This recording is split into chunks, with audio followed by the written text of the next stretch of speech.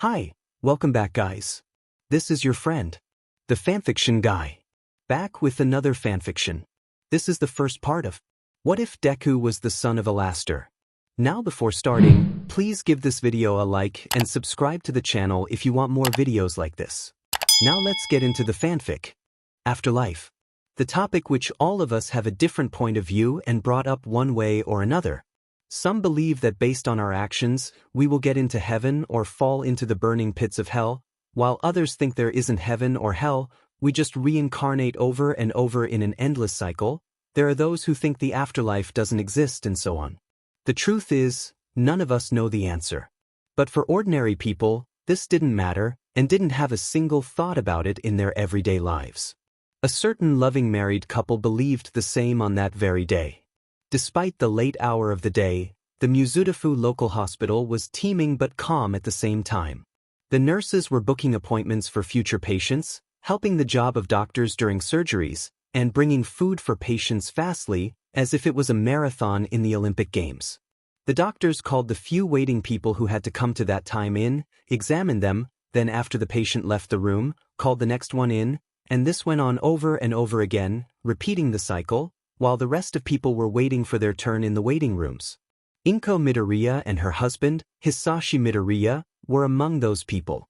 They were sitting on white, not-so-comfortable chairs in front of the door of the room of the gynecological doctor at the women's medical department part of the building, waiting patiently for the previous patient to finally come out from the doctor's office and let them go inside. Izuku had a slim body, as was expected from a model such as herself, with green hair in a small and spiky ponytail and large, circular green eyes. She was wearing her casual clothes, which consisted of a pink shirt, a blue skirt, and white shoes on her legs. Her husband, Hisashi, had a slim body as well, but he was much skinnier and less muscular than his wife and possessed small yet noticeable bags under his eyes and sparse black hair. He was wearing a light red jacket with a yellow shirt under it, blue jeans on his legs, and black shoes on his feet.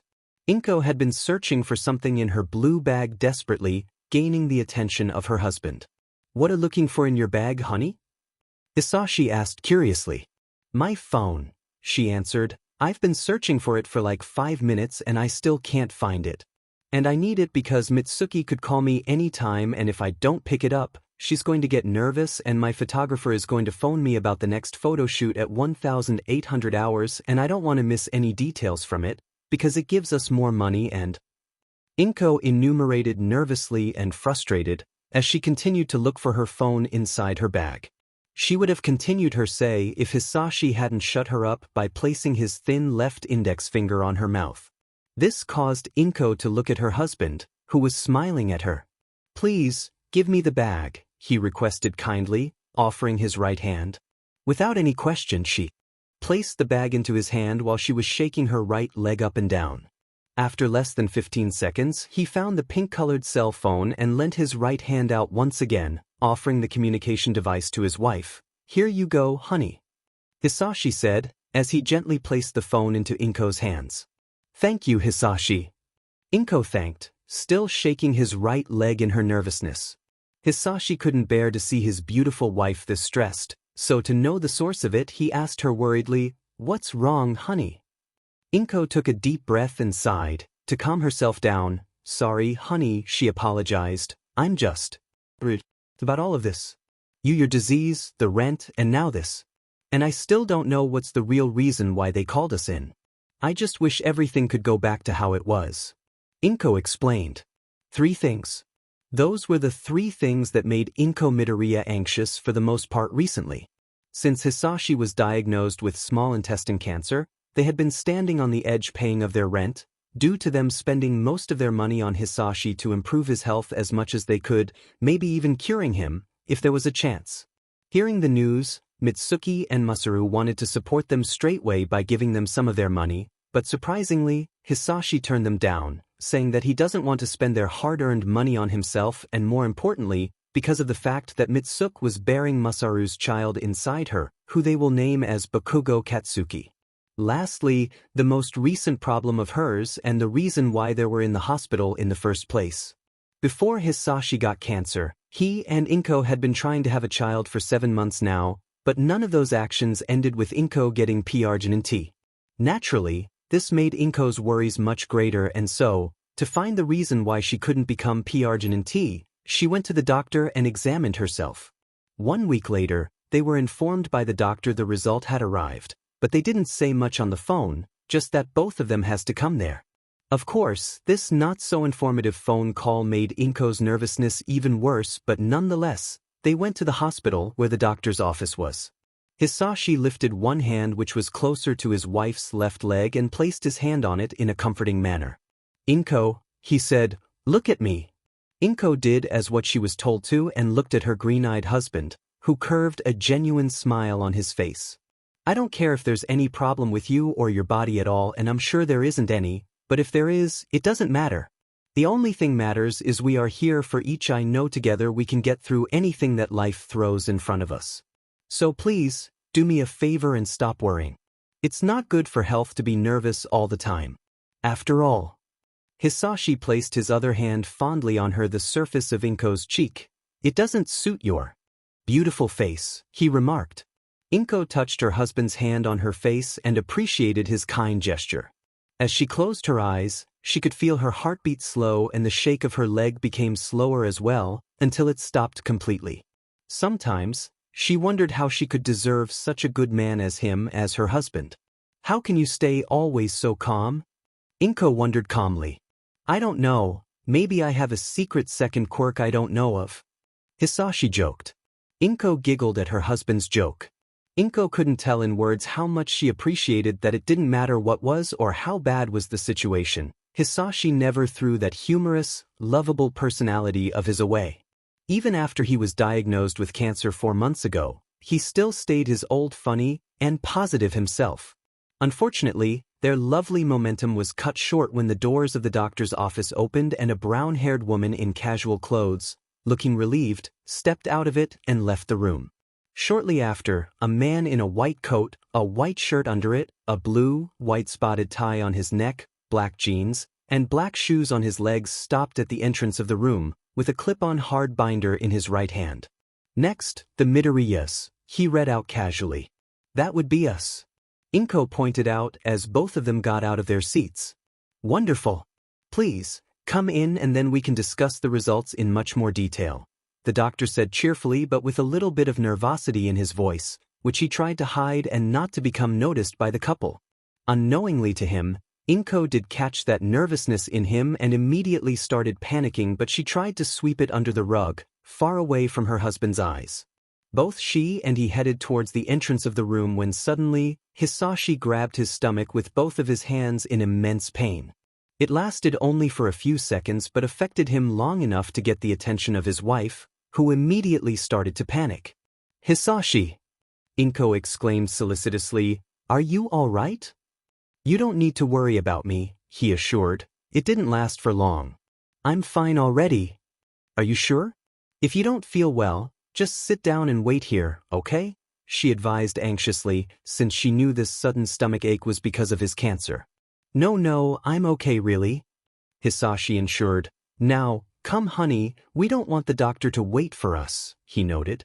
Despite the growing disquiet and worry about the declining salubrity of Hisashi inside her, Inko had to agree with her husband's statement. So she swallowed up her fidgetiness, grabbed his hand, and both of them made their way inside the locality that the doctor held possession of. The room was quite ordinary in design. The walls were covered in white color and had 2 windows on them. A blue, comfortable-looking medical bed was set at the right side of the room, parallel to the wall where the entrance door was. There was also a medium-sized, brown-colored table cabinet next to the bed, with a computer and a basin on it, and a mid-sized closet over it. Finally, 3 average, blue-colored chairs with wheels at the end of their legs, with one being placed behind the cabinet and the other 2 standing in the middle of the room.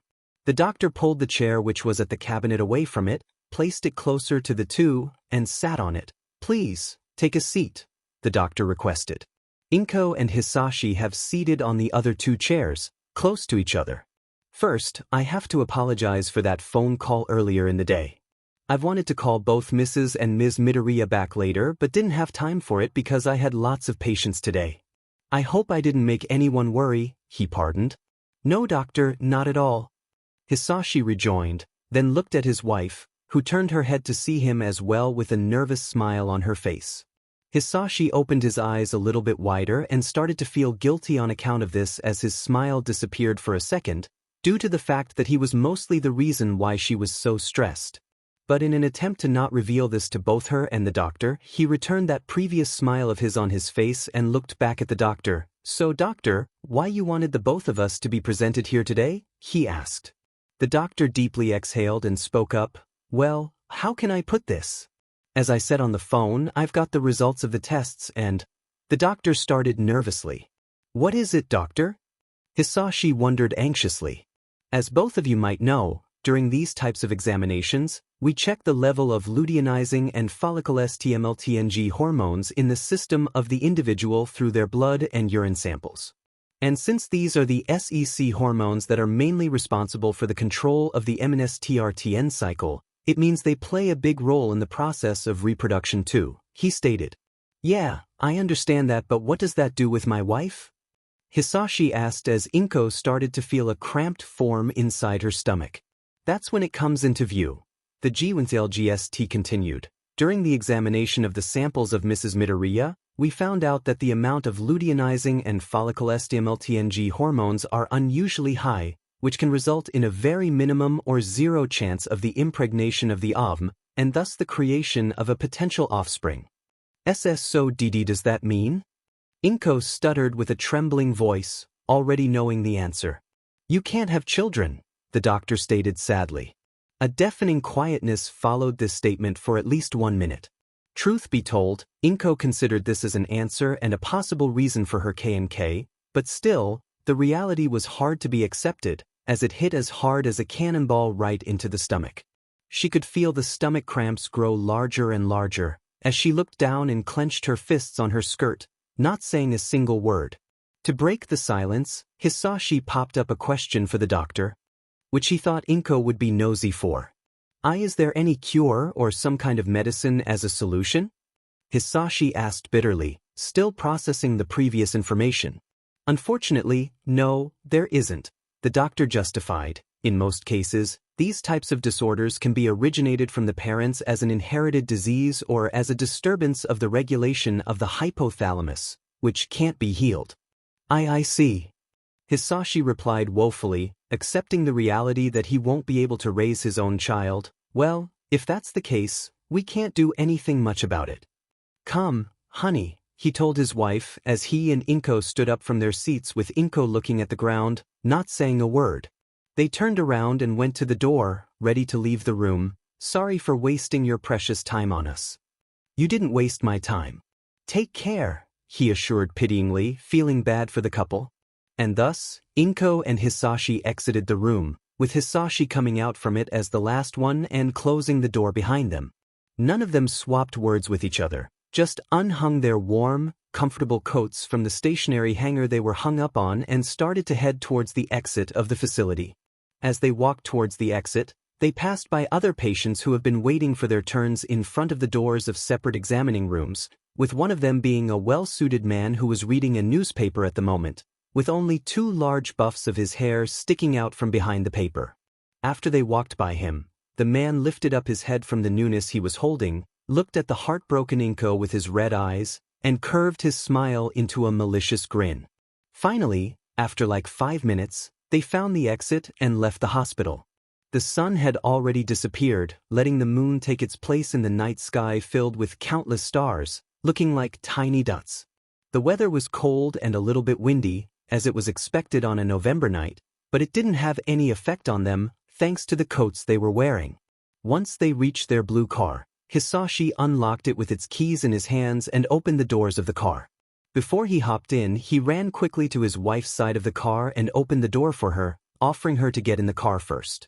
Inko said nothing, not even looking at him, just simply sat on the passenger seat. After he waited for her wife to get inside safely, Hisashi closed the door, took his place in front of the steering wheel, started the car, and drove away from the hospital. The drive back home was just as quiet as the rest of the evening since they had left the GTLGSD's office. Hisashi, since he was driving and was not sure what to say, and, yet again, Inko just sat there, looking down. After some time, they arrived at their apartment. Both of them got out of the car and went up the stairs. After they approached their apartment, Hisashi took out his key, put it into the lock, and opened the door for Inko to enter. Then she went inside, and he got in as well and closed the door behind him. The apartment was smaller than a usual one, but it was homey, lovely, and perfect for the two of them, even for a child. But of course, a particular event on that day crossed this future plan of theirs. Once they were inside, they took off their coats and shoes, and after this, Inko started to head straight toward the kitchen. "I'll be in the kitchen if you want something," Inko declared. "I'm going to make fried chicken and rice for dinner. I will be done as soon," she said while briefly looking at her husband and cracking a broken smile on her, just before she went inside their kitchen to prepare their next meal. After she was inside the kitchen, she opened the closet and took out a small bowl for the rice to be placed in. She would have taken out a larger one for the chicken as well, if Hisashi hadn't stopped her by grabbing her hand, which reached out for the bowl delicately. "Inko," he said regrettably, trying to look into his wife's eyes. Inko couldn't take it anymore. It was just too much for her by then. She needed to let off some stress, one way or another. As she turned her head in the direction of her husband, she could feel the tears of sadness rolling down on her cheeks, like a waterfall in a tropical forest in the rainy season, and looked at Hisashi. "Why are we the ones who have to suffer from it? What did I do to deserve this? Tell me, Hisashi, tell me," Inko demanded hopelessly and heartbroken, as she tried to wipe the tears away from her eyes, but they just continued to flood from her tear ducts. Seeing his wife suffer from that much emotional pain thanks to all the things that happened recently, even Hisashi could barely hold back his tears, but for the sake of Inko, he didn't burst into tears. But in an attempt to comfort her, however, he spread his arms wide, offering her a hug. "Come here." Without any second thought, Inko rushed to her husband and hugged him immediately, continuing to cry on his shoulder. "I just wanted to have a normal life with a big happy family. I just wanted to have a beautiful child and watch him grow up while we live happily until the last days of our lives. Why can't I have it?" she cried bitterly. "Shoo, there," he consoled while patting her back. "Don't worry, Inko. I'm sure we will get through it. Together." "No, we won't. Only you," she exclaimed out of the blue and got herself out of Hisashi's gesture, making him surprised by her sudden change of behavior. "You are the only one who will get through it. Because after you die, you'll leave me here forever like I was nothing, and I don't know what I'm going to do without you," Inko confessed, as her tears came out from her eyes and dropped on the ground. Those words really hurt Hisashi, like a knife stabbed into the heart or a bullet into the head. However, he wasn't mad at her for saying those words. In fact, it was quite the opposite. He felt guilt. Guilt for causing her to be in this emotional state since he was diagnosed with cancer. Guilt for their current financial problem. And guilt for thinking that he had never supported her enough, which, to be honest, was a big fat FING lie, because he always supported Inko both physically and mentally, which she really appreciated, but that wasn't what he believed. Realizing what she had just said, Inko wiped the tears away and looked down, not having enough bravery to look into her husband's eyes. I am sorry, Hisashi, I didn't mean it," she apologized. "But see, can I go you outside? I just need some alone time." "Sure," Hisashi answered, not knowing what to say after all of this. With this, Inko put the bowl down, left the kitchen, and made her way in the direction of the front door. As she reached it, she got down her red coat from the coat stand and put it on, wrapped her light pink-colored scarf around her neck, pulled on her black shoes, and left the apartment, closing the door behind her. As Inko left, teardrops started to fall from Hisashi's eyes in disgrace and regret, putting his right index finger and thumb on his eyes. "It's my fault. It's all my fault." All of a sudden, a sharp, enormous pain struck him in the pit of his stomach, causing him to grab his stomach and become hunched instantly. "Oh no! This is bad," he groaned. He sensed that huge pain once again, but now it was even worse. He could feel the gorge of his slowly coming up in his esophagus, making him groan once again and rush inside the bathroom as fast as possible, closing the door behind him. After leaving the apartment and going down the stairs, Inko headed off in the direction of the nearby park where she and Hisashi used to spend most of their free time together. The night was quiet as usual, even the sound of cars couldn't be heard, which was a little bit unusual, even in that part of the city. As it was expected, not many people inhabited the streets of the outskirts of Mizudafu at this late, just only one or two who were going back to their homes after a day filled with long hours of hard work. After around 15 minutes, Inko reached the entrance of the park and its metal gate. It wasn't closed, so she could easily enter inside. The park itself was not anything special for ordinary folks. It was just a small, normal place for those who wanted to get closer to nature and have a nice, calm walk, which was able to be performed at nighttime, thanks to the few park lights who lightened up the park. But for Inko, it was one of the most important places of her entire life. It was the place where Hisashi proposed to her and she said yes happily. She was so happy on that day. On the happiest day of her life, she would have never guessed that just in 1 year and a half, things got this bad of a turn. As those memories flashed inside her head, she noticed a lonely bench bathing in the light of one of those park lamps next to it. She has decided to approach it and take it as her seat. Once she sat on the bench, she buried her face in the palm of her hands and started to cry quietly while she listened to the quietness of the night. But little did she know, she was not alone. Thanks to her being focused on her cry, she couldn't hear the sound of footsteps approaching her closer and closer with every single step. At last, once the individual had stopped, the stomp of those feet finally faded away, becoming numb right beside her. "Is everything all right, my dear?" a man asked with a rather strange voice, sounding like a man speaking through an old-fashioned radio. From her palms, Inko lifted up her head and looked at the person who was talking to her. His appearance was quite out of the ordinary. The man was tall in size, but not as tall as All Might or Endeavor, standing at approximately 7 feet height, as Inko measured with her eyes. He had beige-colored skin, dark red eyes with red irises, and sharp, black pupils in them. His hair was mostly red, with a little bit of black at the tip of the tufts extending from the top of his head, looking like the ears of a deer, although Inko couldn't decide if those were his real ears or not. He also possessed a pair of small, black antlers on his head and a monocle at his right eye. He was wearing a red pinstripe coat with dark red lapels piped with white, which was ragged along the bottom hem. He was also wearing a bright red dress shirt under it, with a black cross on his chest and long black dress pants. He had a black knotted bow tie with bright red in its center, black gloves on his hands with red color at his fingertips, and black pointed toe boots with deer hoof prints on the soles. But his most noticeable feature was that large, broad but unsettling smile on his face, grinning from ear to ear, showing off his dozens of sharp, yellow teeth.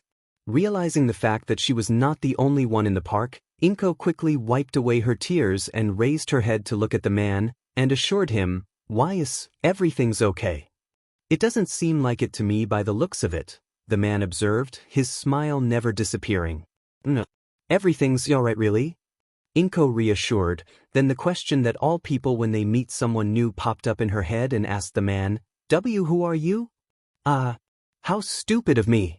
I was so engulfed in the listening of the tranquility of this peaceful night and with the searching for the source of the quiet sobbing that I even forgot to introduce myself properly. "Please, forgive me for my rudeness. The name's Alastor," the man said cheerfully, referring to himself as Alastor.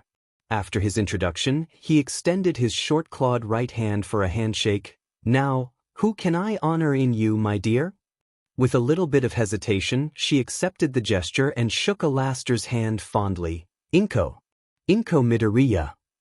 "Well, Ms. Midoriya, it is a pleasure to meet you." "Truly it is," Alastor cheered, "but please, allow me to ask you a simple question that bothers my mind since I had noticed you sitting on this very bench. What on earth is a gorgeous young lady like you doing outside this so modernish but yet old park at a time like this late of the night?" he wondered inquiringly. I just wanted to take a walk here to clear my head out after all the things that happened to me today. I've always thought a nice walk is perfect for this," Inko explained with a small smile on her face. "So true, my dear. I couldn't agree with you any better. There are few things more calming and relaxing than a late-night stroll in a beautiful park under the starry night." especially when it's the first for an individual to visit a Japanese one, such as myself. He chuckled jovially, followed by an imaginary laughter of a crowd. Wait, you're not from Japan? Inko asked with curiousness and surprise in her voice. Not at all, darling. In fact, I came here all over from the lovely state of Louisiana to Japan for the purpose of establishing a collaboration broadcast with the radio show of a hero called Present Mike in mine. But unfortunately for me, he refused my offer, the radio demon explained. Inko raised an eyebrow in curiosity. So you're kind of a radio host? You could say that, he replied. But that's enough about me. What about you, darling? Why did you decide to have a peaceful walk on this dark night? Alastor asked as he sat next to Inko. As Alastor asked this, Inko could feel her waterworks start once again, but she tried to avoid it, due to the friendly stranger she have just met. I don't want to talk about it. Oh, and what's the reason behind your decision, my dear? Alastor questioned. Because it's personal for me. Inko argued, down in the dumpster. Oh come on, darling. It's always better to confess the feeling that pressures your heart so much like a rock to someone than just sealing it and keeping it away inside you from everyone, he pointed out comfortably. Alastor was right. How didn't she think about this solution? Of course, she could have called Mitsuki and Masaru to talk with them about it, but she didn't want to bother them with her problem, even though she knew both of them would help her without hesitation. And now, a stranger who she has just met told her the best thing she could do in that situation. But should she tell Alastor about her sterility? She had known him for like 5 minutes, but throughout this time he was shown to be a trustworthy, caring, and kind person. It was really painful for her to talk about her health problem, but she needed someone to speak about it aside from her husband, and now, there was a chance to do it. But the person she could pour out her soul to was Alastor, who she had met not long ago. As these thoughts ran through Inko's head, Alastor just sat there, checking his claws on his hand and waiting for her answer, until he spoke up. Well, I suppose if you don't want to talk about it, I won't force you to get it out of you, he noted as he stood up from his seat on the bench and summoned his cane. Huh? Inko wondered in confusion, as she snapped out of her thoughts. It was nice to meet you, Ms. Midoriya. Have a pleasant night. The radio demon said, then turned around and began to walk away from her. He made only 5 steps when Inko shouted at him. Wait, she exclaimed forlornly. Inko couldn't see it, but Alastor's grin became wider in happiness, knowing dim and well by her voice filled with slew and grief that she took the bait. He turned his head to the right and looked at Inko from the corner of his right eye, who was now standing in front of the bench, looking down at the sidewalk. I'll tell you. But please don't tell it to anyone else. Inko begged despairingly. After her request, Alastor turned around fully and walked back to her. Why would I do that? I'm not some kind of uneducated, uncultured goof. I genuinely hate the ones who don't show respect for those of fairer means, he remarked, as both of them seated back on the bench and his cane poofed away. So, what has made you so messed up, my dear?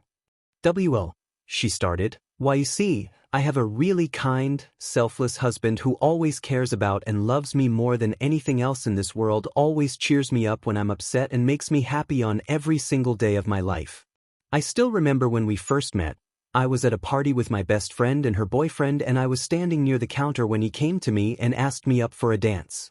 After the party, we started to see each other more regularly, then we started dating, and the next thing I knew was we were getting married. All of this only in 3 years. Can you believe it? Inko explained as she smiled like an idiot and looked at the night sky. Yes, I can imagine it, darling. Judging by what you have told to me now, he must be a true gentleman. Alastor remarked, being reminded of his mother from Hisashi's personality. He really is, but... Inko giggled, then her smile disappeared from sight, looked down and continued. After we found out that he had stage 3 intestinal cancer and didn't have much time to live, everything went downhill. We spent most of our income on his treatment to cure him, but because of this, we couldn't pay our rent. And now we are months behind it, she said, trying to hold back her tears. Oh, what a pity. I'm truly sorry, sweetheart. Alastor commiserated, continuing to smile nonstop. Thank you, but that's not all, she added, because today, We went to the hospital to get the result of the examination of my blood and urine samples, and to their they discovered T. What did they tell you, my dear? Alastor quizzed inquisitively. That I can't have my own child. Inko bewailed, while her waterworks turned on once again. Due to the too high amount of two hormones in my body, I'm biologically incapable of bearing a child inside me. And thanks to this, I can never give Hisashi the son he wishes for, she confessed while trying to clean away the tears of sadness and sorrow. There. Don't pipe your eyes too much, darling. Here, take this. Alastor comforted, handing over a textile handkerchief with the same red color as his eyes to her. Inko took the handkerchief which Alastor offered generously out of his hand and proceeded to blow her nose into it. I just wanted to thank him for all the things he had done for me by giving him the thing both of us wanted the most, but unfortunately, it will never happen thanks to me. Inko said, then proceeded to wipe away the droplets of tears from her face, with not much success. If only I could just give him a child somehow. There was the perfect opportunity. The perfect time for Alastor to drop the question. For him, this day in the world of humans was rather boring than eventful and exciting. It became even worse for him after that large, spiky, blonde-haired, speaker-wearer joke of a radio host heroine turned him down earlier the day, even after he offered to reveal to him what happened with his long-lost school friend all those years ago. But with Inko it would be different. With her, this yearly visit of his in the mortal realm would be fruitful once again, and he could add a new card to his collection. And so, it was decided. He will ask the question which, unknowingly to him, will change his afterlife forever and will provide him with the most entertaining show he had ever seen, maybe even greater than the stock market crash of Alastor hummed thoughtfully, and what if tell you, I have a solution for your problematic situation? What? Inko puzzled as she cleaned her watery eyes with Alastor's handkerchief. I can free you from this lifestyle full of sadness and desperation. Free from those chains who keep you down at the bottom of the lake of unhappiness and don't let you breathe the air of lightheartedness, he said convincingly, as some kinds of red symbols began to float around him and ghost-like shadows became alive behind his back, observing the scene with excitement. All of this was witnessed by Inko, who watched it happen in awe. And instead, I can give what you desire the most. Give a healthy, beautiful little boy, who will give you happiness for the rest of your in this world. Give you the life that you would have never had. So to speak. Alastor remarked while Inko looked at him with sparkling eyes as a miniature version of hers, made out of green fog appeared in his right palm with a small, happy child in its hands, hugging each other. So, what do you say, darling? Inko couldn't say even a single word. Alastor, the American radio host she had just met not long ago, was saying there was a key to her situation. It was too good to be true, even unrealistic. But it felt so. Off for her. So she didn't her guard down, although the deal sounded really tempting. I don't know, she answered. Unsurely. Of course, you don't have to trust in me. Alastor started. You can go back to your beloved husband to wait until he leaves this world and be alone on this one forever for the rest of your life. Accept my offer and become truly happy once more with your child by your side. With this, you won't be that lonely anymore, get what you want and make both of you delighted. He finished as he extended his right for a handshake once again, but this time, his palm emitted a green aura around and a huge gust of wind blew out of his hand, blowing Inko's and Alastor's hairs for a moment. Why would you do this? Inko asked unsurely and confused. Who wouldn't I? It is my duty to assist those who need my service. After all. Alastor remarked cheerily, pushing his hand a little bit closer to Inko. What are friends for? Inko looked at her hands, thinking about what to do, then clenched her fists and focused her attention on the radio demon with visible determination and seriousness on her face. If you do this, I want the child to look like Hisashi. And if Hisashi survives, I want him to know nothing about this. So, it's a deal then? Alastor asked as spinned his staff into his left hand and outstretched his right hand for a handshake once again, but this time, his palm emitted a green aura around it and a huge gust of wind erupted from his hand, blowing both Inko's and Alastor's hairs for a moment. Inko looked at Alastor's hand. Then at Alastor. Then at Alastor's hand again. She thought about everything that happened so far. Hisashi, her life with him, how he made her happy all of the time, how he sometimes told her how much he always dreamed about having a son and how much she wanted to make his dream become true and how many happy memories she had about him. "Deal," she replied confidently, taking and shaking Alastor's hand in assent. "Yes." Alastor cheered in evil joy. In that moment, all the confidence that Inko had vanished instantly when a green circle of magic appeared around her wrist. The circle moved away from her wrist up on her arm, to her shoulder, then slithered down to Inko's stomach and forced itself inside her. As it entered her body and slowly faded away, she started to feel sick more and more, until it disappeared completely and the demented feeling she had transformed into unbearable pain. It was so painful for her that it caused her to fall down from the bench to the ground and become hunched up while grabbing her stomach in immense pain.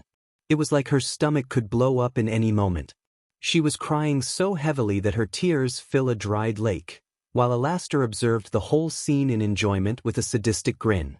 After 5 minutes of struggling and torment, the pain had finally vanished. But unfortunately for her, it already had done what it had to do. Inko spread out on the cold sidewalk, lying on her abdomen which was hurting moments ago. Suddenly, her eyelids started to feel heavy and her vision became blurry. Before she fainted, she took one last look at the man who caused her to experience this amount of pain. When she looked at Alastor, she only saw his red eyes, with his irises turned into radio dials, and a large smile, larger than any normal human could possess, on his face. "Until we meet again, my dear." Alastor chuckled without moving his mouth, followed by a peal of demonic laughter echoing in the air. With this being the last thing she saw and heard, her eyelids became so heavy that she couldn't keep them open anymore, closed her eyes and lost her consciousness, venturing into the empty, dark inside of her head. Inko slowly opened her eyes and as she did, she realized she was lying on the same bench she placed herself on when she came to the park instead of the sidewalk where she became unconscious as she remembered. As she sat up, she looked around the area, observing her surrounding. After she was sure that she was completely alone, she placed her hands on her belly, thinking about whether this deal thing was true or was it just a bad dream.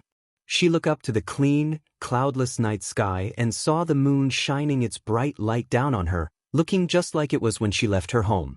The only difference was that it was higher in the sky, suggesting that a lot of time had gone by since she visited the park.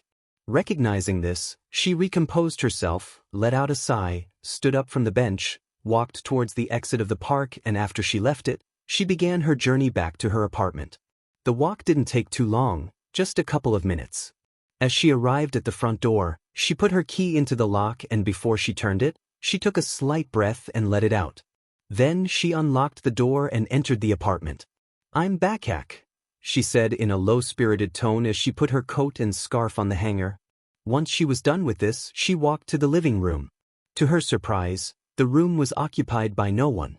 She looked around inside the room as fast as she could, but she didn't find any sign of her husband's presence. Not only that, she didn't notice the red, old-fashioned radio on the small table between the TV and the sofa. Understandably, the disappearance of her husband made her nervous and called out for her husband, "Honey? Are you here?" Silence. That was the only thing she heard. This, of course, just made her more anxious. In another desperate attempt to know Hisashi's location, she called out for him again desperately, "Hisashi, where are you?" Just as she said this, she noticed that a little bit of light coming out from under the door of the bathroom. She walked to the door and slowly pushed down its handle, opening it in the process. After she opened it, a horrific scenery was laid upon her eyes. Hisashi, her loving husband, was kneeling in front of the toilet unconsciously, with his head over the toilet bowl. "Hisashi," she exclaimed as she rushed to his side. After she got next to him, she looked inside the bowl and saw blood in it. A lot of blood. As she saw this, she grabbed his right arm in an instant and placed 2 of her fingers on it in order to check his pulse. He was alive. She sighed in relief when she felt his heart's beating, but he still needed medical care. So she grabbed her phone and dialed the phone number of the ambulance. Thankfully, they arrived shortly after her call and took both of them to the hospital. After they arrived, They separated them quickly and took Hisashi to the intensive care to treat him as fast as they could and tried to stabilize his condition. During this, Inko called Mitsuki and Masaru and told them everything about the current situation, except her medical issue and the whole deal thing with Alastor. Hearing the news from Inko, whose eyes were getting watery as she spoke with them, they drove there faster than the speed of light, and after they arrived, Mitsuki embraced her with a big, strong hug, so strong that it could break every single bone inside her body. They asked her where Hisashi was taken, but just before she could answer, a doctor interrupted their conversation. He told them that they successfully stabilized Hisashi's condition and he regained his consciousness. However, he informed them with the tragic truth that thanks to his rapidly declining health, Hisashi didn't have much time to live. All of them were devastated upon hearing this, especially Inko. The doctor let them to check on him as many times as they wanted, which was exactly what they did after they were informed and continued to do this for a while until 2 weeks later, the 27-year-old man called Hisashi Midoriya succumbed to his disease. A few days after his funeral, Inko suddenly started to feel dizzy and she asked Mitsuki to take her to a doctor. There, after the tests she went over ended, to the Inko's surprise, they found out that she had become pregnant. Mitsuki hugged her best friend without hesitation and was over the moon upon hearing this, not just because she was going to have a nephew, but because there was finally something to cheer Inko up after Hisashi has died. On the other hand, Inko was frozen in place, due to the fact that this confirmed that her deal with Alastor was true. During all that time, the Bakugos tried to support her as much as they could, even after their son was born. And thus, after 9 months of pregnancy, the time had finally come for her to give birth to her child. One more, Mrs. Midoriya? A nurse encouraged the green-haired woman who was trying not to faint from the pain. With one final push, the child was fully out of her birth canal and it let it out to the world by crying as loud as it could. "Congratulations, Mrs. Midoriya. It's a boy," the nurse stated joyously. "See, can I see him?" Inko panted tiredly while trying to catch their breath. "Of course." The nurse replied as she cleaned off the blood from the baby's body with a white towel and wrapped a red swaddle around his tiny, fragile body. After finishing that, she walked next to her with the child in her arms and handed him over to his mother. "Here you go." Inko took her child into her hands and took a closer look at her son. Without a doubt, he was the most beautiful thing she had ever seen in her entire life. He had wisps of green hair on his head and small freckles on his face. He didn't open them, but he had green eyes as well, just like his mother. She knew in that moment that it didn't matter what way he was born or how he looked, he was her little green bean and he will always stay that no matter what. As she was observing her little baby, the boy slowly calmed down in her arms and became quiet. After that, the stepped to her desk and took a paper with the list of those children's names who had been born on that day, then walked back next to the happy new mother and her newborn. "Sorry to interrupt, but can I ask for the little one's name? I just need it for the list," she said. "Izuku Midoriya," she answered while smiling weakly and looking at her son, hugging him tightly. "Izuku Midoriya," she repeated. "What a cute name," she remarked while writing it down. "I'll need to take the little fellow later to check the usual, but I won't bother anymore. I'll let you have a calm rest," the nurse remarked before she left the room and slid the room shut. After watching her leave the room, Inko kissed Izuku on his forehead and cooed, "I love you, Izuku." Meanwhile, in hell, the whole scene was listened by Alastor, who was sitting in an armchair with small spikes at its sides in front of a fireplace. As usual, he had his iconic smile on his face, while on both of his sides, he was accompanied by other 2 armchairs which were teleported there by him for the 2 other demons who were in the same room as him. One of them was an anthropomorphic cat demon with black and white fur, red wings, a red bow tie, a black top hat with a red hatband and a golden button-like decoration, and black suspenders over his shoulder. The other was a female, small one-eyed cockroach demon with pink hair with a yellow highlight in it and a 1950s made dress with a white apron and 3 dripping splotches. The Cyclops was jumping up and down in excitement, while the cat demon was frozen in shock by all the things he heard and saw through the special radio's projection they were watching. The feline was the first to speak up. "You've got to be shitting me," Husk said in shock. "No, unfortunately, Husker," This is not a joke. Alastor remarked to the cat's comment.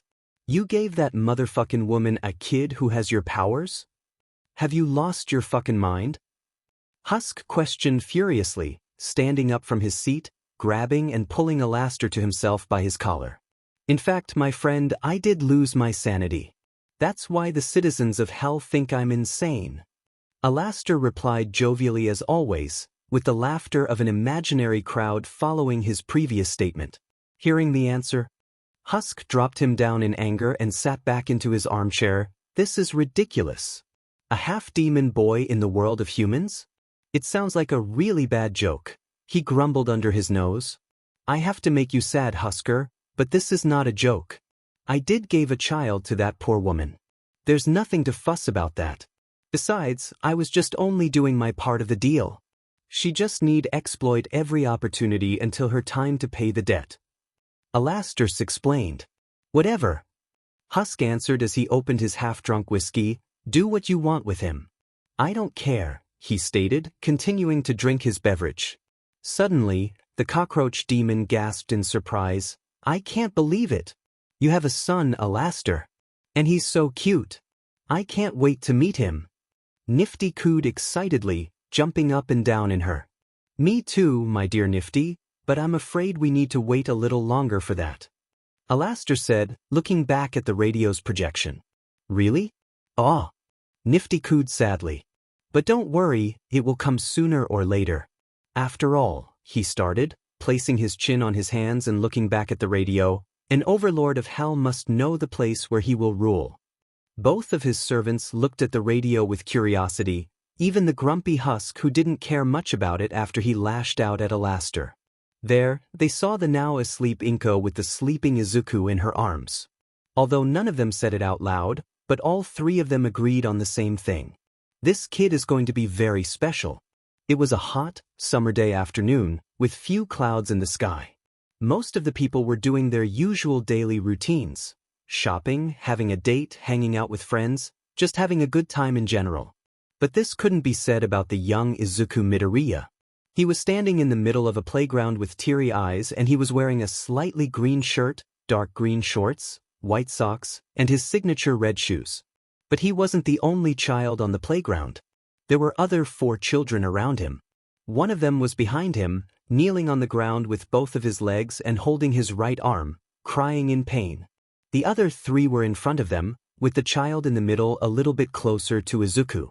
From Izuku's perspective, Tsubasa, the plump small child with a tank top, green shorts, and sandals, was standing on the left side, while the other kid on the right side was wearing a blue baseball, a yellow jacket with a blue shirt under it, light blue shorts, and brown shoes. Finally, in the middle of the group, there was the spiky-haired Katsuki Bakugo, Izuku's best friend and #1 bully. That's mean, Kaken. Can't you see he's crying? Izuku said with his young, trembling voice while shakily taking up a fighting stance, preparing for the upcoming battle. If you keep going, I'll never forgive you. The 3 boys weren't even fazed by this, just activated their quirks, with Tsubasa sprouting 2 red, dragonic wings and raising into the air, and with the other kid lifting his left towards the sky and extending all of his 5 fingers on it. Even though you're quirkless, Katsuki started, hitting his right hand to his left palm, creating a small explosion as his right hand landed. You're pretending to be a hero, Deku? Katsuki finished with a big, cocky smile on his face. That was the main reason why Izuku was bullied in the first place.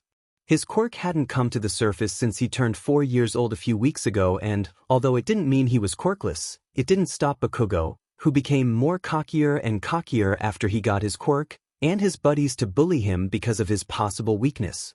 The young green-haired boy stepped back in fear as the 3 kids charged toward him and started to beat him to the ground. After they finished their little beat-up, Bakugo and his friends got bored and left the playground, leaving Izuku lying on the ground full of bruises all over his body.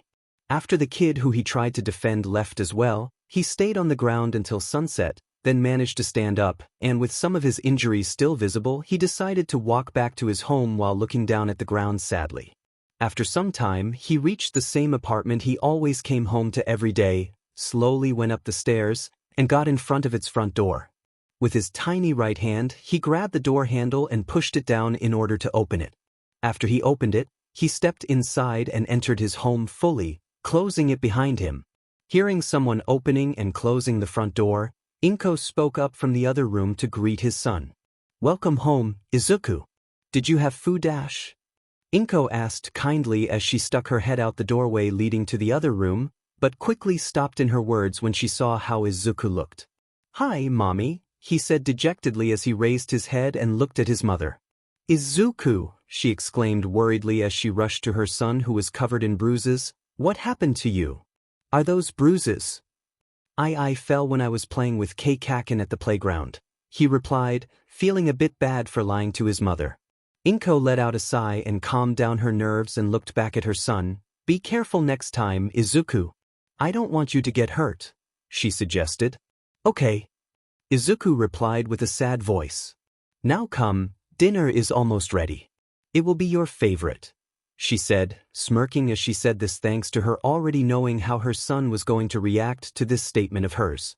Hearing this, all the sadness Izuku had instantly vanished and his face lightened up with happiness and joy. "It will be Katsudon?" Inko giggled at her son's behavior. Yes, it will be Katsudon. But before that, go wash your face and your hands," she advised. "Okay, Mommy," Izuku answered excitedly and ran towards the bathroom door which he fastly opened and closed behind him, while the whole scene was observed by his smiling mother. After entering the bathroom, he headed to the wash basin and stepped up on the white step stool to reach its faucet and open it, letting the water to flow from it. Firstly, he washed the remaining dirt and sand off of his tiny hands with a little amount of soap, just as his mother taught him, then proceeded to clean his face using a little bit of water. After this, he closed the faucet and reached out for the All Might towel next to the wash basin to wipe the water away from his hands and face. But little did he know, the next thing he was going to see will make him both scared and surprised. When he took the towel off of his face and looked at the mirror, which was over the wash basin, the thing he saw was not his own reflection. Instead, it was a small, shadowy figure, resembling a young child just like him. The figure didn't possess a mouth and its whole body was pitch black, similar to a shadow. It possessed fluffy hair just like the one Izuku had, with the only difference being that it was also pitch black, just like its body. It also had two small puffy deer ears and two tiny, undeveloped deer antlers between them with the same color as its body, hair, and ears, which were pitch black as well. The only two things that were not black were its jungle green aura that surrounded its body and its jungle green eyes that he kept closed at the moment. In fright and confusion, Izuku was too scared to move and froze in place when he saw the shadowy figure in the mirror. For a few seconds, nothing happened until suddenly, the shadow opened its jungle green and stared back at him, revealing that its eyes only consisted out of two jungle green scaras. Thanks to this unexpected move, Izuku fell off from the step stool, hurting his butt as he hit the floor. "Ouchie!" Izuku said while rubbing his butt from the pain. But in quick realization he put both of his hands on his mouth as fast as he could. And he had a good reason for that. What if that thing hurt him? What if it will come out of the mirror? And what if it will hurt him and his mom? These were three main motives why he was too frightened to check if that ghost-like entity have vanished or not. But at the same time, a strange kind of curiousness and excitement due to one simple thought. What if his quirk had been finally activated? With these thoughts inside his little innocent kid head, he took as much encouragement as he could, slowly stood up from the floor, stepped up on the step stool, and before he could look at the mirror, he closed his eyes from the fear of the shadowy ghost still being in the mirror. He waited for a few seconds, then slightly opened his right eye to take a peek at the mirror. The entity was still in the mirror. He immediately closed his right eye as he saw the ghost-like shadow. He waited a few seconds then opened his right once again, now fully. The shadowy figure looked back at him with its right eye closed and its left eye open. Izuku opened his other eye, and so did the entity. Seeing this reaction from it, an idea popped up in Izuku's head, and to test it, he slowly moved his head left and right while never taking off his from the shadowy being, which did the same moves as him. This little experiment made him realize something that both surprised him and caused him to feel agitated. It was mimicking his moves, just like a normal mirror reflection would do. As another test, he raised both of his hands in front of him and moved all of his fingers in front of him, while observing the ghostly shadow as it followed every move he did. Then he lowered his left hand and waved with his right hand to see if it still continued to mirror his movement, which it did. While doing these experiments, he became more and more jumpier and less frightened, even larking by sticking out his tongue and doing some childish dancing, which only consisted out of some wiggling with his arms and jumping up and down. While he was fooling around, the shadowy entity followed his every move, even the tongue stick out with its jungle green tongue and the small dancing with its pitch black arms. Lastly, he jumped into the air a little bit, and while he was in the air, he turned his back towards the mirror and started to count. But instead of copying Izuku's move, the ghost-like shadow came out from the mirror and went closer to Izuku, floating quietly just a few centimeters away from his green-haired head. After counting to 10, with a big smile on his face, Izuku turned around and was immediately startled by the shadowy being's closeness, causing him to fall down from the step stool once again. "Ow," he spoke after hitting the floor and closing his eyes from the pain. While saying this and keeping his eyes closed, the entity slowly levitated in the direction of Izuku. After he opened his visual organs, he was greeted by that strange being right away. Please, don't hurt me," he demanded as he crossed his arms in an X shape in front of his face. He waited for the upcoming attack to come from it, but to his surprise, nothing happened. Izuku slowly opened his eyes and lowered his arms a little, realizing that the shadowy entity didn't move from its place one bit. The more surprising thing was that it even had an expression on its face full of worry, judging by the shape of its eyes. The shadow offered its black right hand to the child he had just scared to help him get to his feet, who, by this, shut his eyes even more and raised his arms in front of his face once again. It immediately stopped in its tracks, but didn't pull back its hand, didn't go closer to the small child, and didn't disappear from the room thanks to being concerned for the kid's safety. After all, what kind of shadow it could be if it didn't serve its master right? Izuku lowered his guard a little bit just like his arms and opened one of his visionary organs and took a look at the being that was floating in front of him motionlessly. After staring at each other for half a minute, still a little bit afraid, Izuku gulped and opened his mouth and other eye and spoke up.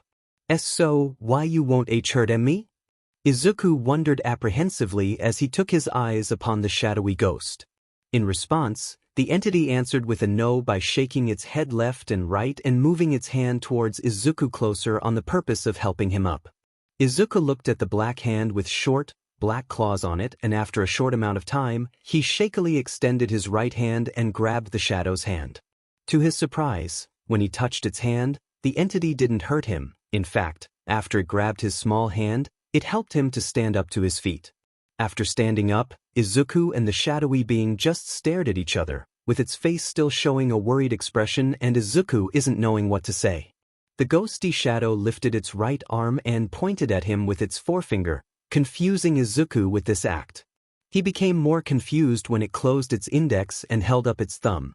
It repeated the act the same 2 times after it saw its master's confusion, until the little Izuku figured out what it tried to say. "Are you asking me if I'm okay?" he asked wonderingly. As an answer, the shadow nodded with its head. Followed by an awkward silence followed until Izuku asked the question which was crucial for him to know the identity of this thing. But why you? He wondered. To his question, the worried face of the shadow disappeared and it slowly raised its right hand once again with its right index finger. It pointed at our young main protagonist. After that, it turned its wrist and pointed at itself.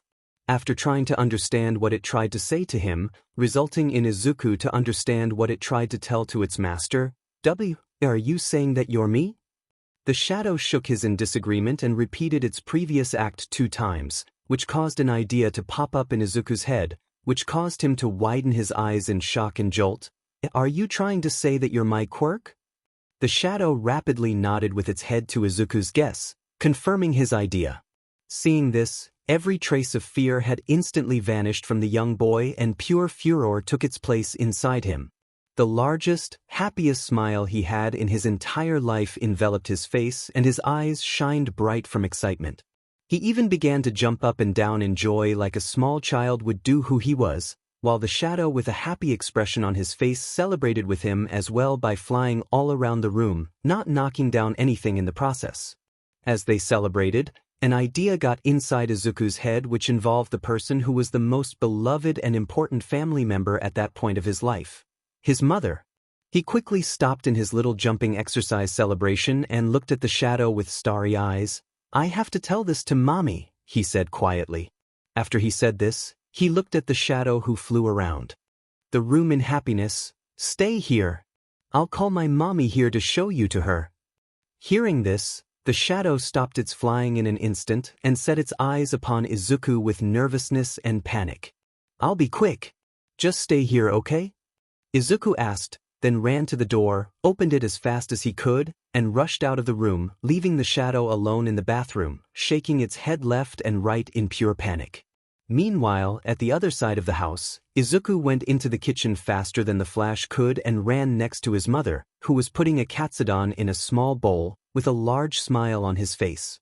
Seeing her little only son in a better mood, Inko couldn't help but smile and greet her little baby boy kindly. "Hello, sweetie. Dinner is almost ready. Have you washed your hands?" Instead of an answer to her question, Izuku answered with something she didn't expect. Mommy, I've got my quirk." Izuku beamed excitedly. Hearing this, as Inko looked at her only child, her eyes widened in a mixture of surprise and shock, but that shock turned into proudness and happiness alike. "Really? Can you show me, honey?" she inquired with almost the same amount of excitement her son had at that moment. "Of course, Mommy, but you have to come to the bathroom with me to see it," he explained while trying not to jump out of his skin from excitement. Then, after his statement, Izuku grabbed his mother's right hand with his right hand and led her in the direction of the bathroom. Although it was strange for Inko that Izuku wanted her to show his quirk in the bathroom of all places, why wouldn't be strange? But put this thought of hers aside and let her son take her to the bathroom. Once approaching the door of the room, Izuku stopped in his tracks, stepped in front of his mother, grabbed the door handle, and looked at his mother. "Okay, here it comes," he chirped. And with this, he opened the door and extended his arms towards the inside of the room in a revealing manner. "Tada!" Izuku whooped. But when he did this revelation to Inko, he was not greeted with the reaction he expected. Instead of utter happiness, he saw traces of confusion and unsureness on his mother's face. Seeing this, he turned his head to take a look at the room and realized no one was in the bathroom.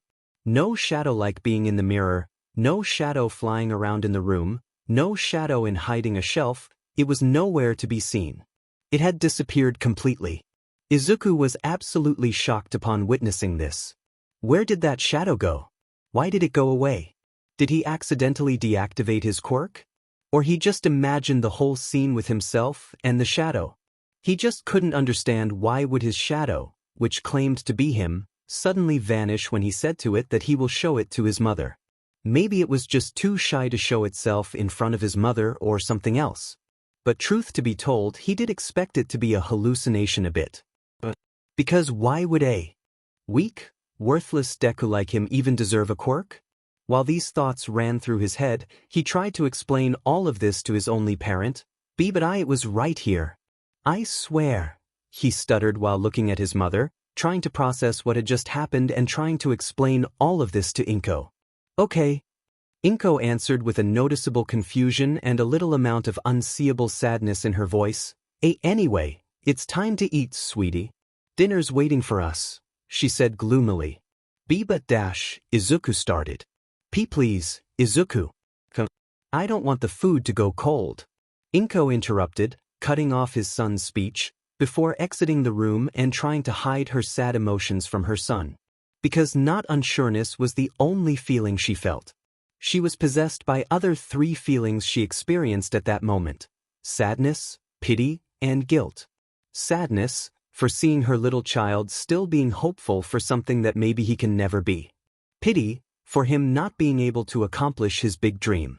And guilt for her not being able to provide him with at least her quirk in order to help him make his dream true. Shortly after his mother stepped out of the room, Izuku, while looking at the floor with a mixture of regret and sadness on his face, quietly followed Inko to the kitchen. But before he closed the door, he took one last glance at the bathroom, the place he thought he had finally discovered his own quirk. After that, he headed into the kitchen, sat down on a chair, grabbed his chopsticks, and dug into his katsudon while his mother did the same in front of him at the other side of the table. After a dinner filled with awkward silence, he went into the bathroom, but not for the purpose of checking the room if that shadow had come back. Instead, he went inside to take a bath in the bathtub filled with water which his mother prepared for him after she finished her own meal. Once his bath was done, with the help of Inko, he wiped the small droplets of water away from his small body with a large yellow and blue-colored All Might towel, and after that, he dressed up in his pajamas, which consisted out of a light red pajama top and dark blue and white horizontally striped pajama trousers, watched his favorite All Might video 3 or 4 times and headed into his bedroom. After entering the room, he went straight toward his bed and lay comfortably on it. Just before he fell asleep, his mother covered him with his warm All Might blanket and gave him a good-night kiss on his little forehead. "Good night, Mommy," Izuku said as he looked at his mother, who was standing at the doorway, and felt his eyes become heavier. "Good night, Izuku," she responded while looking at her half-asleep son from the doorway. "Sleep well," she finished kindly with a smile on her face, then slowly closed the door, letting her child to rest noiselessly in his bed. Once she left his room, he could finally close his green eyes and drift away into the world of dreams. Unbeknownst to him, the shadow appeared in his room, observing him from above with its jungle-green eyes shining in the dark. It felt wrong and guilty for disappointing its master and disappearing without any explanation, but it promised, no, it swore that after this one little mistake, it will protect its master and the ones who are important to him no matter what. After all, as a servant and shadow, it's its duty to serve its master, its overlord, perfectly, without any errors. And with this, the night went on as usual until something really unexpected happened. It was around 2 a.m. on the same night. Everyone was asleep in the Midoriya household. Even the shadow, who was watching over Izuku in his sleep, shut its eyes down and nodded off 1 or 2 times during the night, but it tried its best not to fall asleep. Even though it didn't need any kind of sleep, it was exhausting for it to get used to the world where it began its very existence. It was about to nod off once again, when suddenly he heard a noise. It immediately shot its eyes open and looked at its master. Its eyes widened in shock and terror from what it saw. By looking at its master's face, it already knew why he let out that noise in his sleep. He was in dull pain. Although it didn't seem to cause him that much pain to wake him up, it still disturbed his peaceful sleep and caused the shadow to become panicked like never before. It shook its head left and right in its nervousness, looking for something that could help its master. While doing this, a larger amount of sharp pain struck Izuku's body, more specifically his head. Now, this was enough to make him wake up from his dreams and grab his head with both of his hands and hold it from the pain.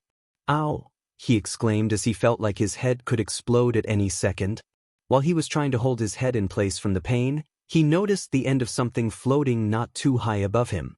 He moved his vision organs upwards and he was taken aback in pure surprise and shock by the shadow in front of him.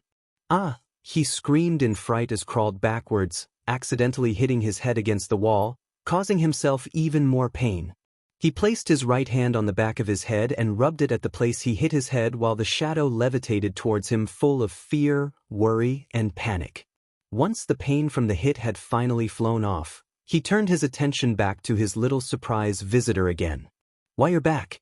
"Only you," he told, flinching from the growing and spreading pain in his head, ears, teeth, and torso. Even though he was excited for the shadow's return, it was hard to focus as the increasing pain in his body began to spread, but he tried, "Where have you been?"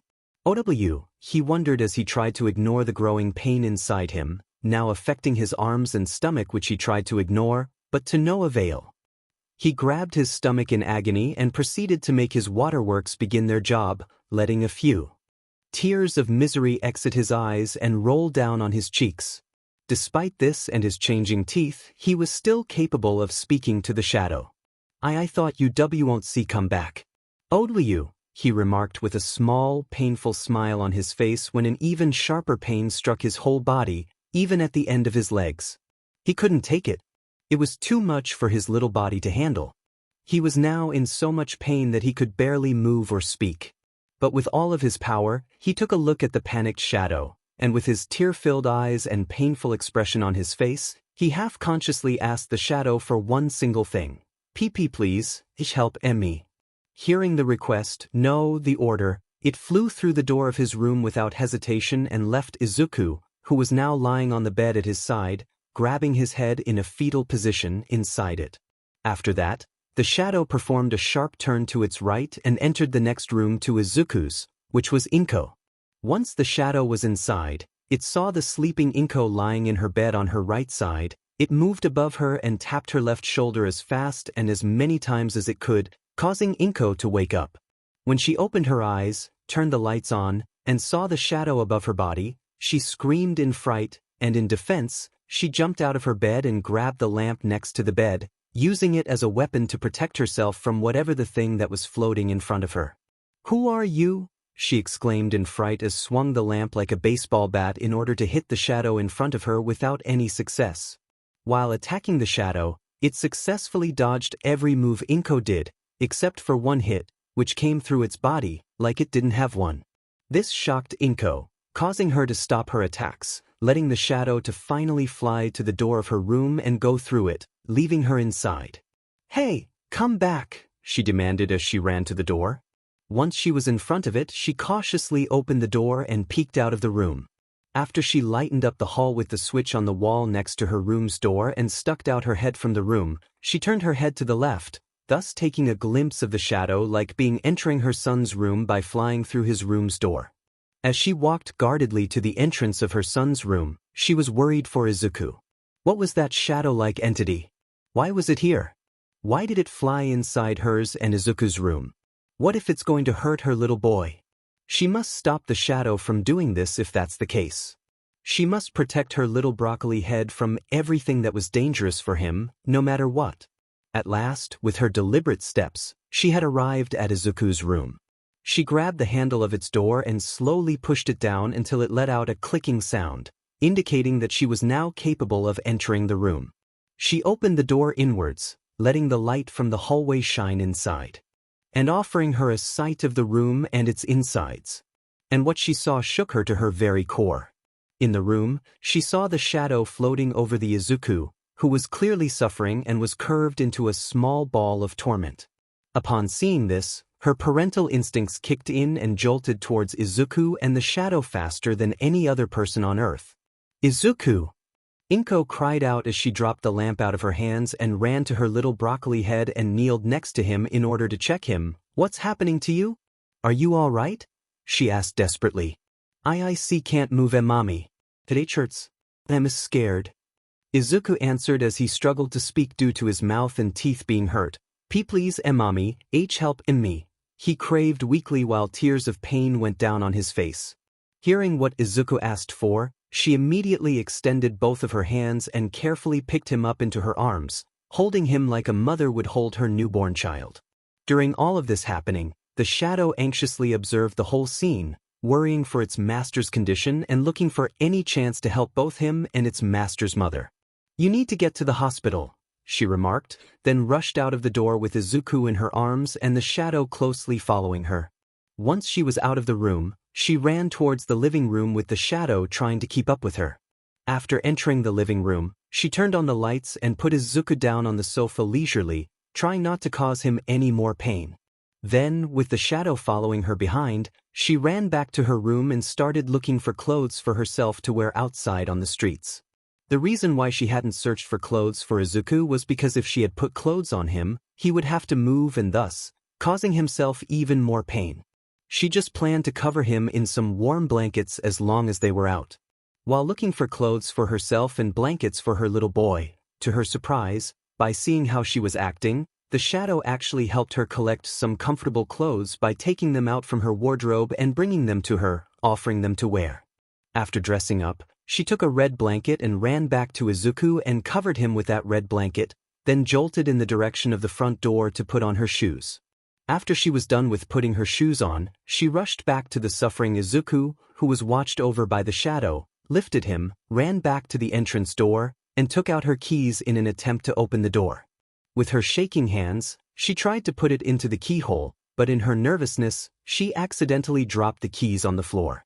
She was about to pick it up, when the shadow grabbed it instead, placed it into the keyhole and rotated it, unlocking and opening the door for all three of them. Thank you. Inko remercied, then ran out of the apartment, down the stairs, and towards her car, while the shadow closed the apartment's door and proceeded to catch up with them. After they reached the car, she opened the door at one of the back seats. She gently put him down on the seat behind the driver's seat and buckled him. When she was about to close the door, the shadow flew into the car, taking the seat next to Izuku. After the shadow entered the car, Inko closed the door, opened the door to the driver's seat, fastly sat on the seat, buckled herself up, put the car key into its place, started the engine, and drove in the direction of Mizudafu Local Hospital as fast as she could while struggling to hold her tears back. She needed to get him there. She couldn't lose her little boy, her only living blood relative, the reason why she was capable of smiling, working, and feeling happy in her life since Hisashi left this world. She had already lost her parents and her husband. She could have never let that happen to her son. Never. After a 10-minute-long trip, which felt like 10 hours, they arrived at the hospital. Inko despairingly searched for the nearest parking lot, which was found not long after they got there. Once taking the place, Inko stopped the car's engine, unbuckled herself, got out of the car, opened the side of the car where Izuku was, picked him up, took him out of the vehicle, closed that door as well after the shadow exited it and rushed towards the building with the shadow closely following behind. The hospital was not full of patients, but there were a few who were inside and waited for their turns to be examined. The nurses did their routine jobs, helping patients and doctors when suddenly, the peaceful atmosphere was interrupted by a dismayed woman barging through the entrance and into the building with a green-haired child, who had a red blanket on his body and was clearly in massive pain, in her hands and a shadow like being behind her back. Everyone nearby looked at them, confused by their sudden appearance, but by seeing the child, almost everyone realized what was going on. Help! Please, someone help! Inko implored in a desperate attempt to get someone's attention which, after a few seconds, succeeded. What's the situation? A doctor inquired as he walked towards Inko. His appearance was interesting to say at least. He had gray skin, 6 arms, 4 eyes, and 2 antennae on the top of his head.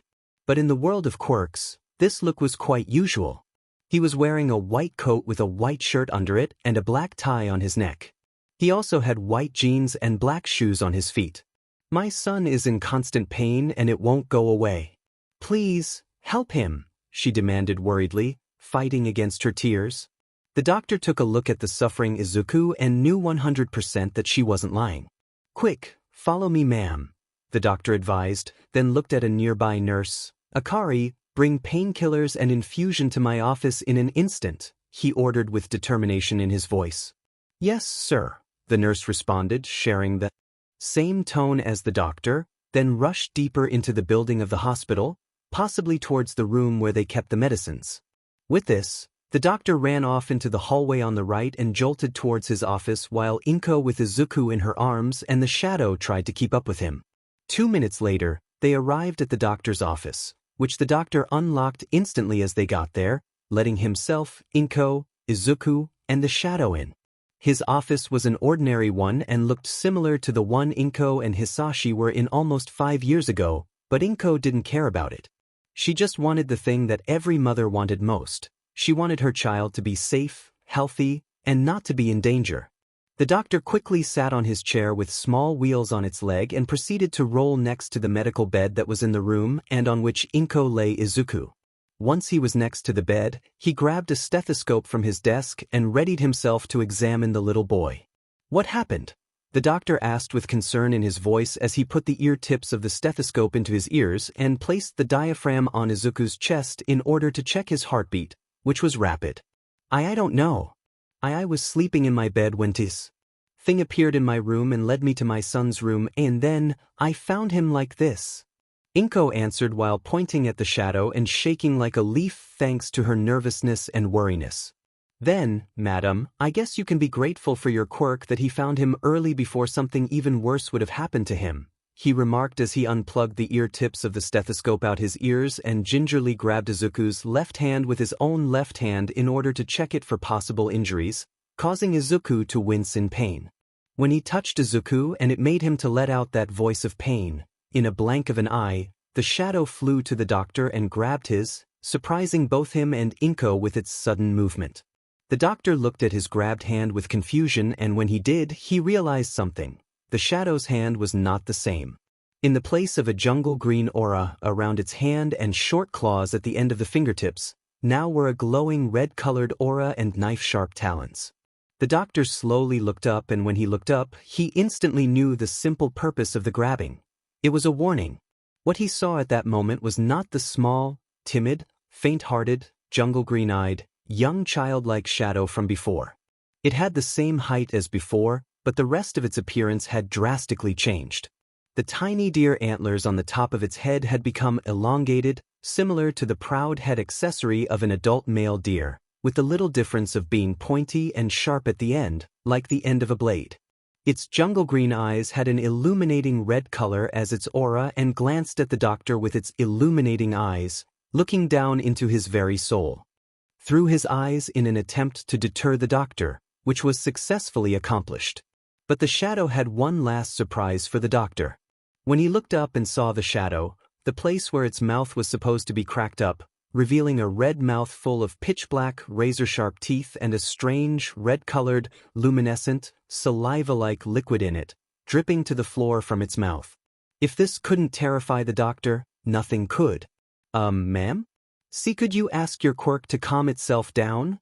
The doctor requested as he continued to look at the shadow with fear he tried to hide.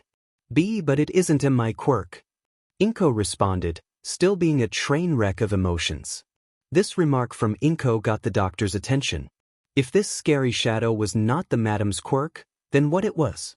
Shortly after this thought of his, an idea popped up in his head. But to prove his hypothesis, he needed to examine Izuku in much more detail.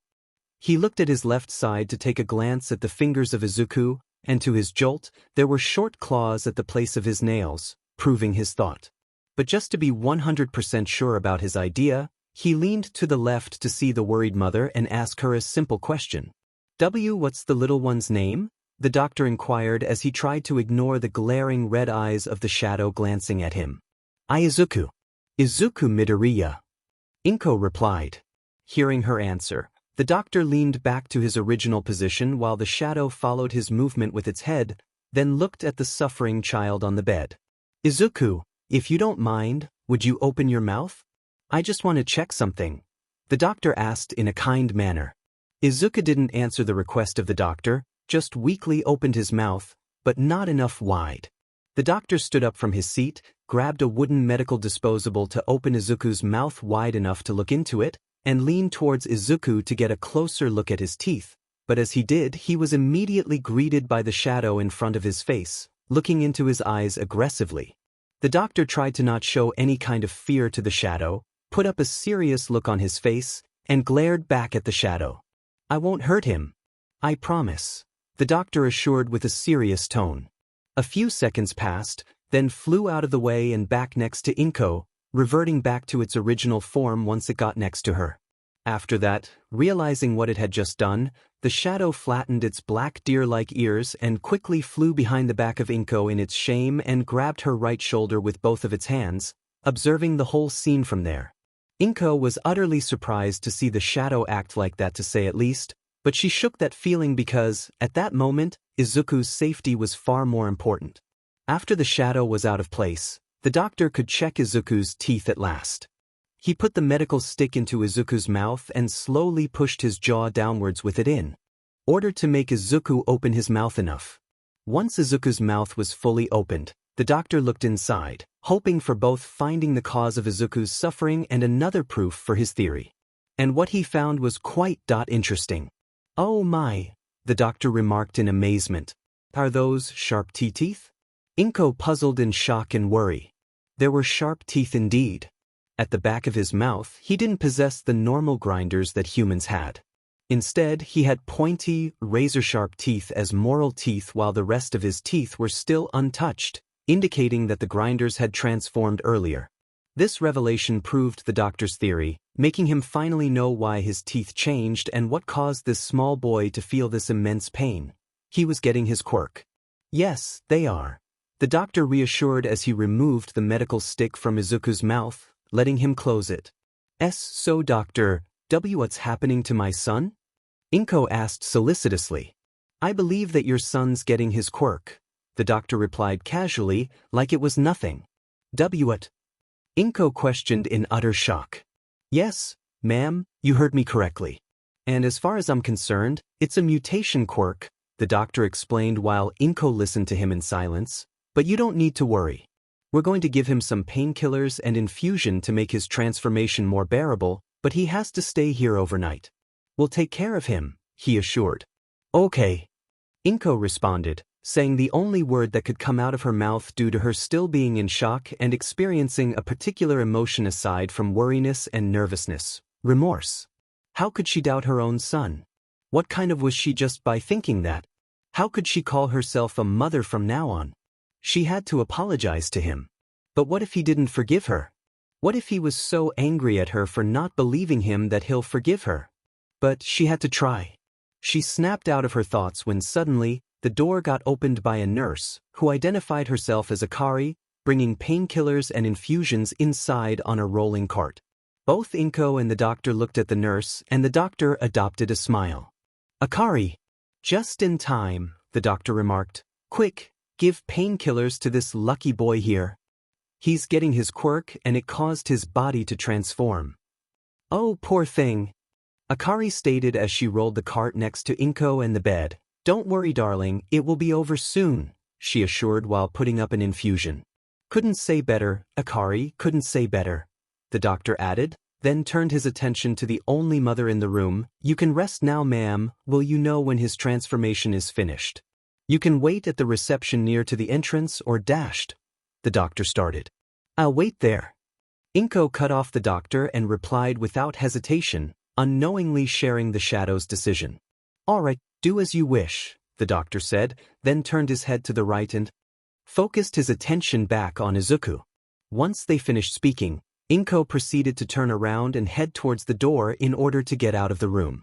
But when she was about to rotate her body, the shadow flew out from behind her and floated over Izuku, guarding him from anything that could possibly hurt him while not interrupting the nurses and the doctor's work.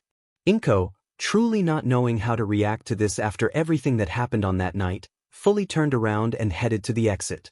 Before she got out of the room, she turned her head and took one last worried look at her son, surrounded by the two medical workers and the mysterious shadow, and exited the room, closing the door behind her. After she left the room, with her normal steps while staying silent, she reached the reception and took the nearest seat right next to the hallway. Once she sat down, she felt like her body had turned off. She could feel her eyelids heavier and her body become more relaxed. She knew she had to stay awake for her son. She tried to do it with all of her remaining, but her body said otherwise. That day was just too much for her. She needed to rest. With the last of her strength, she blinked one more and thought about Izuku's safety, before closing her eyes and falling asleep, tilting her head a little bit forward in the process. Izuku Midoriya, someone said in a casual but at the same time kind tone, tapping Inko's right shoulder gently.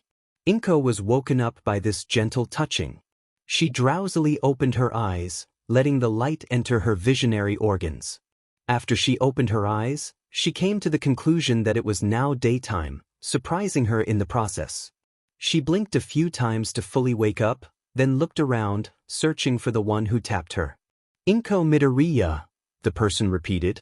Hearing the voice from her right side, she moved her head to the right and saw Akari, the nurse who had brought the painkillers and the infusions to Izuku. After she set her eyes upon her, Akari opened her mouth once again and proceeded to speak. I'm sorry for waking you up, madam, but I should inform you that your son's transformation has finished, she reported bonily. What? Inko questioned as she widened her eyes in shock and worry. Where is he now? Is he okay? Don't worry, he's fine now. He's in room 12 on the first floor. Akari responded with a small smile on her face. See, can I see him? Inko asked unsurely. Of course. Just use the elevator, then turn left and third on the right. You can't miss it, the nurse guided as she pointed at an elevator which was, from Inko's perspective, at the right side of the reception. How did she not notice it earlier? Maybe she didn't see it because of her stressness or her tiredness, but it didn't matter. After seeing the elevator, Inko looked back at Akari and said the following. Okay. Thank you. Inko answered as she bowed to the nurse in gratitude. No problem. Have a nice day, the nurse said, happily as she went away to do something else, probably continuing her shift. With this, Inko turned to her right and walked to the elevator. She pushed the down button at the panel and waited a little until the doors opened, letting her inside. Once she stepped in, she pressed the up button, making the machine close its doors and take her up to the next floor. With a short, tinkling sound, the doors opened in front of her, allowing her to step out of the cabinet of the elevator and start her way to the room where she was told to go if she wanted to see her son. On her way there, tons of thoughts ran through her head. What are her son's abilities? How he looks now? Will he face discrimination thanks to his appearance? Did Alastor have to do with any of this? Was he the one who made her little boy suffer, or it was just due to his quirk coming to the surface? But the truth was, all of this didn't matter at that moment. All that mattered at that moment was that Izuku was her only child and she didn't care how he looked like, or what was his quirk, or if that dear demon had to do with any of this. Izuku was still her son and she will always love her little broccoli head and always help him, no matter what she had to do or how big of a sacrifice she had to do. As she thought over these questions in her head, she arrived in front of the white door which separated her and her son. She grabbed the handle and with a sigh, she pushed it down, opening the door and stepping inside. The room was an ordinary one. Its walls and roof were as white as snow and it had 4 medical beds in it, standing horizontally to the wall where the door was and to the wall at the end of the room. Speaking of which, the wall which was at the end of the room had a huge window on it, allowing the patients to look outside, which was exactly what the only patient and a certain someone inside did, because, to her surprise, the shadow was nowhere to be seen. The only person inside was just the small boy who had a HP who Inko knew since she had brought him into this world. He was Izuku. But his appearance was not the same. Instead of human ears at the side of his head, he had 2 fluffy, dark green-tipped deer ears at the top of his head, pointing upward. Between his ears, 2 tiny, black-colored antlers were placed, looking similar to a certain demonic dealmaker. As he was sitting on the bed, the blanket only covered his legs, allowing Inko to take a glimpse at his newly formed deer tail. As she looked at him, she was shocked at how much he resembled the demonic entity she made a deal with almost 5 years ago.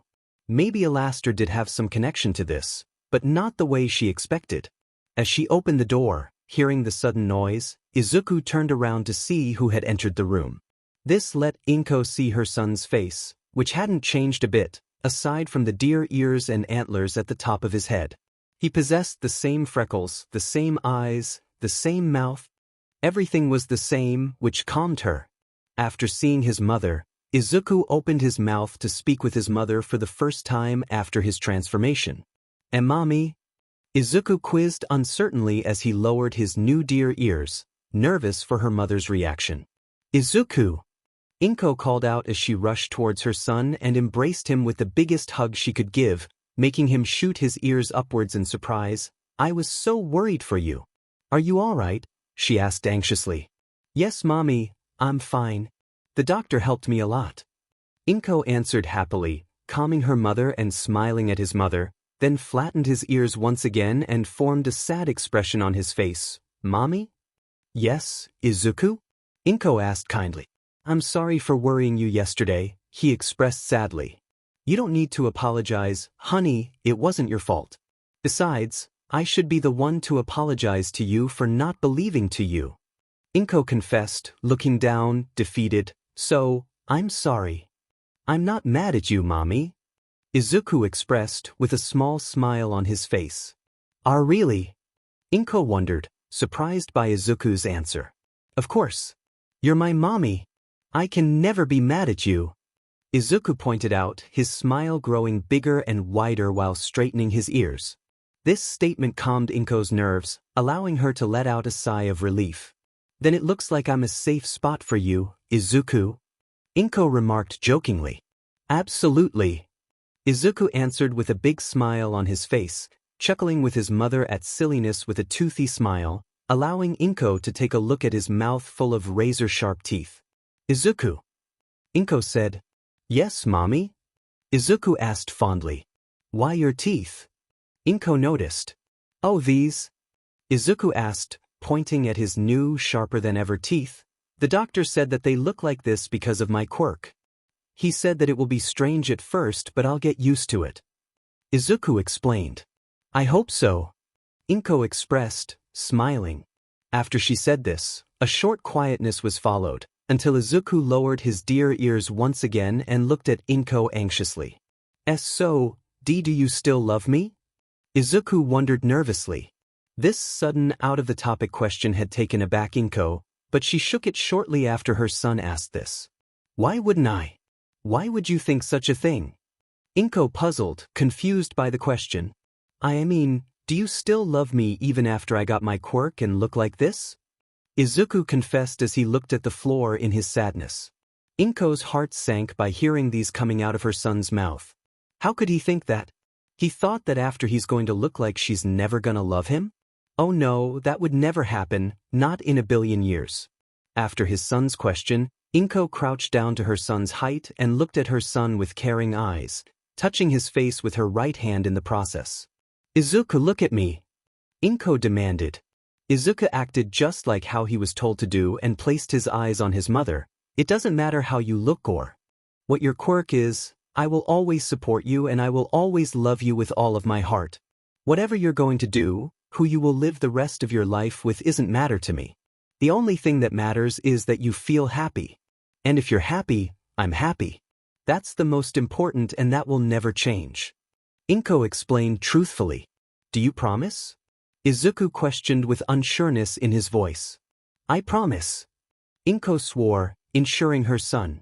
Just as she said this, the door suddenly opened behind her, causing Inko to fully stand up and make both her and Izuku to look at the person who entered.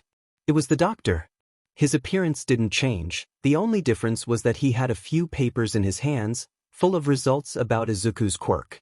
As he unlocked the door, he noticed Inko in the room, crouching next to Izuku. Seeing the mother of the child inside, he curved a smile on his face. Ah, Mrs. Midoriya.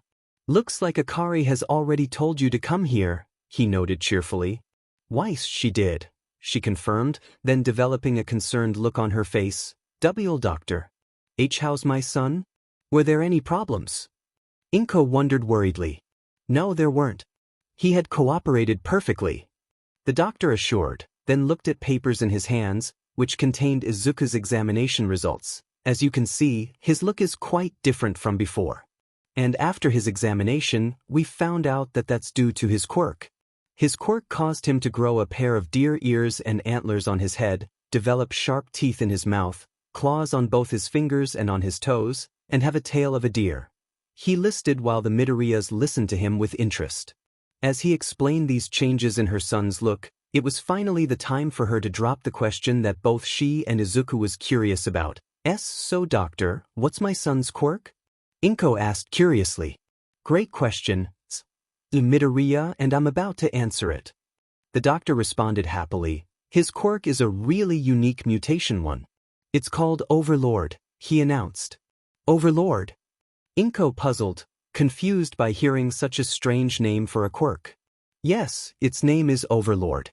It allows him to summon tentacles from the ground with a maximum amount of 6 with just a flick of his hand. However, the more tentacles he summons, the less he can control them. At this age, he can only move 2 of them with 100% control, but eventually, he'll be capable of controlling more of them. It also allows him to bring people's shadows to life and manipulate them to his bidding, but at the moment, he's only able to control only 2 shadows, the doctor explained. Oh my!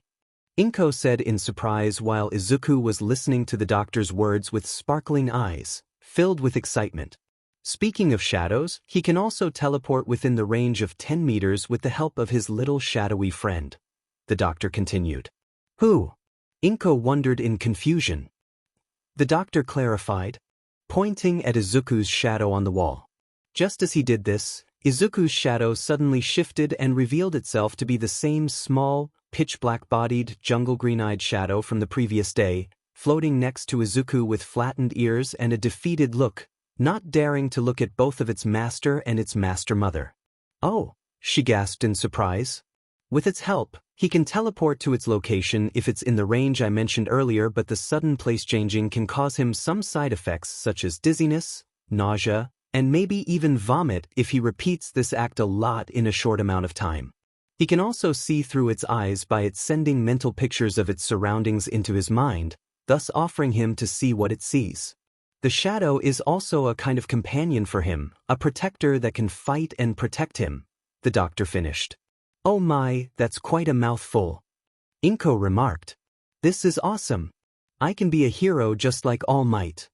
Izuku beamed with joy, wiggling his deer tail in excitement. "Yes, I think you can be a hero," the doctor confirmed, looking at Izuku with a smile on his face. "Do you hear this, Shadow? I can become a hero." Izuku bubbled as he looked at his shadowy companion.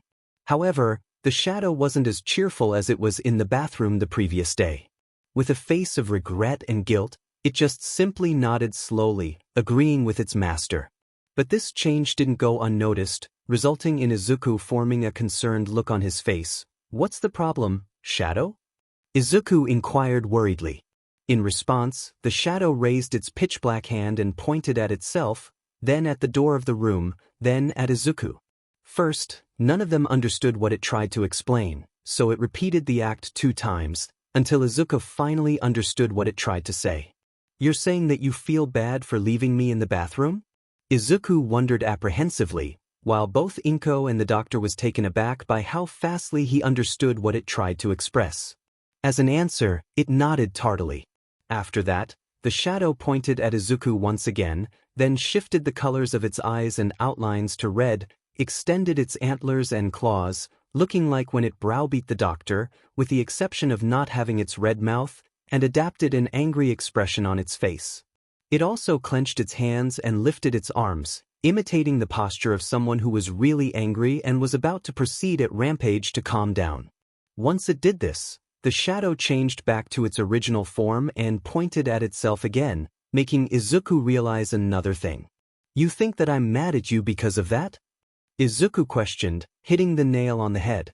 Yet again, the shadow nodded with its head, confirming Izuku's guess. "You dummy, I'm not angry at you."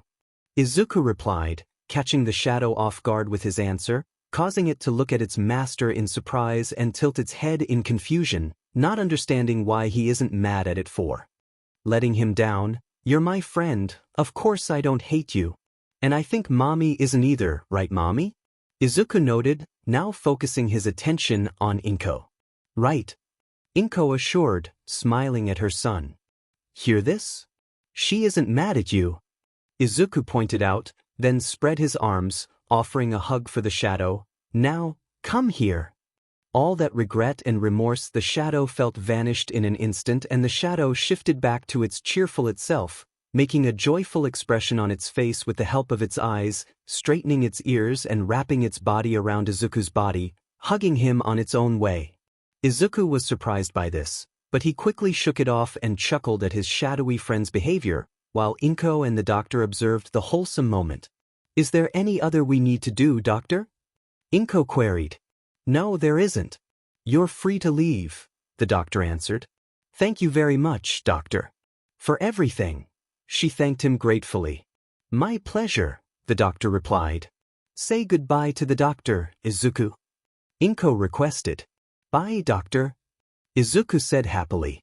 "Bye, Izuku," the doctor responded. With this, Inko grabbed her son's right hand with her left hand and helped him down from the hospital bed, then both of them started to walk towards the door of the room. Once she, Izuku, and the shadow reached it, Inko grabbed the door handle, moved it downwards, and opened the door. And thus, the trio stepped out of the room, closing the door behind them as they left. But unbeknownst to all of including the doctor, their whole conversation was heard by a fifth individual, by a certain deer-based dealmaker demon. In hell, after hearing the full conversation, the radio demon, who was sitting in his armchair, turned his head away from the special red old-fashioned radio of his that was next to him on a one-legged table and looked at the fireplace in front of him, observing the flames with his red eyes and his gold-teethed, wide, well-known smile on his face. "The time has come," Alastor announced, summoning a piece of paper into his left hand and a 1920s vintage pen into his right, and began to write his letter. For who, you might ask? For his little boy and his deal partner, of course. For 4 years he was not present in the life of his son. But it's about to change. It's about time for him to finally meet his own little boy for the first time, and vice versa. How will it go? What's going to happen? No one knows. But one thing's for sure. It will change both of their lives forever. Not much time had passed since our little hero, his mother, and his shadowy friend left the hospital. In fact, it was the same day. After the same 10-minute-long trip Inko performed last night, they had finally reached the apartment complex they lived in. Once Inko arrived at the parking lot of the apartment complex, parked with her car, stopped its engine, and unlocked the locks, Izuku, who was still in his pajamas, unbuckled himself, got out of the car as fast as he could, and with his bare feet, he rushed to the stairs and ran up on them to the entrance of his home, all the while the shadow followed him close behind. "Izuku, wait!" Inko exclaimed as she took the red blanket she used to cover Izuku out of the car and closed the door of the car. "Come on, Mommy. I want to show our house to my shadow." Izuku shouted excitedly up from the stairs down to his mother with his shadow next to him, then continued his way towards his home. After he did this, Inko just shook her head and smiled at her son's behavior, then closed the doors of her car, placed the car's key into its hole, locked the doors, pulled the key out of the car from the keyhole of the driver's seat door, and proceeded to go up the stairs as well, reaching the door of her apartment, where her little broccoli head and his shadow were waiting for her. "Come on, come on, come on," Izuku demanded while jumping up and down in his excitement as Inko put the key into its keyhole in order to unlock it. With a clicking noise let out by the lock, Inko unlocked the door, grabbed its handle, moved it down, and started to open it, allowing Izuku and the shadow to finally enter the apartment. Just as she opened it a little bit, Izuku jolted through the opening the door wide and rushing inside his home in the process, while the shadow was behind him, still following him. Once he was inside, he ran to the middle of the hallway, turned around, and looked at his shadow. "Welcome to our home, Shadow. This is the hallway," Izuku announced as he spread his arms wide in a presenting manner, while the shadow observed its master with an interested look on its face as Inko entered the apartment, closed the door, and was about to put the key back into its hole once again to execute its closing fully. After introducing the hallway to his shadowy friend, Izuku went towards the bathroom for the purpose of showing it to his shadow, leaving his mother, who was locking the front door at the moment, in the hallway. As he ran off with his shadow, Inko turned her head, looked at Izuku, rolled her eyes playfully, and formed a sweet, calm smile on her face. Now she was finally relieved. Relieved, because she saw her son was happy with his quirk. Relieved, for knowing that he was not angry at her. And most importantly, she was relieved that her son was not in danger anymore. At last, it seemed like everything was going to turn back to normal. But little did she know, that was not the case. After she closed the door, she headed in the direction of her son's room to get some new clothes for him to wear. Once she reached his room, she casually grabbed the handle of the door, pushed it downwards, opened the door, and went inside. Once she was in the room, she went to the wardrobe, opened it, and began to search for clean clothes that Izuku could wear. After a little thinking, she chose an orange shirt, white underwear, and blue trousers. Then, she closed the doors of the wardrobe and exited her son's room. Just as she was about to search for him, a familiar voice called out for her. "Mommy!" Izuku exclaimed from the distance, possibly from the living room. "I'm coming," Inko answered, starting her way toward the living room of her home. After she reached the doorway of the room, she peeked inside and saw that her expectations were correct. Izuku was indeed in the living room. More accurately, he was standing on the sofa, which was behind the small desk that still had that old-fashioned radio on it, and was talking to his shadow, mostly about what they can do in the living room. After she witnessed her son in the room, Inko moved her mouth and opened it in order to speak to Izuku. "Yes, honey," she wondered as she stepped through the doorway and entered the living room. Hearing his mother's voice, Izuku turned around and focused his attention on Inko, while the shadow also set its jungle green eyes upon its master's mother. "Mommy!" Izuku beamed joyfully as he got off of the sofa and ran in front of his mother. "Mommy, turn up the computer. I want to show the video to my shadow," Izuku requested cheerfully, hopping in his excitement like a bunny, while his shadowy companion nodded in agreement. Before she spoke up, Inko let out a small sigh. She couldn't understand how he could watch that same over and over again, but she didn't care about it. As long as he was happy, she was happy as well. "All right, I'll let you watch the video," she allowed with a small, sweet smile on her face. "Yay!" Izuku cheered happily, sharing the same emotion with his shadow. "But first, you must dress up," Inko suggested, reminding Izuku of the simple fact that he was still in his pajamas. "Okay." Izuku agreed as he ran back to the sofa and climbed up on it. Once he got up on it, he turned around to face his mother, who put his clothes next to him. After he turned around, with the help of Inko, he took off his light red pajama top, which, with the kind aid of his shadow, he replaced with the orange shirt that his mother chose for him. As our little heroine was about to take off his dark blue and white horizontally striped pajama trousers, he asked his mother and his shadowy friend to cover their eyes, for obvious reasons, which they did without thinking. After he took off his pajama trousers and got the white underwear on himself, Izuku let Inko and his shadow open their visionary organs. Lastly, with the help of his shadow, he put the blue trousers on. After being helped to dress up, Izuku jumped off of the sofa and ran in the direction of his room, where the computer was. "Come on, my shadow. Let's watch the video," Izuku bubbled, excited for witnessing his favorite video yet again, despite seeing it a million times. Before following its master, the shadow insisted to grab his pajamas and take them to the bathroom by extending its pitch-black arms towards it, but its action was quickly interrupted by its master's mother. "No, that won't be necessary."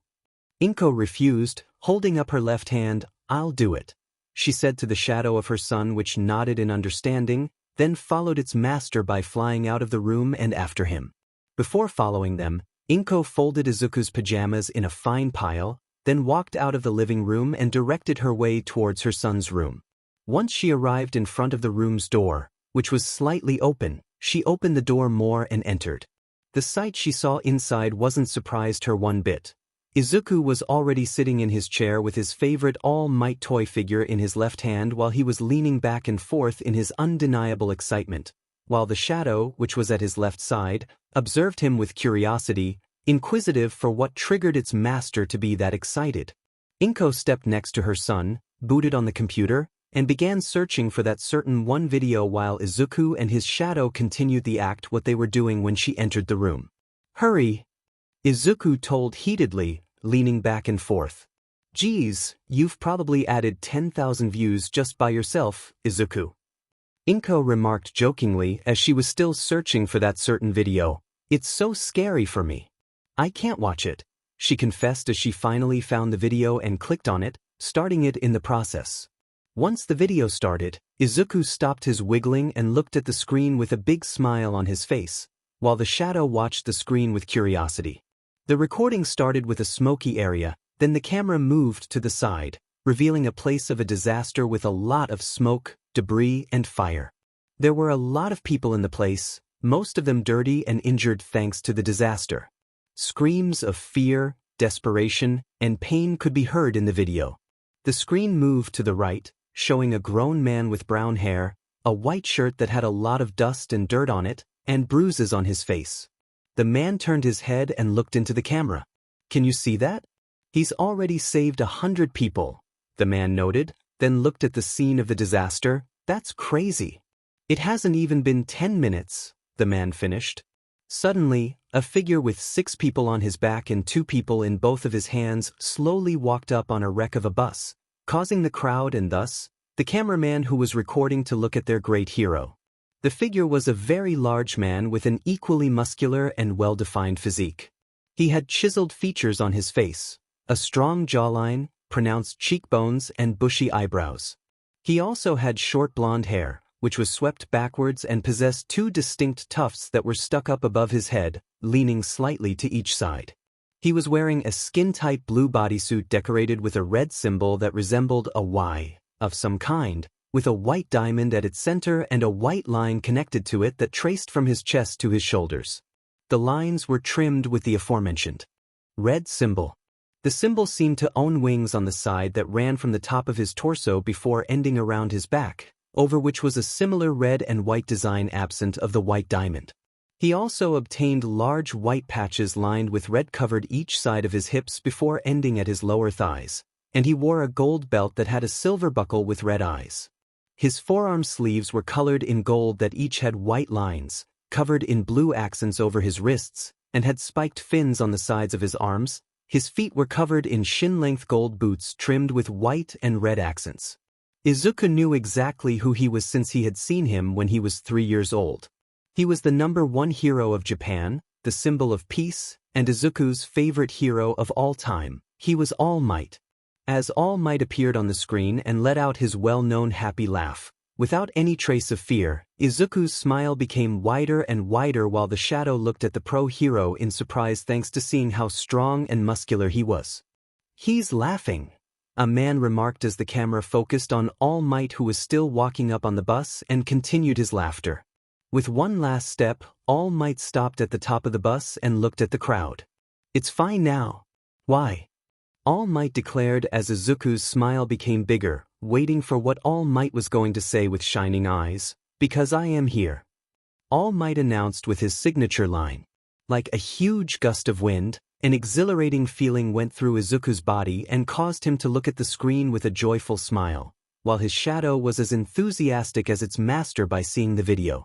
After the end of the video, Izuku developed a hectic smile and raised his left arm into the air. "He's so cool," Izuku remarked as he looked at the All Might figure in his lifted left hand. "And now that I have my quirk, I can finally be like him too," he celebrated as his shadow congratulated him by clapping its pitch-black hands rapidly in its enjoyment. Inko observed all of this happen with a smile on her face. She was so happy for her son for having such a good time with his quirk. So, to not interrupt the scene, she quietly left the room and slightly closed the door, leaving the two alone in the room. After that, she started to walk back to the living room to grab Izuku's pajamas and bring them into the bathroom where she could put them inside the washing and clean them. When she arrived at the doorway of the living room, she casually stepped in and went for the small pile of pajamas, but she was about to pick them up. She noticed something different about them. Not the pajamas in particular, but what they had on their surface. There was a piece of paper on the top of the tiny pile, and it had a writing on it written by a pen with red-colored ink in it. Who put it there? How could they put it there if she didn't hear anyone move inside the apartment aside from herself, Izuku, and his shadow? And what purpose did they put it there? As she thought this, she decided to take the small paper with her right hand and read the writing, but when she did it, what she read answered 2 questions of hers out of the 3 and shocked her to her very core. "My dear Inko, it's been almost 5 years since our wonderful arrangement. As part of our deal, I would like to ask for a little favor, if you don't mind, my dear. Would you be so kind to send your little boy down to me? I've been dying to meet him. You can send him by using the radio I had kindly gifted to you all those years ago. Just turn on the radio, rotate both of the side buttons all the way 6 times, tune into the 6th channel, and push the little button between the 2 other buttons. It's very easy. Oh well, I suppose I won't hold you up any longer. I hope you can bring the little boy of ours to me as fast as you can. Your good friend and partner in crime, Alastor." It was Alastor who sent the letter. But why now? Why all of a sudden after almost 5 years? How did he put the letter there? Why did he want her to send her son down to hell to him right now? Of course, she knew he wanted to meet Izuku, but why did he insist on meeting him? What if he's going to do something with him? What if he's going to hurt her little broccoli head? What if he's going to turn Izuku into some kind of evil dealmaker like him? She couldn't let that happen. But, judging by the writing style of the letter, Alastor didn't want to cause Izuku any harm and just wanted to meet his son. But what if this was just a mask and he secretly wanted to do something dangerous to him that could possibly make him feel pain? With these worried and desperate thoughts running through her head, she looked at the paper and read the letter again, checking it if she had missed any detail. But she didn't. She read it correctly without missing anything in it. So, after thinking over and over again what to do, she looked at the radio that was on the table since she had made the deal with, then looked at the sheet of paper in her right hand, and made her decision. Even the mere thought of doing this caused her discomfort and sureness due to her not knowing the best solution, but she thought after Alastor gave her a chance to raise her own child, she owed him at least with this. And if he hurt her sweet baby, she would go down there one way or another and beat the living sheet out of Alastor, no matter how strong he was. After making the difficult decision, with a determined and a little bit woeful expression on her face, and the piece of paper in her right hand, she started to walk out of the living room and went back to Izuku's room. When she reached the door of the room, she peeked inside to see what her son and his shadowy friend were doing. They were still watching the same video, probably for the third since she had left them alone. Inko put up a small smile by observing this, but it quickly disappeared, then knocked on the door twice, revealing her presence. Izuku, she called out. Yes, mommy? Izuku wondered as he turned around in his chair, while his shadow floating next to him did the same. See, can you come with me to the living room for a second? Inko requested, trying to hide her worry and stress from her son. Of course, mommy.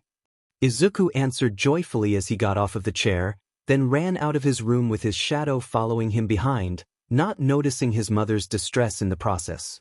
However, unknowingly to both of them, as the shadow and its master went past her, the shadow did notice the hidden discomfort on her face, making it suspicious for what was the reason for its master's mother to ask its master to stop his fun time and go out of the room.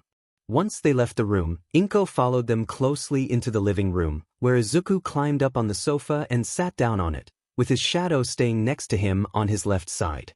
After sitting down, Izuku looked at his mother with excited and curious eyes, while his shadow became a little bit suspicious. What are we going to do, mommy? Are we going to watch TV? Izuku questioned with curiosity in his voice. Izuku. Inko started seriously. Yes, mommy? Izuku asked cheerfully, his smile never disappearing. Did you ever wonder why your father isn't around? Inko asked nervously. Izuku placed his right index finger on his chin, looked up to the ceiling, and thought for a short amount of time, then let his index finger down from his chin and focused his attention on his mother. No, mommy. You always said daddy is somewhere far away and he can't see us. Izuku replied with his answer, which, to be honest, was true at some level. After his answer, he noticed his mother's worry and stress on her serious face. Mommy? What's wrong? She started, gulping a little bit of her saliva down on her throat. He wants to see you, she finished. Really? Izuku exclaimed as all the worry vanished, and judging by the sound of his voice, it was replaced with utter excitement, while his shadow's eyes widened in surprise. Why yes, but why you have to be careful with him? Inko advised. Why, mommy? Izuku wondered as he raised his right eyebrow in confusion, tilted his to the left, and lowered his left ear. Because he's unpredictable. You don't know what he's thinking because you can't read it from his face. Inko answered, then crouched down to her son's height. Izuku, she started once again. He wants to meet you, but I don't. What's the reason behind it? He's very mysterious and he's not what he seems to be. He may be very friendly, but behind that mask, he can be very dangerous because you don't know what's going on inside. He's a spirit full of mystery. Inko explained, referring back to the time Alastor slowly manipulated her to make a deal with him nearly 5 years ago, which, in secret, she didn't regret. After her explanation, with an anxious and concerned look on her face, she outstretched both of her arms, placed her hands on Izuku's shoulder, and asked her son seriously, Izuku, are you sure you want to meet him? Izuku was taken aback with worry and a little amount of fear by his mother's words. What kind of man his father was? What did he do that made him so mysterious? Did he really want to meet his father? Judging by his mother's words, the best choice was not to do this, but his curiosity about meeting his father for the first time was stronger than any other emotion inside him. So, with an expression of determination, he fixated his eyes on his mother and opened his mouth to speak. Yes, I want to meet him. Izuku responded confidently, although with a little bit of misgiving in his voice. With his answer revealed, Inko's eyes were shot wide in surprise, but it quickly faded away, and she let out a defeated sigh in response. She turned around to face the red old-fashioned vintage radio on the table and grabbed it with both of her hands. Once it was in her hands, she turned on the radio, allowing it to shine with a yellow light from its loudspeaker. She touched the button on its right side with her right fingers and turned the button fully 6 times, then did the same with the button on the left side, making it let out some interference sound, and tuning it to the 6th channel in the process, just as Alastor instructed her in his little message. While doing all of this, Izuku, alongside his shadow, observed her mother's act with interest and curiosity. During his life, he didn't think much of the radio they had. As his mother told him, they got this radio from his father before he was born, which, yet again, was quite true. But why his mother grabbed the radio so suddenly? Was it due to his father? That's what Izuku was curious about. After tuning in the radio, Inko put it down back to its place on the small table, then stood up and went aside, letting Izuku to get a closer look at it, which he did. While getting down from the sofa, Izuku's shadowy friend faded away from sight, turning itself into Izuku's shadow. After its disappearance, Izuku got off of the sofa and approached the radio with inquisitiveness, then looked at his mother with unsureness in his eyes, doesn't knowing what to do next. Push the button in the middle, Izuku. Inko advised worriedly, not capable of deciding if this was a good idea or not. As his mother guided him, Izuku pushed the middle button, causing it to make a click, as if it activated something. But when he did this, something unexpected happened. As Izuku pushed down the button, a fire erupted from the radio, shining in red and orange colors. It went straight in the direction of Izuku, who flattened his ears, closed his eyes, and crossed his little arms in a defensive formation, trying to defend himself from the incoming flames, while his mother jolted towards him in a chance of saving her son the flames. "Izuku!" Inko called out in fear of losing her child by the flames. But it was too late. The flames engulfed our little hero completely. Shortly after, the flames fastly went away, revealing that her son had vanished. Inko moved her head left and right in fear as she tried to find where her son could be, when an idea popped up inside her head, making her possibly realize why Alastor insisted on her using the radio. It was a one-way portal into hell. So, with a concerned look on her face, she glanced at the radio and hoped for one singular thing. She hoped her son was okay.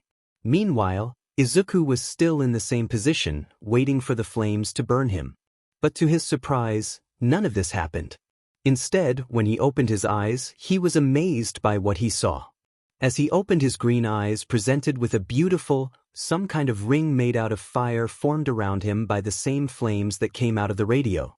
He straightened his ears and watched in amazement as the rind of fire morphed around him and slowly disappeared around his body.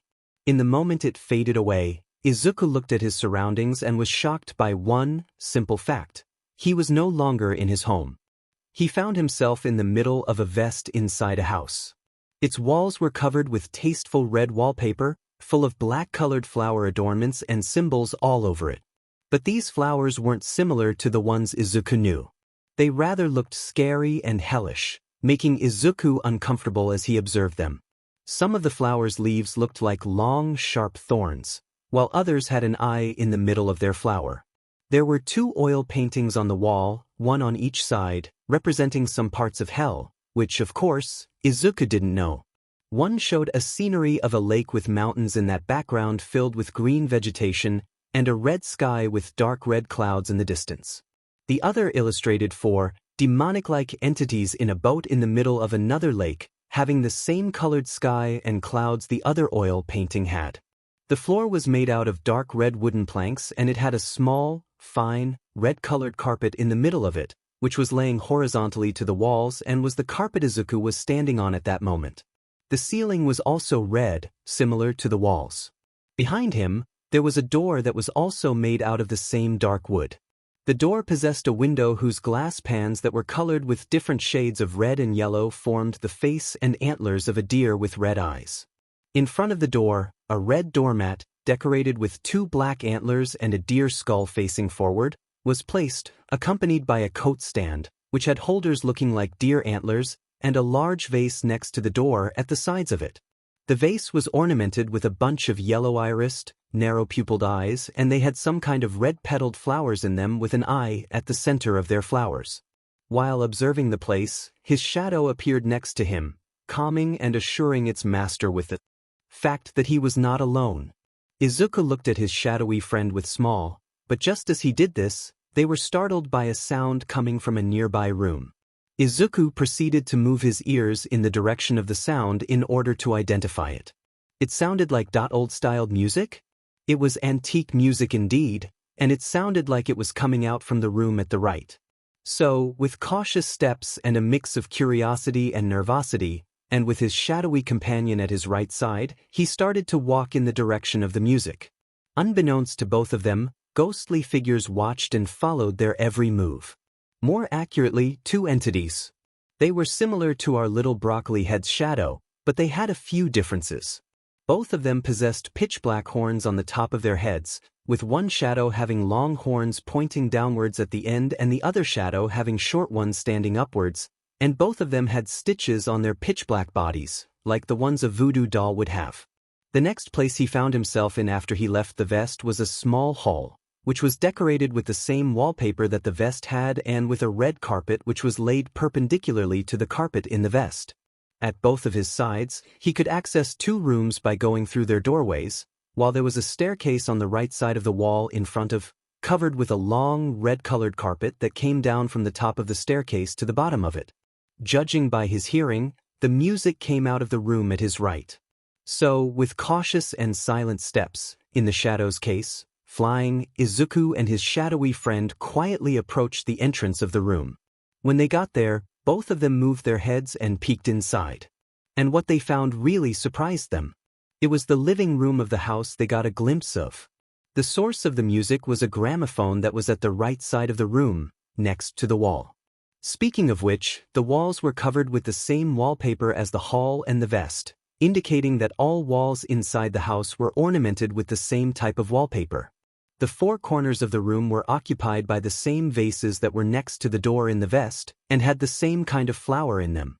In the middle of the wall furthest away from them, a fireplace was placed with burning wood inside it. On the ends of the shelf of the fireplace, two blown-away candles were standing with a demonic skull between them, while another oil painting, showing a landscape full of mountains, was hung above the shelf. But this was not visible to them, thanks to an armchair that was showing its back to Izuku and his shadow, which was standing on a large, light red-colored carpet and between another armchair and a one-legged table with a radio, which was not turned on at the moment, on it.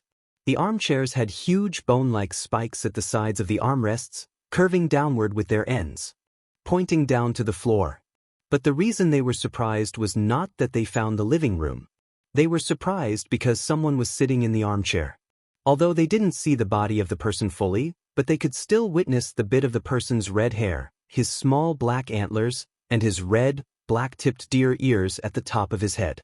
Seeing someone inside the room, Izuku and his shadow started to back up, with the former doing this in fear, as quietly as possible, hoping that the man won't notice them if they get out of there.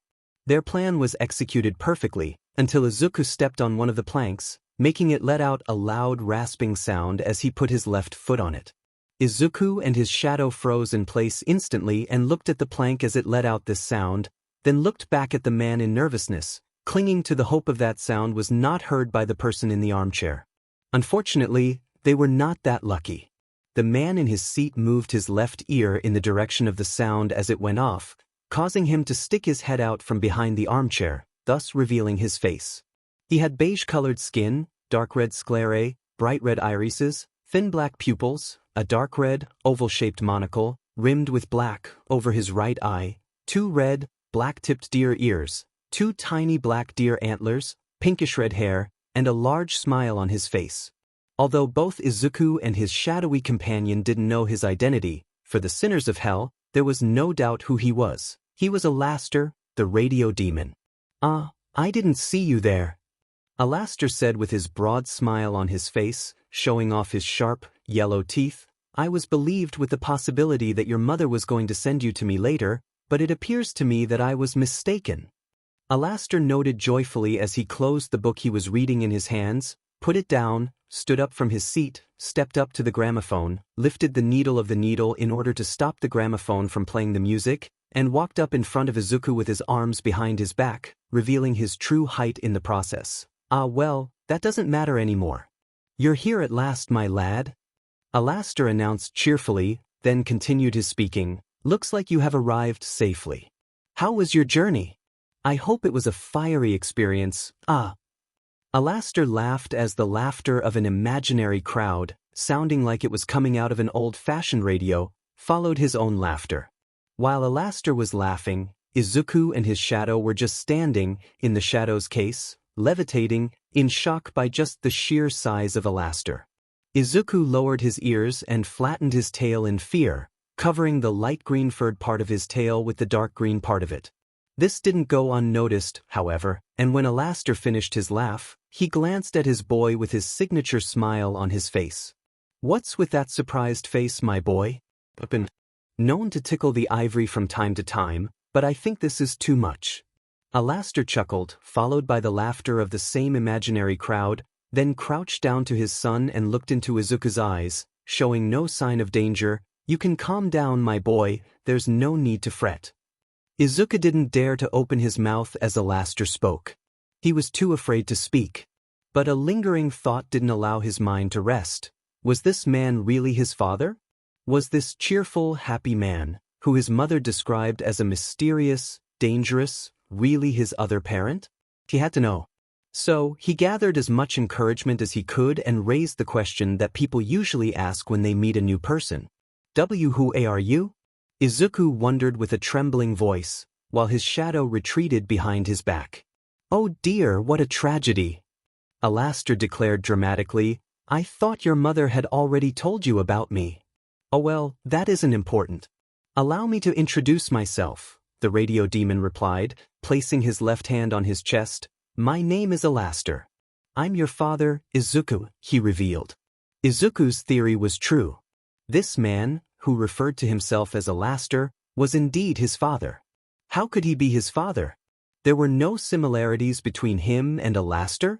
That's what Izuku thought. But as he took a closer look at Alastor's appearance, he saw that his ears and antlers that were just seemed like his own ears and antlers, including the sharp teeth in his mouth, with the exception of the difference between the color of his and Alastor's teeth. This was enough for Izuku to prove the statement Alastor said previously. With a still nervous but shocked expression on his face, he continued his questioning. "Are you my daddy?" Izuku inquired, still in shock. "Indeedy," Alastor responded cheerfully, standing up in the process, "and I was very eager to meet you for a really long time, my boy." "Ah really?" Izuku wondered unsurely, still afraid of Alastor. "Of course. As your father, it is my duty to be present in my child's life," he pointed out, smiling nonstop. Then, he moved his red eyes and focused his attention on the shadow hiding behind Izuku. "Oh, a shadowy companion, I see." Alastor referred to Izuku's shadow, making it lower its pitch-black ears and back up behind Izuku even more. "Do not fear, my shadowy friend. I don't intend to hurt you," he assured. "After all, I have my shadows as well." Alastor raised his right arm and with a simple flick of his hand, he snapped with his right middle finger and thumb. Just as he did this, 5 living shadows surrounded him from behind, including the 2 of them which were coming to him from behind Izuku and his shadow, and observed them as they walked inside the house. After the shadows got around him, Alastor's own shadow showed itself as last, doing the same thing the other shadows did. It had cyan blue eyes and a mouth with pointy, pitch-black teeth in it, a big smile, and grabbed both of its owner's shoulders. It was also as large as Alastor, who glanced at his shadowy friend with a toothy grin and hid his right arm behind his back. "See," Alastor claimed, while Aur and his shadow looked at him and his shadowy minions in awe, especially Izuku's shadow. It believed it was the only member of its kind. It never expected there were others like it. So, with straightened ears, wide-opened eyes, and a surprised look on its face, it came out of its hideout and slowly approached its fellow shadows by levitating. Once it was between its master and Alastor, The latter's own shadow moved forward and floated before the smaller, younger shadow. They stared into their colorful eyes, until Alastor's shadow extended its pitch-black right hand for a handshake, which Izuku's shadow accepted by outstretching its own right hand and grabbing the other shadow hand.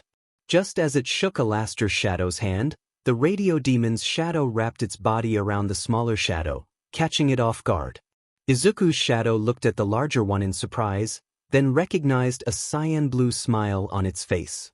The shadow didn't know what to make of it at first, but shared the same mimic on its face at last, enjoying the gesture of the bigger shadow, all the while Alastor and Izuku witnessed the whole scene, causing Izuku to curve a small smile on his and calm him down a little bit. "What a delightful moment," Alastor remarked. "Oh well, I suppose that's enough about regarding me. What about you, my boy? What kind of program would you desire to do to get our relationship strengthened?" Alastor asked, focusing his attention back on his little boy.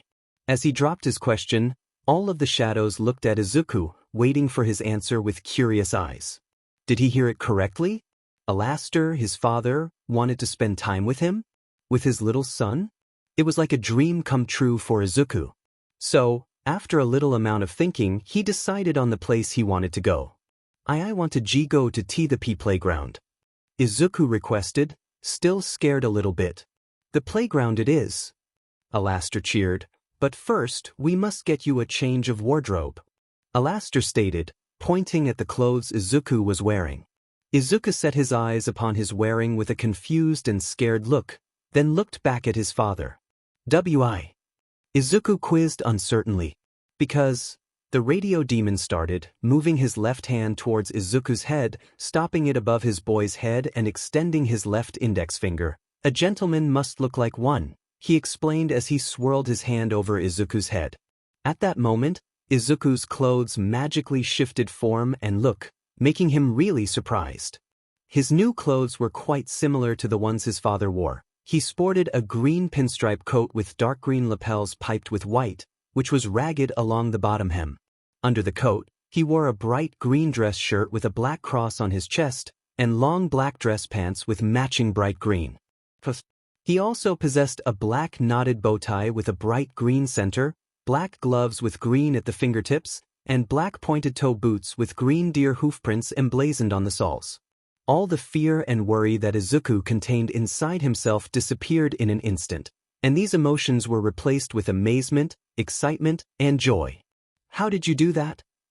Izuku queried with sparkling eyes and a big smile on his face. "Oh, it's just an old trick of mine, my boy. It's nothing so special," Alastor simplified as retreated his left hand and hid it behind his back. "Can you teach me that?"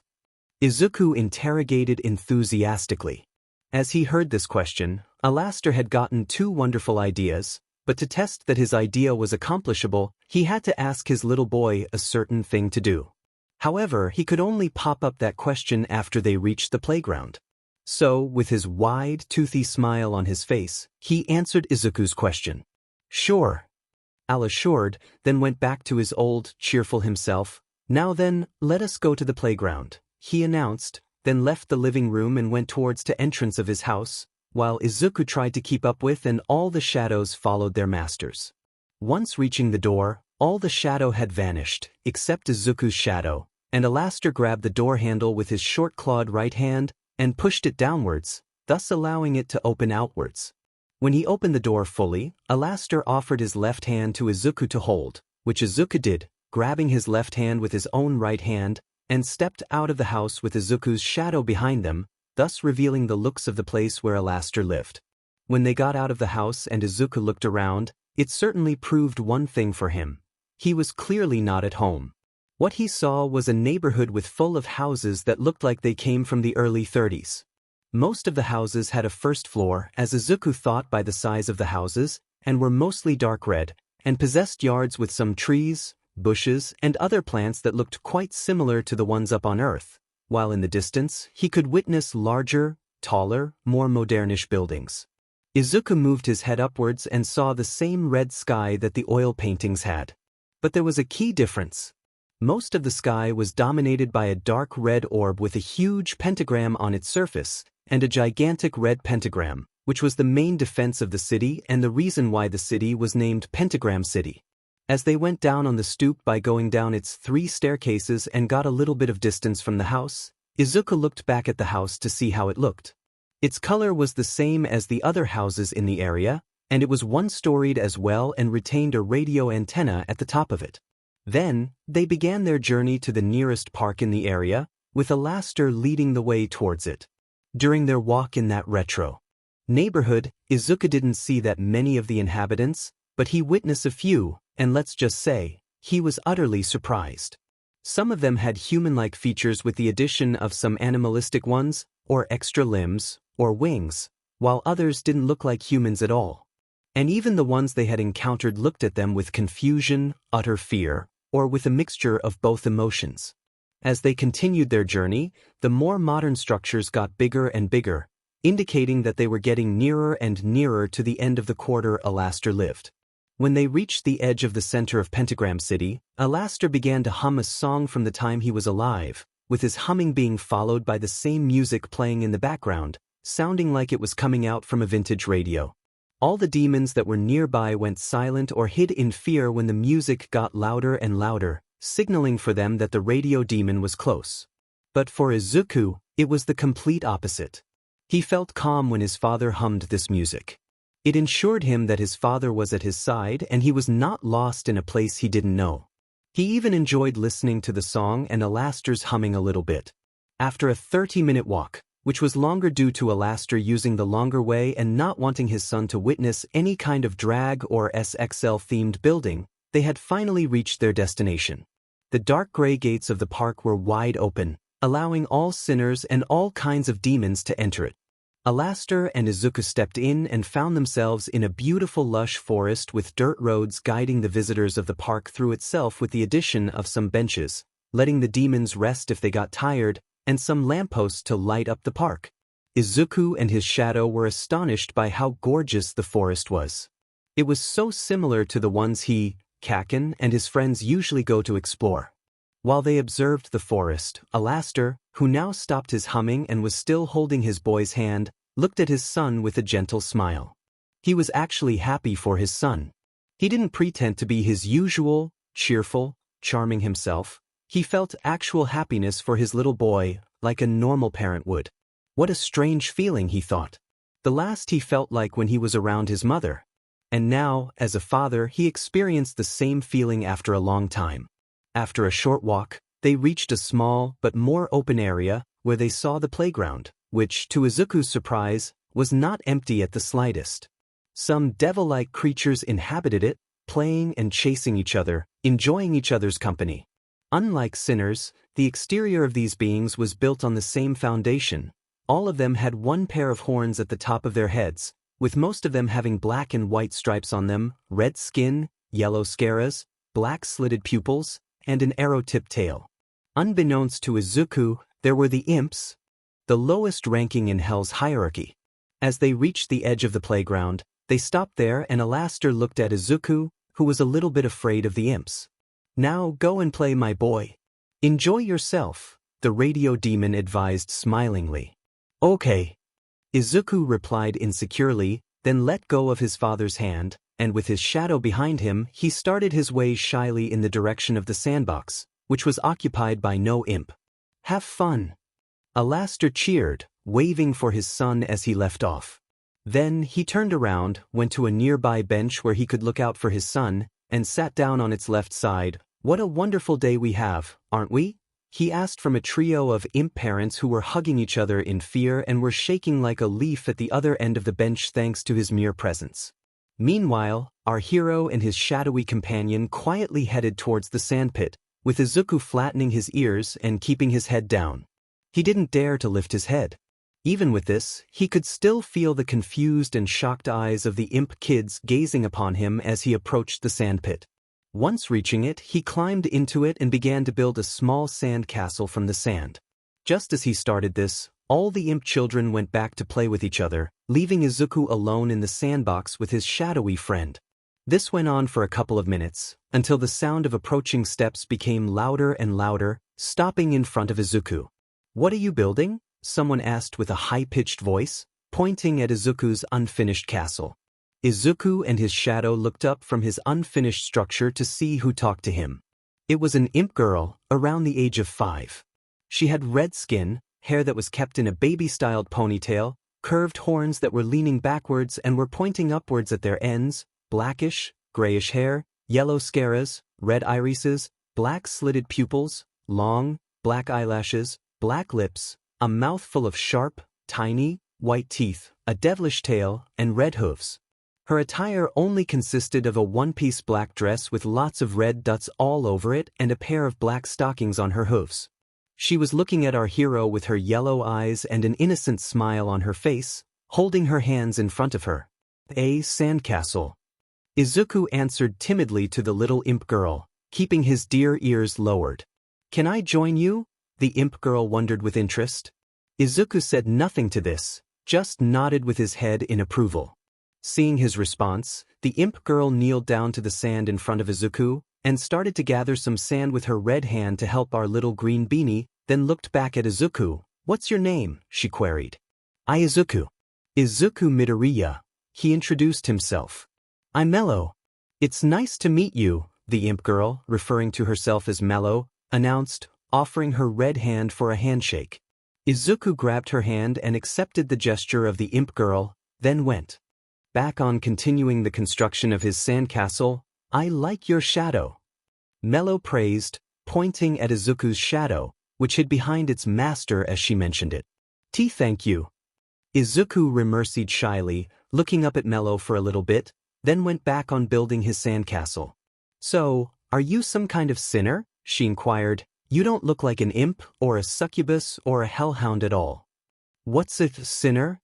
Izuku quizzed, tilting his head to the left and raising his right eyebrow in his confusion. You don't know, she wondered confusedly. They come here from the human world and stay here forever after they left that world. Mello explained, aren't you one? Am a human. Izuku answered timorously. A human? Mello questioned, both shocked and excited at the same time. I've never seen one. I didn't know they looked like this. Mello noted jumpily as she leaned closer to Izuku with a big smile on her face and waggling her tail in her excitement. I always wanted to know about that world. Please tell me more about it. We have houses that we live in. Izuku started, a little bit uncomfortably thanks to how close Mello was to him. Oh, she cooed inquiringly and curiously. We have shops where we see can buy food, he listed. Whoa, she marveled with starry eyes. And we have heroes, he finished. What is a hero? Mello questioned in a curious manner. With this question said out loud, Izuku's ears jolted upwards in his excitement, and Izuku was back to his well-known hero fanboy himself. They are people who save us and protect us from villains. Izuku clarified, smiling in happiness. Can you tell me more about them? Mello requested with interest and a smile on her face. Of course. Izuku agreed, and started to list his favorite heroes. First, there's the strongest and coolest hero in our country called All Might, then there's Endeavor, the number 2 hero of Japan, then continued the listing of his favorite heroes and talking about them and about their quirks for a few hours, all the while Mello listened his fanboying throughout this time. As they proceeded with this, Alastor just watched them from the bench he was sitting on. He was delighted to see his little boy make his first friend in hell. Although it was an imp girl he was chumming up with, but as long as Izuku was not alone, he didn't care about that much. He just enjoyed observing his son having a good time. But unbeknownst to Izuku and Mello, their colloquy was about to end. During their exchange of views, an imp boy with an evil smile curved on his face slowly approached them, with a not-too-good idea in his mind. And that's why All Might's quirk can be superhuman strength. Izuku finished, ending his long theorizing on All Might's quirk. That's so awesome. Mello stated, fully excited by all the things she had just heard. And do you also have a quirk? Can I see it? She wondered. Curiously. Yeah. Izuku replied, then reminded himself to what the doctor said, touched his right thumb and right middle finger in order to snap with them. He snapped and at first, nothing happened. Izuku, confused by this, he attempted to snap with them, But yet again, it didn't do anything. Finally, for the third try, he snapped with his fingers, allowing him to show his quirk to his newly found friend. When he snapped, a fiery portal appeared at his right side and a large tentacle, 3 times larger than the kneeling Izuku, came out of it, pointing at Mello with its end. Woo! Mello remarked in the same amazement that Izuku had by seeing his quirk for the first time. The tentacle slowly moved towards Mello, and when it reached her, it began to tickle her body, much to Mello's enjoyment, who giggled innocently at this in her pleasure. Can you control it? She wondered as the tentacle slithered back next to Izuku. Of course. Izuku replied, turning his right hand in the direction of the tentacle and trying to concentrate on controlling it while a bright green aura appeared around his right wrist. Then, after a short amount of time, the same aura surrounded the tentacle, and just as it showed itself, it fastly faded away from both of tentacle and Izuku's hand. After that, Izuku started moving his wrist back and forth, and to Izuku's, Mello's, and the Shadow's surprise, the tentacle mimicked the move of his hand. Izuku, Mello, and Izuku's Shadow witnessed this with the imp girl and the half-demon half-human boy smiling, the latter doing this with a mixture of an excited and a big one, while Alastor watched this happen in satisfaction as his son practiced one of his abilities for the very first time. And do you have other cool powers? Mello inquired as the tentacle Izuku was controlling went back into the portal and disappeared. Yeah, my shadow. Izuku responded, referring to his shadowy companion which came out of its hideout nervously and levitated next to its master's left side as he mentioned it. Does it have a name? Mello queried curiously. No, it isn't. Izuku replied. Really? Ah, that's a shame, she remarked sadly, then got an idea in her mind. Oh, I have an idea. What if I give it a name? Mello advised happily. You would do that? Izuku wondered. Of course, she answered truthfully. Now, what its name should be? Mello questioned as both of them started to think about a fitting name for Izuku's shadow, while the shadow was moving its head left and right, confused by not knowing what was going on. Just after a few seconds, a potential, suitable name popped up in Mello's head. Oh, I know! Mello exclaimed, causing our protagonist and his shadowy friends to look at her in surprise. How about Shadow? You know, since it's a shadow, she suggested. This name is so cool. Izuku remarked excitedly, completely forgetting about his unfinished sandcastle. Then he turned his head to the left and looked at his. Shadow, what do you think about it, Shadow? Do you like this name? He asked from his shadow, which nodded in agreement. Then it's settled. Your name will be Shadow. Izuku announced joyfully. Gaining his name, Shadow, flew around them in his happiness for a little bit, then wrapped himself around Mello like a snake in his delight. Mello wasn't even surprised by this, just giggled at Shadow, freed her arms from his grip, and hugged Shadow like he was a teddy bear, which Shadow found quite enjoyable. But unfortunately for them, this wholesome moment was cut short. Hey! Someone shouted aggressively, getting the attention of the trio. They looked at the side of the sandpit and saw the imp boy that had an evil smile on his face previously, which was now out of sight.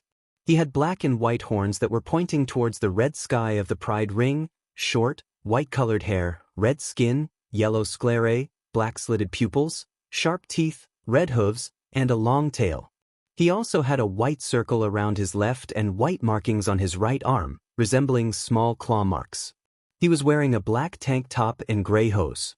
After he got into the sandpit, he went towards our little hero and his newly found friend, and when he reached them, he looked at Izuku's sandcastle, then looked at Izuku. That's my sandcastle, the imp boy declared, pointing at Izuku's not fully constructed sandcastle. No, that's Izuku's sandcastle.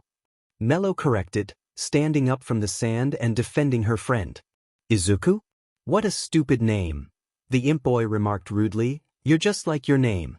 Stupid, he stated while Izuku flattened his ears, clenched his fists on his, and looked down at the sand of the sandpit at the edge of crying. Shadow glanced at the small imp boy with anger, then lowered his own ears in sadness and placed his right hand on his master's left shoulder in a comforting manner. No, he's not. Mello argued. He's nice and kind. You know what's else nice and kind? He questioned, then did something none of them expected. The imp boy lifted his right leg and with a swift mode he kicked into the unfinished sandcastle, destroying it and making most of its pieces fly into Izuku's face and body, much to his discomfort. Mello gasped loudly and ran to the almost crying Izuku to help him and Shadow to clean the sand off of our little broccoli head's face. Then, after she reached her friend and began to clean off the sand from his face, Mello looked at the imp boy angrily and was about to say something to the imp boy, when suddenly, the imp boy spoke up, "Mommy! He destroyed my sandcastle," he shouted as he looked at a feminine figure sitting on another bench nearby, who stood up by hearing this, and pointed at Izuku, Shadow, and Mello. "Hey!" Mello exclaimed angrily to the imp boy who formed a cocky smirk on his face. "What the F had just happened?" The mother of the imp bellowed belligerently as she got the sandpit and stepped into it, arriving next to her son. She had a not-so-welcoming appearance. She had horns similar to her son, lots of white spots on her red-colored body, a long red tail, yellow sclera, black-slitted pupils, and black lips. She was a little bit fat and was wearing a simple gray shirt and bluish jeans which were torn apart at some places, a necklace and earrings that were made out of white orbs. He destroyed MS Sandcastle, the imp boy remarked, pretending to be at the edge of crying. "No, we didn't. He destroyed it," Mello protested, pointing at the imp boy in the process. "Now, listen here, you little beach," the imp mother started, grabbing Mello by the dress and lifting her up. "This is none of your effing business. So you better get out of it before I smack you, you bitchy beach," she cursed without any sign of respect. "Hey, leave my daughter alone," another imp mother exclaimed as she approached them, possibly Mello's mother. Izuku looked at his left side and glanced at Mello's mother. Her outlook was way more welcoming than the imp boy's mother. She had the exact horns that her child possessed, and the similarities of a regular imp with the addition of the red irises that her daughter had and some white spots on her tail and her right arm. She was wearing a black shirt, a red skirt, a pair of black stockings, and white-colored high heels. "Then raise some FNG manners into your little beach of a kid, you ho! Besides, I didn't even talk to your FNG daughter," she explained furiously, then turned her head and glared at Izuku with her rageful eyes. "Now, about you," she began, then grabbed Izuku by his shirt and pulled him to herself. "Give me one reason why I shouldn't kick your effing butt so hard that your own parents won't recognize you," she threatened Izuku, whose waterworks slowly began their jobs. This was the point when Alastor had enough. Usually, he would come here to watch imp parents tear each other apart for some dumb reasons, which he delightfully enjoyed to witness. But now, this situation was different. It was Izuku, his little boy, who was about to get his butt kicked. He could never let that happen. So, after seeing this, he stood up from the bench he was sitting on, summoned his cane into his left hand, hid his hands behind his back, and walked towards the group, while trying to cover his burning anger with his usual toothy grin. When he reached them, he stopped behind Izuku and looked at the rude imp mother. "Is there a problematic situation, darling?" Alastor asked, trying to hide his hatred towards the imp mother, causing Izuku to take a look at his father while he was held by the imp mother. "Yeah, there is. Your freak of a child destroyed my son's Sanka." She began her complaint, but immediately stopped in shock and fear when she saw who she was speaking to, the radio demon. The radio demon was in front of her in the flesh and she was talking to him. As she was staring at him in shock, Alastor stepped a little bit closer to her. "My apologies. It appears to me that you didn't hear me perfectly, my dear. Allow me to repeat my question," Alastor said, then leaned forward to get closer to her face. "Is there a problem, darling?" He wondered once again, but now showing off the bit of his demonic form by shifting his pupils into the shape of radio dials, distorting the area around him, elongating his antlers a little bit, causing a red X on his forehead to show itself, and making various voodoo symbols to appear and float around him. "No, absolutely not, please. And not at all," the imp mother answered with a trembling voice as she dropped Izuku on the sand from her hands. "Why you know W? I guess we'll go in now," she said, grabbing her son's hand and starting to head out of the sandpit, while Alastor still continued to watch her. "See come, honey. It's tea time to go home." "But Dash," the imp boy began. I said, it's tea time to go home," the imp mother repeated to her son with a fearful expression on her face as she looked at her son, then Alastor. After they got out of the sandpit and left the area, Alastor changed back to his normal form and leaned back to his original posture, then looked at his son with his never-disappearing smile curved on his face. "Are you all right, my boy?" the radio demon queried with his yellow toothy grin as he glanced at Izuku and poofed his vintage microphone away. "Why's daddy?" Izuku sniffled as he cleaned off his tears, and Shadow looked at him with a concerned and a worried look on his face. "That's good to hear," Alastor noted, then set his eyes upon Mello and her mother. "And are you all right as well, my dears?" "Why yeah, we're all right." Mello's mother responded in shock and a little bit of fear which she experienced thanks to the radio demon's presence. After letting her answer known, she looked at her daughter and opened her mouth to speak once again. "See, sweetie. Think it's tea time for us to go home too," she stated, then attempted to grab her child's hand and leave the place as soon as she and Mello could. "Okay," Mello replied gloomily, then looked at her newly found friend and his shadowy companion, who still had some sand in his hair, and waved at them. "Goodbye, Izuku." "Goodbye, Shadow." She said farewell, then walked out of the sandpit and at last left the playground. Keeping his ears lowered, Izuku looked at the sand in mournfulness while Shadow tried to comfort him by placing his head on his master's head and touching the top of it with his pitch-black right hand, and touching his master's chin with his pitch-black right hand while closing his eyes in sadness. After witnessing the leave of the imp girl and her mother, Alastor focused his attention on his little boy. "Looks like your playtime has ended, my boy. What do you desire our next destination to be?" Alastor inquired with his casual large smile. "I want to eat an ice cream," Izuku stammered. "Sadly. Then the ice cream shop it is," Alastor announced, offering his short-clawed left hand for his son to grab. "Are you ready to go, my boy?" "Why's daddy?" Izuku answered down in the dumpster, taking his father's hand with his right hand in the process. With this, our hero, his father, and his shadowy friend got out of the sandpit and left the playground, going back inside the forest of the park and continuing their journey on the routes of it. As they walked in the direction of the exit of the park, Izuku was still looking at the ground in his sorrowfulness, which was understandable. He didn't just possibly lose a good new friend of his who maybe he will never see again, didn't just get sand all over his face thanks to that imp boy previously, but he got bullied and even threatened as well, just like Bakugo and his friends did to him almost every day in his life. However, this didn't go unnoticed by his father. As they were on their to the exit, Alastor took a quick glimpse at his son and started to think about how to light up his son's mood again. After a little bit of thinking, Alastor finally got the perfect idea to cheer up his boy. He's going to cheer him up with the one thing that, in his opinion, can make every human and demon gladdened. He's going to tell Izuku some of his favorite and best jokes of all time. So, with the perfect plan in his head, looked at his sad son and his shadow and opened his sharp, toothy mouth to speak. "Don't hang your nose over those uncultured swines, my boy. Their cruel words don't worth anything at all," Alastor advised. "Beeb, Imelo dash," Izuku started. "I understand your sadness for the loss of your new friend," Alastor added, then continued, "but don't you worry, my boy. I know the perfect medicine for your pain," Alastor stated cheerfully. Really?" Izuku questioned bitterly, looking at his father. "Of course.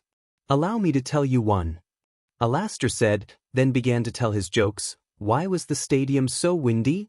The radio demon asked the question, which to Izuku hadn't reacted at all, just went on observing the route with the same sad expression on his face. "Because there were a lot of fans." "Ah!" Alastor laughed with joy while an imaginary crowd followed his laughter. "Oh, I have another one. What do you call an untruthful ball of jelly?" "Jambalaya," he cheered as the imaginary child laughed at his joke. However, this didn't cheer up Izuku at all. He still looked at the ground in his unhappiness while Shadow tried his best to comfort him. Despite this, Alastor still continued his jokes. "Here's another one. Why does Norway's navy have barcodes on the side of their ships?" he asked, waiting for a little bit for Izuku to guess, which he didn't do. "So when they come to port, they can Scandinavian, ah." He chortled in joy, while Izuku observed the ground with his teary eyes. Shadow, who was keeping his right hand on his master's left shoulder, looked at his master's father with his jungle green eyes and a concerned look on his face, indicating that the dad jokes weren't helping at all. Acknowledging this, Alastor finished his joke-telling, sighed, and crouched down to his son's level. "You don't have to be sad, my boy. I told you, you don't have to bother with the rude words they had told to you. Those words mean nothing." Alastor counseled, looking at his son. But do they hurt me?" Izuku stuttered as tears stood in his eyes. "That's the reason why I have defended you. I didn't desire you to get hurt. And I'll never let that happen." Alastor explained, still smiling. Then, why didn't you protect me earlier?" Izuku stated, catching his father off guard. "Pardon?" Alastor quizzed. "Why didn't you visit me and mommy sooner? Why you don't love me and mommy?" Izuku questioned stammeringly. This was not a question Alastor was expecting of. But what could he say to his little boy? Of course, he couldn't tell him that he didn't meet sooner because he was only able to leave Hell at certain points of the year and could only do that for making deals with humans on Earth, just like every other Overlord was allowed to do. But he had to say something to his son as an explanation for his question either. So, with a short and a little bit unsatisfied answer in his head, he opened his mouth full of sharp teeth to speak. "Well, it's rather complicated than easy." Alastor began, then looked into Izuku's eyes and placed his right hand on his left shoulder, which he was capable of thanks to Shadow moving his own right hand away just in time. "But that's why I have insisted on meeting you today, my boy. I want to fill in that I had with my presence not being around you. You're my little boy, Izuku, and from now on, as your father, I will always be in your life and I will protect you for the rest of your life." Alastor announced with a truthful tone as cleaned off a tear from his son's cheek. Do you promise?" Izuku queried with tiny tears in his eyes. "I swear by my life, my boy. After all, I'm a man of my word." Alastor reassured jokingly. After this, something unexpected happened. Izuku hugged the radio demon. Alastor was absolutely shocked by this and a tiny bit uncomfortable, hence he didn't like being touched too much, but he endured it due to the need of emotional support for his son. Thank you, Daddy. I love you," Izuku stated as he hugged his father tightly. How long had Alastor not heard this sentence? Years? Literal decades? And this strange, warm sensation he felt in his heart since he had met his little boy? This strange feeling brought back so many memories of his mother, some of which he thought he almost forgot. How she loved him, took care of him, helped him, just like a real mother should do her child. And now, this feeling made him clear that he's the next one in the line. It's his turn to raise and take care of his own child, just like his mother did to him all those years ago. So, to comply with this, he slowly hugged Izuku and caressed his hair in the process. "I love you too, Izuku. I love you too," he assured with a low tone. Even Shadow joined the wholesome moment by wrapping himself around too slowly, laying his head on Alastor's head once he was done with this. They kept doing this for a couple of seconds, then Izuku let Alastor go and broke the hug, just like Shadow did. After the end of the hug, Alastor looked at his boy, raised his right arm, and with his clawed hand he wiped Izuku's tears away from his face. "Have you calmed down, my boy?" Alastor inquired. "Why, yes," Izuku answered, then raised his ears and sniffed for one last time. "Then let us go to the ice cream shop. We don't want the ice cream to catch a cold." Alastor cracked the joke. This small joke finally made Izuku chuckle, making Alastor satisfied with the fact that the cheer-up of his son was successful. Just when Alastor stood up from his crouch and both of them observed each other with smiles on their faces, a sudden third voice directed for them was heard from not far away. "Alastor?" a feminine voice said a few feet away from them. Both Izuku and Alastor looked at their sides to see who was speaking to them. To be honest, Izuku found the person's appearance kinda strange and a little bit of a shock. The figure who was standing in front of them was a female demon. Her height was rather tiny, just a little bit larger than Izuku's. She had one eye, just like a cyclops. Her one large eye had a hot pink and yellow sclera with a light yellow iris and a black pupil. She also possessed a single eyebrow and white skin. She sported short pink hair with a yellow highlight. Her teeth were light yellow and were as sharp as knives. She also had a pair of small pink dots at the corners of her mouth, evocative of dimples. Her wearing consisted of a red 1950s-made dress with a white apron over it and 3 red dripping splotches on it, looking like small stains of blood. She was also wearing a dark red neckerchief. She had small, pointed, dark red legs and black arms with short claws at her fingertips. She was holding a reddish paper bag in her left hand with something in it, while her other was free. She also obtained an innocent smile on her face. As Izuku and Shadow observed the newcomer, they hid behind the leg of the former's father in the mixture of shyness and anxiousness, fearing that she was going to act like the rude imp mother. Izuku looked at his father with lowered ears and in despair, not knowing what he was going to do. To his surprise, Alastor happily approached the person, recognizing her immediately at sight. "My dear Nifty," the radio demon greeted his female friend servant with his joyfulness as he got to her, and Izuku tried to keep up with him. "How have you been? What brought you into this gorgeous park?" he queried with interest. "Hi, Alastor. I was just shopping in the city, and as I was doing that, I picked up a snack for you," Nifty explained, handing over the bag in her left hand to Alastor. "I've called you about it, but you didn't answer the phone. So I thought it would be a great surprise for you," she said with a sweet and innocent smile on her face. "Thank you, darling." Alastor thanked, then took the bag from Nifty with his right hand. After that, he grabbed the bag with both of his hands and looked into it to see its contents. Thanks to his father's height, Izuku couldn't see what the bag contained. He was only to see the bottom of the bag. But truth be told, he was lucky he didn't witness what was inside it. Because if he had done that, he would have been terrified at the bare minimum. The bag had normal food in it that a demon would consume, a few drinks, and a freshly cut off tongue of a demon with a strange yellow saliva on it. Most of the humans and demons would have freaked out by seeing this. But not Alastor.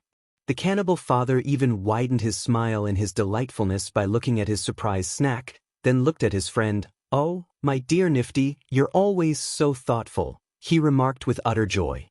"You're welcome," Nifty replied, with her answer followed by her innocent giggle. Then, she heard something moving behind Alastor. She tilted her head and noticed Izuku hiding behind Alastor. When she looked at our young hero, he retreated his head back behind the leg of his father in shy, not wanting her to notice him. But unfortunately for him, that was not the case. When Nifty looked at Izuku, she almost immediately recognized who he was. She would always recognize that small baby boy she saw on Alastor's special radio almost 4 years ago. But just to ensure the stability of her theory, she looked at Alastor and opened her mouth to speak. But just as she wanted to do that, the radio demon interrupted her. "Oh, how rude of me. I've almost forgotten to introduce you to someone special, my dear," Alastor declared cheerfully as he lowered his arms with the left one holding the bag, then turned his head to the left and looked down at his little boy who was hiding behind him with his own shadowy friend. "Come now, don't be shy," Alastor advised his son. Izuku, with slow and cautious steps, not caring about the bag anymore, left his hideout with Shadow following him behind his back. When he fully got out and showed off his appearance, Nifty was 100% sure that he was indeed the baby boy she saw all those years ago. He was Izuku Midoriya. After revealing himself, Izuku walked next to his father, who looked back at Nifty with his iconic smile. "My dear Nifty, I would like to introduce you to my sweet little boy, Izuku Midoriya," Alastor announced, then turned his head to see his son. "Say hi to Nifty, my boy," he requested. Izuku lifted his head a little bit and moved his eyes to take a look at the tiny Cyclops demon in front of him. "Hi," he said in a low tone, introducing himself to Nifty. Seeing Alastor's son in the flesh for the first time, Nifty gasped loudly and ran to our broccoli head and to his shadow with a speed they didn't believe she was capable of. "I can't believe it. I can finally meet you. I've waited so long for this," she cooed excitedly while jumping up and down in her excitement, then stopped to take a closer look at his appearance. "You look just like your father. You're so cute," she noted, referring to his deer ears and antlers as she grabbed Izuku's cheeks with both of her tiny black hands and moved it to different sides. When she moved his head downwards to see his antlers and flattened ears more closely, he discovered something really disastrous, at least for her. She noticed the tiny pieces of sand stuck into his hair. Although it was just a small amount, she couldn't stand leaving it like that. "Oh my goodness, look at your hair. It's full of sand. And it's so messy," she pointed out disconcertedly, placing Izuku's head to the position where he could face her. "We have to fix."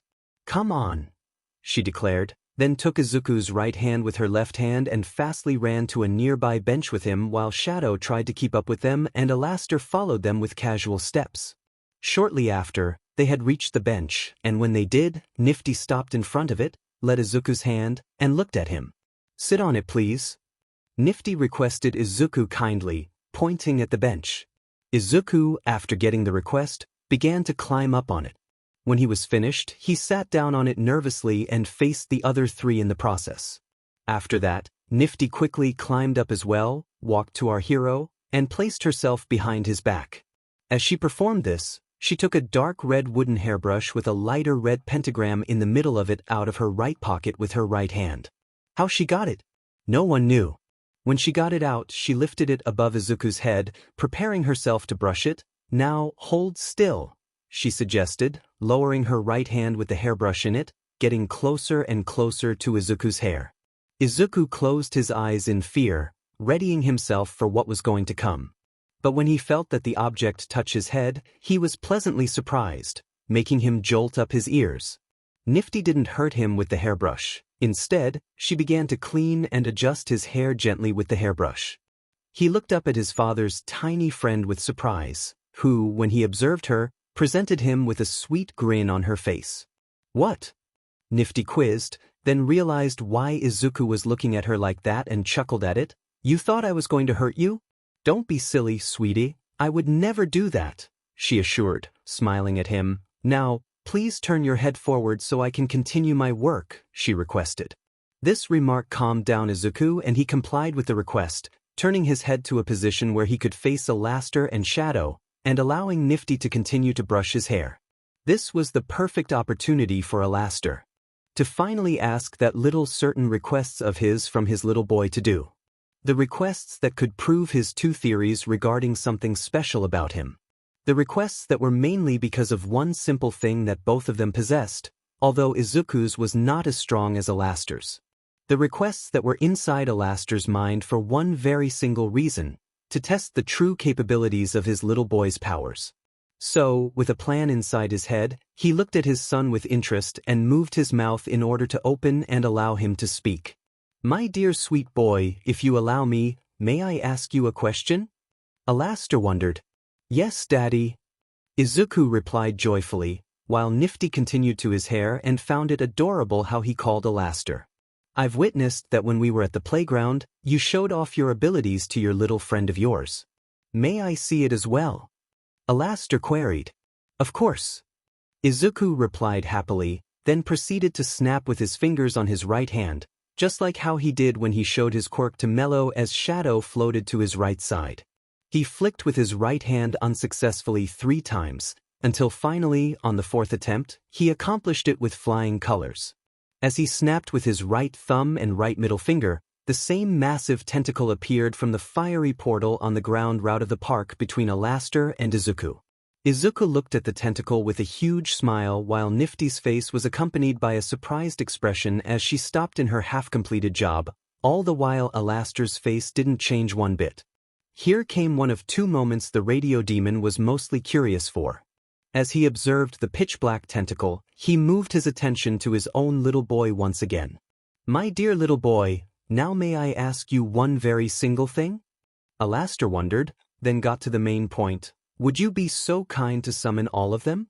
"I'll request it." Beeped. "The D-Doctor said that I can't control that many." Izuku pointed out worryingly. "I understand that, but do not fear, my boy.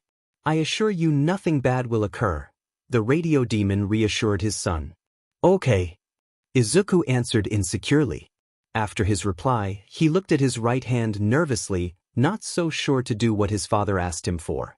But if his father told him nothing bad will happen, he should do it, right? With this thought in his mind, he slowly moved his fingers and snapped with them once again, now successfully for the first try. At the moment he did this, 5 other tentacles showed off around Izuku from 5 separate fiery portals. All 6 of them surrounded the bench from the front, forming the half of a circle in the process. Izuku was amazed by seeing these enormous tentacles surrounding him. And to his surprise, they didn't wreak havoc and chaos as he expected.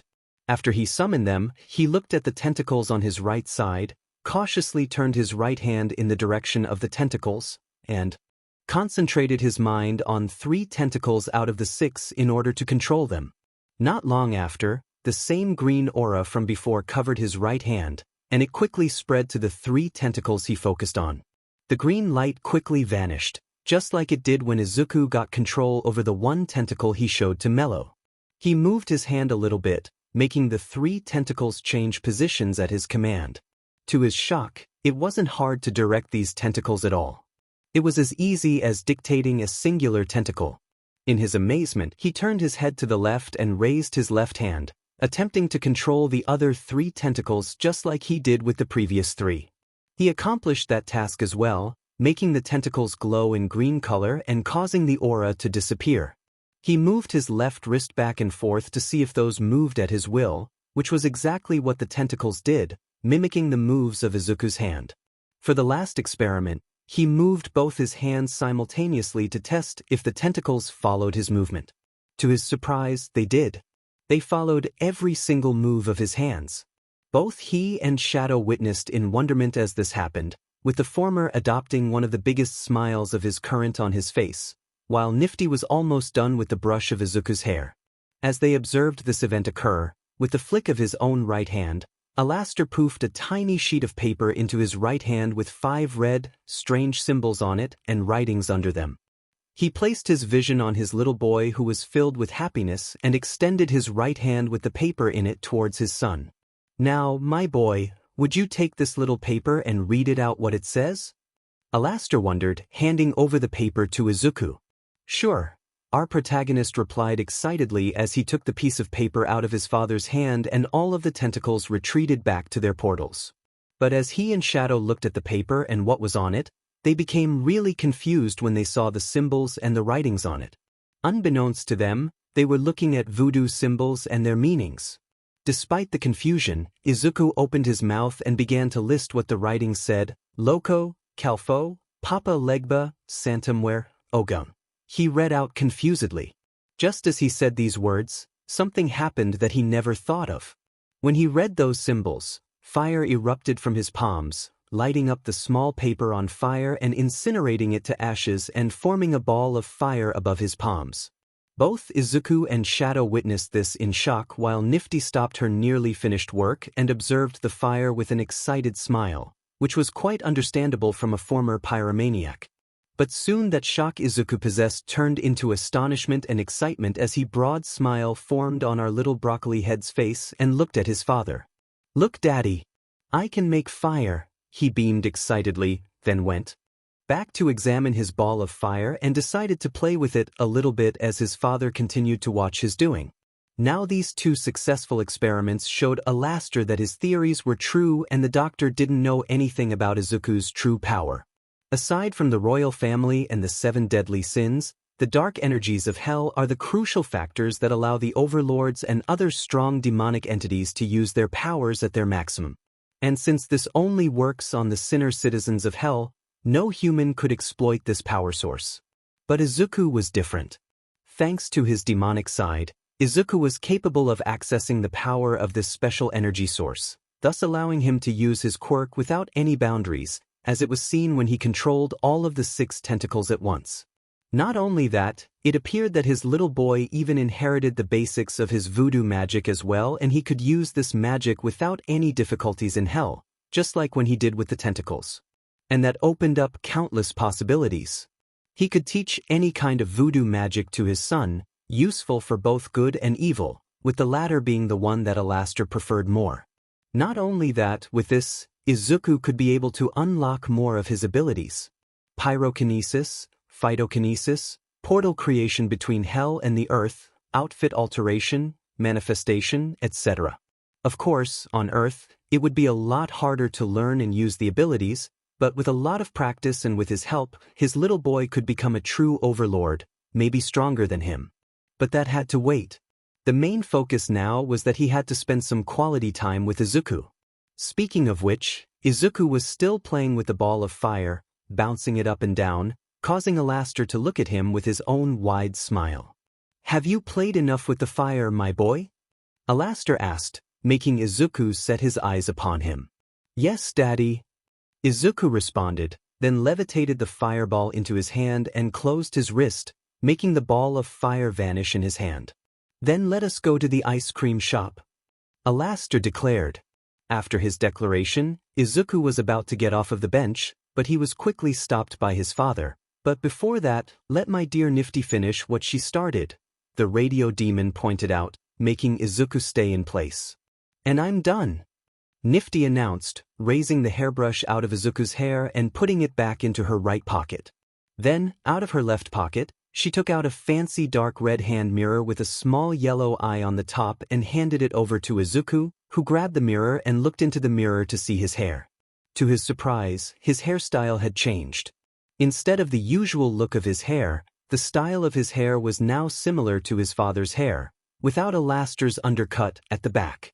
He observed his new hair in wonderment as Nifty tilted her head to Izuku's left side and looked at him. "Do you like it?" she inquired, smiling innocently. "It's so awesome." "Thank you, Auntie." Izuku remercied happily. "You're welcome," she answered while smiling at him gently, although Izuku calling her his aunt caught both her and Alastor off guard. After her reply, Izuku got off of the bench and started to shoot it ahead, getting a little bit of distance between him, his father, and his newly founded aunt, all the while Shadow tried to keep up with his master. "Come on, Daddy, come on, Auntie. Let's go to the ice cream shop," he exclaimed as he ran in the direction of the exit of the park, which he didn't know where it was. "Wait for us, my boy," the radio demon shouted to his son, who seemed like he didn't hear it. Then, Alastor turned his head and set his eyes upon the little female cockroach demon next to him on the bench. "Care to join us on our journey, my dear Nifty?" Al inquired. "Of course," she responded cheerfully. "Splendid," he amused joyfully. "Well then, let us follow my little boy before he gets lost," Alastor advised, with Nifty agreeing in silence. With this, Nifty got off of the bench quickly and ran after Izuku with her tiny legs as fast as she could, trying to get to him in order to keep him safe and provide him with her company as long as Alastor went after them with ordinary steps. After several minutes, he got to the exit of the park, where Nifty, Shadow, and Izuku were waiting for him. With his little boy stopped and was calmed down by Nifty. However, he was still excited after the whole fire and tentacle thing. And thus, with all four of them in the group, with Izuku and Shadow between Alastor and Nifty, they stepped through the gate of the park and continued their way towards the nearby ice cream shop. Throughout their journey, they didn't cross ways with lots of sinners and demons thanks to Alastor's presence, with the exception of a demon who was playing on a saxophone, whom Alastor even gave a coin as a payment for the good music he played. They also witnessed the rampage of a certain huge airship in the sky, shooting projectiles all over the west side of the city. This made Izuku scared, but his father assured him that it won't come near to their location. They continued their way to a point where the ice cream shop was even visible at the corner of the street. They were about to go straight towards it, when our protagonist, his shadowy friend, and his father noticed that the fourth member of their squad was missing. They moved their bodies and turned around to see where did Nifty go, which they instantly got their answer as they looked in the direction of her position. When they looked at her, Nifty was standing between two other demons, with one looking like a red humanoid lizard and the other seeming to have a floating light green head with his hair flowing like water. At that moment, Nifty was looking at some TVs with different kinds of advertisements in the TV monitors with a curious look. Alastor was the first one to speak. "My darling. Nifty, may I ask what are you doing?" Alastor wondered as he, Izuku, and Shadow approached her. "Sorry, Alastor, I just wanted to check some ads to see if they showed anything interesting," Nifty explained as the trio got to her position. When they looked at the TV screens, Izuku was a little bit confused by what he saw. He was not confused due to the wall fully covered with lots of TVs, he was baffled by the one who was advertising the products, with one being some kind of cereal called Vut Flup and another one looking like some kind of speaker named Valkyrie. He looked like a man with a flat-screen TV for a head. He had 2 eyes with red scaras and light blue pupils, with the outline and the wrinkles of his left eye being cyan. As it seemed to Izuku, his mouth was full of sharp teeth that glowed light blue. His skin was dark gray, with his fingers possessing a light blue color from the second knuckle. He was wearing a black top hat with red and blue designs reminiscent of a broadcast symbol and a radio wave symbol, respectively. He also possessed a TV antennae that stuck out at the top of his hat, with the right one bent into a zigzag. The rest of his attire was made out of a dark blue tuxedo with lighter stripes and a black and red striped shirt. He also had a red bow tie and a light blue undershirt with an upside-down broadcast symbol. Although Izuku didn't know this, but this was his first encounter with Vox, the one who was showing off these cool products, the one who was the overlord of television, the one who was one of the 3 Versus, and the one who was his father's old-time rival. As all 4 of them stared at the TV screens, with Izuku and Shadow raising their left eyebrows, tilting their heads to the right and lowering their right ears in confusion, Alastor let out a sigh and looked at his nemesis with a big, disappointed smile on his face. "Really nothing good on these days, ich?" Alastor questioned as he witnessed his big rival advertise his disgusting products to the brainwashed consumers of his small-screen entertainment program enjoyers. As he made his presence known, the 2 unknown demons looked at him in fear and flee from the place, making Izuku and Shadow even more confused as they watched them run away. However, they didn't know that the next phenomena they were about to witness will terrify them to their very core, especially Izuku. As they looked at the 2 demons leave their location in a hurry, they suddenly heard some strange interference sound from the direction of the TVs, causing them to turn their heads to look at the TVs. But when they looked at the TVs, something was clearly not all right. There was nothing on the TV screens aside from Vox, who was looking at them from every screen. As they continued to watch it happen, the screens began to change. The number of the pictures of Vox on the screen started to decline. However, at the same time, Vox's stature began to rise bigger and bigger, until all of the TV screens were occupied by a huge Vox, staring directly at them and looming over them with a toothy, evil grin on his face and chuckling with a robotic voice. As Izuku and Shadow flattened their ears in fear and hid behind the leg of Alastor, both Nifty and Alastor raised their eyebrows in confusion, with the latter still smiling. "Show off. All hat and no cattle," the radio demon remarked, then turned his head and looked behind to see his son. "Come, my boy, leave this nobody alone," he requested from his horrified son as set off from the TV display of a window-fronted store, with Izuku following him and trying to hide from Vox, which was not accomplishable. As Vox looked at Izuku through the TV monitors, his smile disappeared in a millisecond and his red eyes widened in shock by seeing a human kid, who had the same type of ears tail as Alastor, standing next to the radio demon without showing any kind of fear towards Alastor.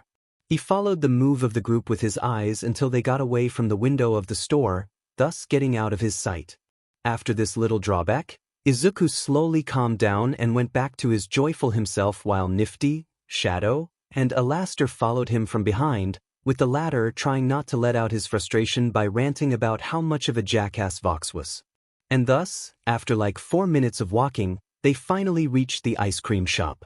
It was not a very crowded area from the outside, but there were still some demons who were walking around the area. As they crossed the road and got to the shop, Alastor grabbed the door handle of the 2-doored entrance of the shop, pushed it downwards, and opened the door outwards, allowing Izuku and Shadow to enter the shop. The inside of the ice cream shop was rather ordinary, with some tables and chairs in the store, with some of the chairs occupied by imps and a few sinners. Izuku ran to the counter and with wide eyes and a big smile on his face, he observed the vast selection of ice cream flavors, not knowing which one to choose. As he looked at the different types of ice creams, Shadow, Alastor, and Nifty got next to our protagonist, while all of the visitors and employees of the shop looked at the radio demon with fright and worry. When they got to him, Alastor looked at our sweet broccoli head and opened his toothy mouth to speak up. "So, my boy, what type of sweet icy delicacy do you desire?" Alastor inquired from his little boy. After a little bit of thinking, with an excited face, Izuku looked at his father with his answer ready to be told. I want chocolate. 1 ball of chocolate ice cream, young man, the radio demon ordered to the worker behind the counter. Why yes, sir.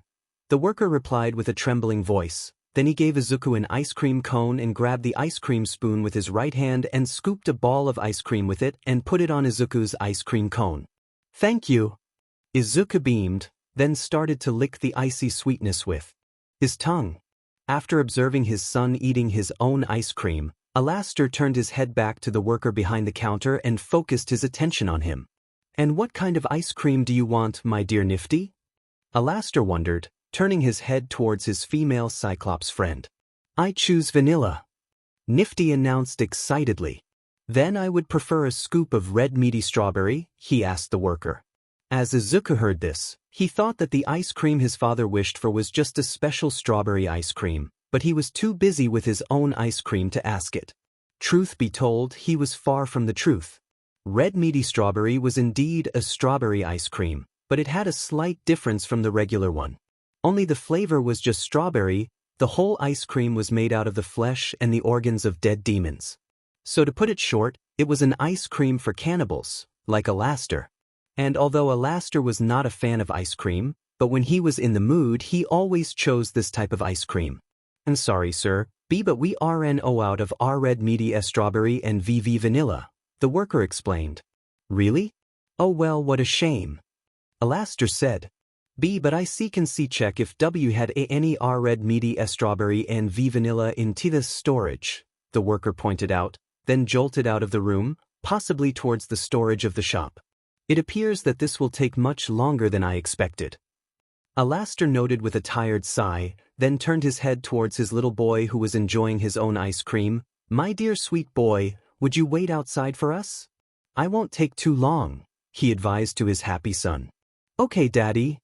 Izuku answered, then with his ice cream in his hands and shadow behind his back, he rushed towards the exit of the shop and ran through it, exiting the shop. He didn't even need to open it, thanks to another demon entering the ice cream shop at that moment.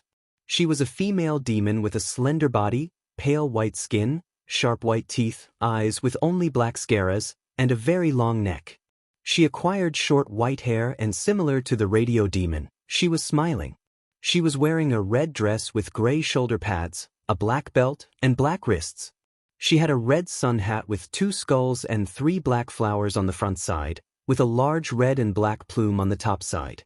The demon woman stepped to the side in surprise as Izuku ran out of the shop and past her, making her smile disappear for a split second thanks to the unexpected phenomena. Not a very usual event to witness, the demon remarked as she watched Izuku stop near the shop and continue the consumption of his ice cream. But suddenly, her surprise became even huger when a certain former radio host accosted her. Rosie, my dear. Alastor exclaimed in joyfulness as he and Nifty approached her. Alastor? Rosie quizzed in confusion. That's my name, don't wear it out, he laughed with his imaginary crowd following him with their own laughter and Rosie giggling at him. Hi, Rosie. Nifty greeted. Hello, my darling Nifty. Rosie returned her greeting fondly. Sorry for my silliness, darling. I'm just in the mood, he apologized, cutting off his laughter. May I ask what are you doing here, my dear friend? The radio demon inquired. I was carving for a little red meaty strawberry, so I've decided to visit this place. Rosie explained, then continued, I was about to open the door and step in when a small sinner ran past me and almost hit me. I'm starting to think that there are no more manners, she declared, letting out a tired sigh. Oh, that was no sinner at all, my dear Rosie.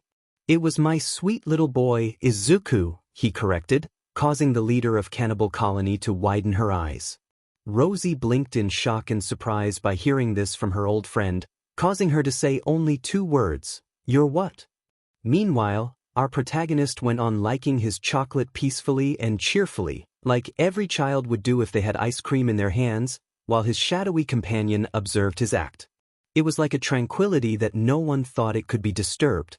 However, this was never the case. Why would you ask? Because Izuku and Shadow were not alone. From a dark alleyway behind their backs, a demon glanced at them from the dark. When he saw Izuku, A sinful idea had been born in his mind and formed a devilish smile on his face. He quietly approached the kid in front of him, not wanting to reveal his presence. When he was close enough, he stepped out of the alley, showing off the looks of his body. When he was close to Izuku, he opened his filthy mouth to speak. "Hey, baby boy." The demon started, causing Izuku and Shadow to look behind their backs. When they turned around, they saw a tall, beetle-like demon with 4 arms, blue skin, bright blue eyes, sharp white teeth, and 2 pair of insect wings. He was wearing a ripped dark blue jacket, a pink tank top, and ripped brown jeans. "Sorry to interrupt you, but I have a really big problem. I want to play a game that needs 2 people and I can't find a partner. Can you play that game with me? It feels really nice too," the demon explained with a deep voice as the smell of alcohol exited his mouth. "Of course," Izuku replied happily, not suspecting anything. "Good. Then follow me," the demon suggested, making his way towards the same alley as Izuku and Shadow followed, with the latter a bit confused why this stranger wanted to play with his master. Izuku was pretty confident at first, but as they slowly got to the entrance of the alley, he became more and more unsure about this whole play thing. When the sinner entered the darkness of the alley, Izuku and Shadow stopped at the edge of the dark alley, not moving even an inch and making the beetle-like sinner look back at the boy with confusion and a little bit of frustration. "What's up, you're afraid of the dark or what?" the demon questioned. "No, but..." Izuku began with flattened ears, but he was cut short by the demon. "Then don't be a fucking baby and come in," the demon ordered, with his voice filled with more frustration and anger, intimidating Izuku and making Shadow fly in front of his master for the case if he had to defend him. I think I'm going to go be back to my D-daddy," Izuku responded, stepping a few backwards in the process. "You won't go fucking anywhere," the demon shouted, then stretched out one of his arms towards our protagonist, but his hand was stopped by Shadow, who was in his protective mode, the same mode he was in when he thought the doctor wanted to hurt Izuku, clawed his hand with his pitch-black talons. The demon pulled back his arm in pain, causing him to give a chance to Izuku to run away. Izuku turned and ran as fast as he could, but his plan of fleeing was unsuccessful thanks to the demon extending all of his arms in the direction of Izuku, thus grabbing him with his blue-colored hands. "Let me go," Izuku demanded as he dropped his ice cream and got more and more desperate and frightened, while Shadow tried to free him, but to no avail. "I didn't have a goddamn good time since I came to this shithole.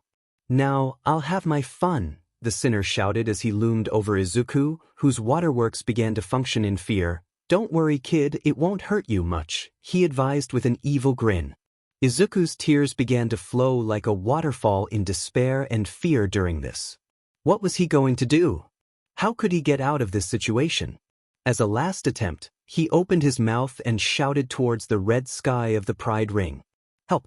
Help! Help me!" he cried out in a desperate attempt.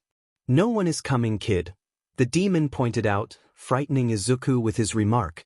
However, unbeknownst to both of them, his statement was shortly going to be disproved. After 3 seconds he said this, 6 giant black tentacles, much larger than Izuku's tentacle, appeared around them from fiery portals.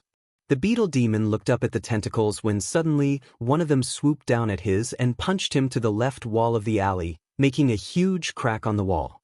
The demon fell off from the wall and landed on his face hard, injuring himself even more. The tentacles slithered towards the demon and wrapped themselves around the limbs of the sinner and lifted him up into the air, restraining him in place. "Hey!" the demon shouted angrily as he tried to free himself. With Shadow at his side and with his teary eyes, Izuku looked at the demon kept in place by tentacles with confusion, not knowing what was going on. But when a familiar voice sounded off behind him, he exactly knew who was the one who summoned the tentacles. "Out of all the sinners in hell," Alastor began, with his right hand raised into the air and enveloped in a red aura, while Nifty and Rosie were standing behind him, with the former holding her vanilla ice cream in her left hand and Alastor's paper bag in the crook of her left arm, and the latter having 2 red meaty strawberry ice creams in her arms. "Your type is far by the one that disgusts me the most," Alastor said with anger in his voice. "Daddy!" Izuku exclaimed as he ran towards his father and melted into tears of relief and fright, with Shadow forming back to his original form and flying after his master. "My boy!" the radio demon exclaimed as he crouched down and extended his left arm in the direction of his son. When Izuku reached him, he hugged him tightly immediately and continued to cry, making Alastor's coat stained by his tears, which Alastor didn't care about. "Are you all right?" Alastor asked with a worried tone. "HEWW wanted T to H hurt me. IIW is so scared. IID didn't K no WW what T to D do. IIT thought YUW wouldn't see come." Izuku confessed as he began to cry even harder and tightened his grip on his father. These words cut deep into Alastor. How could his little boy give even a single thought that he wouldn't come if he was in trouble? Not only that, but how could he, the radio demon, let this happen? What kind of father was he? He was not there for his little boy for 4 years. He let him become bullied and hurt. He would never let that happen again. He had to, no he must, set an example to show the demons of hell what happens to the ones who lay a finger on his little boy.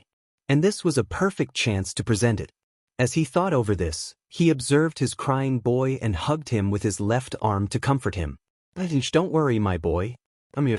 No one can hurt you now," he assured as hugged his son closer with his arm. "Alastor." Nifty started with a serious tone, drawing out a large knife from her right pocket with her right hand. "Let me handle him." "No. I'll take care of him," he declared with a serious tone, then looked at his little boy with a caring smile. "My boy, could you do a favor for me and wait for me with my dear Nifty and Rosie? I have to speak with this gentleman," Alastor advised, making Izuku look at him with tearful eyes. But," Izuku started. "Do not fear, my boy. It won't take long. And I promise that from now on, I won't take even a single step away from you for the rest of the afternoon, okay?" the radio demon assured his boy. "Okay." Izuku sniffed, accepting his father's advice. "That's my boy," Alastor remarked. With this, Izuku and Al released their hugs, and with still a little bit teary eyes, Izuku walked towards the 2 female demons, looking at the ground as he did this. When he reached them, with a smile on her face, Rosie gave the ice cream in her right hand to Nifty, who took it with her only free hand and had a concerned expression on her face due to Izuku's condition, bent down, and extended her right for Izuku to grab it. "Come now, darling. Leave your father alone a little bit," Rosie advised. Izuku looked up to witness who was speaking to him. When he saw her face, he got even more scared due to the unsettling, pupilless and irisless eyes of Rosie, which was easily noticed by her. "Don't worry, darling, I don't bite," she reassured with a smile on her face. Izuku hesitated for a bit, then grabbed her right hand with his left hand, and with her and Nifty at his sides, Izuku walked away from his father the other demon, while Alastor observed them leave. When they were far enough and got out of the audible range, Alastor focused his attention on the demon held by his tentacles in front of him. "What is your fucking problem, a-hole? I was about to have a good time, but you fucking cock-blocked me. Who the F do you think you are?" the demon questioned furiously as the tentacles kept him in place. "Looks like you're new here. Well, allow me to offer some insights," he offered, then slowly began to rise in size, with his antlers growing longer and longer and his claws becoming elongated. "In this world, you're free to do whatever you want. Whatever you desire, whatever is your dream," he continued as he became larger and larger. "There's only one little rule," he said as he turned into a form that horrified the demon to his very core, causing him to mess up his pants. "Do not touch my son," he finished with a deep voice, revealing his most terrifying form. His body plan was similar to a Wendigo. He had a wide smile that was anatomically impossible. His irises and pupils vanished, and only his sclera remained with them, changing their colors to pitch black. His antlers were elongated and large, just like his claws, which were now long talons, capable of cutting through anything. He was much more taller, and the middle of his body was as lean as a stick. If a sinner saw the radio demon in this appearance, they knew it meant only one thing: he was in his full demon form. And if someone saw this form of his with their eyes, they instantly knew why it was like this. He was angry. And everyone knew what was the fate of the ones who made him angry. The beetle demon tried to escape the grip of the tentacles, but to no avail. As he wiggled, the seventh tentacle Alastor summoned wrapped around his mouth, shutting him up for one singular reason: to make his screams unhearable. When this was done, the radio demon raised his right hand and struck down with it towards the demon's body, thus beginning the activity he was most skilled in and liked the most besides making deals. As this was going on, for buildings away from Alastor's location, Izuku, Shadow, Nifty, and Rosie were waiting for him to finish his speak to the demon that almost raped Izuku. In the meantime, the other Overlord and the radio demon's small feminine servant decided to cheer the sniffing and still a tiny bit crying young half-demon boy up as much as possible. Nifty was the first one to break the silence. "Are you all right, Izuku? Did he hurt you?" she wondered worriedly. "No," Izuku answered down in the dumpster, while Shadow observed his master with a concerned look, judging by the shape of his eyes and his flattened ears, which was the only aspect he shared with Izuku. "Okay," Nifty said with a tired sigh, then stretched out her left arm, offering her untouched ice cream to him. "Here, take this." Thank you, Auntie," he thanked, then proceeded to lick in the vanilla ice cream with his tongue while a few tears still hung on his cheeks and face. "You're welcome," Nifty replied with a small smile on her face, starting to enjoy the fact that Izuku addressed her as his aunt. It didn't take much for Rosie either to start a conversation with our little broccoli head when she noticed the tears on his cheeks and the remnants of his chocolate ice cream around his mouth. "Oh, poor darling, your face is full of tears and melted chocolate. And you wanted to walk around like this?" Rosie questioned, not in a scolding manner, but in a caring one. "Tut, tut. It is not befitting of a young gentleman like you to look like this. Let me handle it," she advised, then took a red textile handkerchief out of her right pocket and gently cleaned Izuku's face and mouth with it. After that, she put the handkerchief back into her pocket and looked at the results of her job. "Now, you look far more dashing, darling." Thank you, Izuku remercied with his voice still a little bit trembling. "Oh, darling, don't call me like that.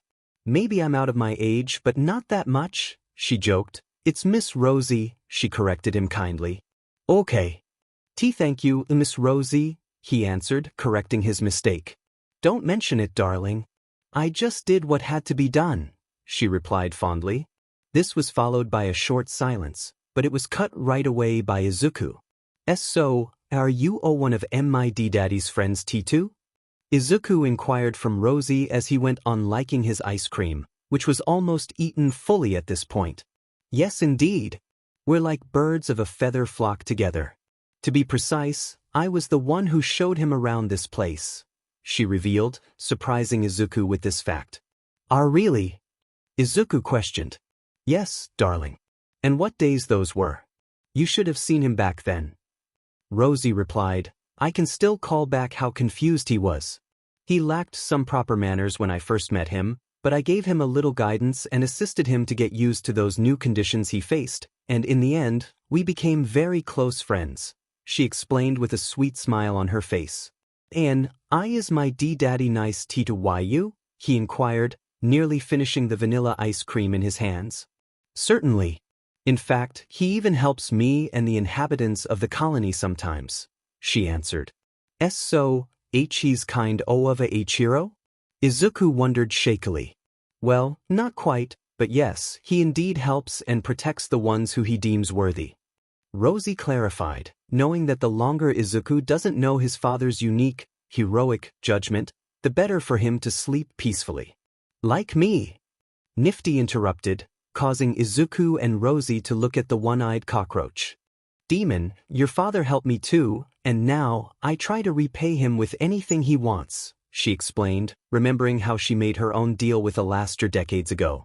"And you think I'm worthy of his protection?" he questioned spiritlessly, observing the almost fully eaten ice cream in his hands. "Why wouldn't you? You're his son, darling. Just this mere fact puts you as the number one on his list," Rosie pointed out, with Nifty nodding in agreement. "So don't worry, darling. He'll always take care of you," she assured. This was kinda calming for our protagonist. Of course, his father already told him that he will always protect him, which ensured Izuku as well, but now he heard that his father was eager to help him and the ones who deserve it, he became more relieved. Now, he knew that it's 100% that his father is not the type of person who says something once and never keeps to it. He was really a kind person and he will always be by his side, no matter what was the situation or what was the problem. As he thought over this, he failed to notice the rising of his ears and the small smile that morphed across his face, much to Shadow's, Nifty's, and Rosie's satisfaction. As this event occurred, a certain deer-based overlord wearing clean clothes approached them with causal, everyday steps, with his conversation done with the beetle-based sinner. When he reached them, he spoke up with his usual, cheerful tone and with a broad, toothy smile formed on his face. "Did I miss anything?" Alastor asked with a wide grin, causing all four of them to set their eyes upon them. "Daddy," he beamed as he accidentally dropped the ice cream cone with the little bit of ice cream in it, which Nifty cleaned up quickly and ran towards the radio demon for a hug, which Alastor happily accepted. "Oh ho ho, take it easy, my boy. You almost pushed me down," Al noted jokingly while crouching and hugging his only child. Sorry." Izuku apologized.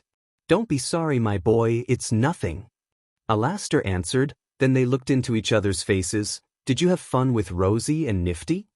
"Why's, Daddy. And Miss Rosie told me how she and you met first," Izuku responded, making Alastor shoot his eyes wide in surprise by hearing this statement. "Rosie," he called out with embarrassment, which was clearly not expected from the feared radio demon.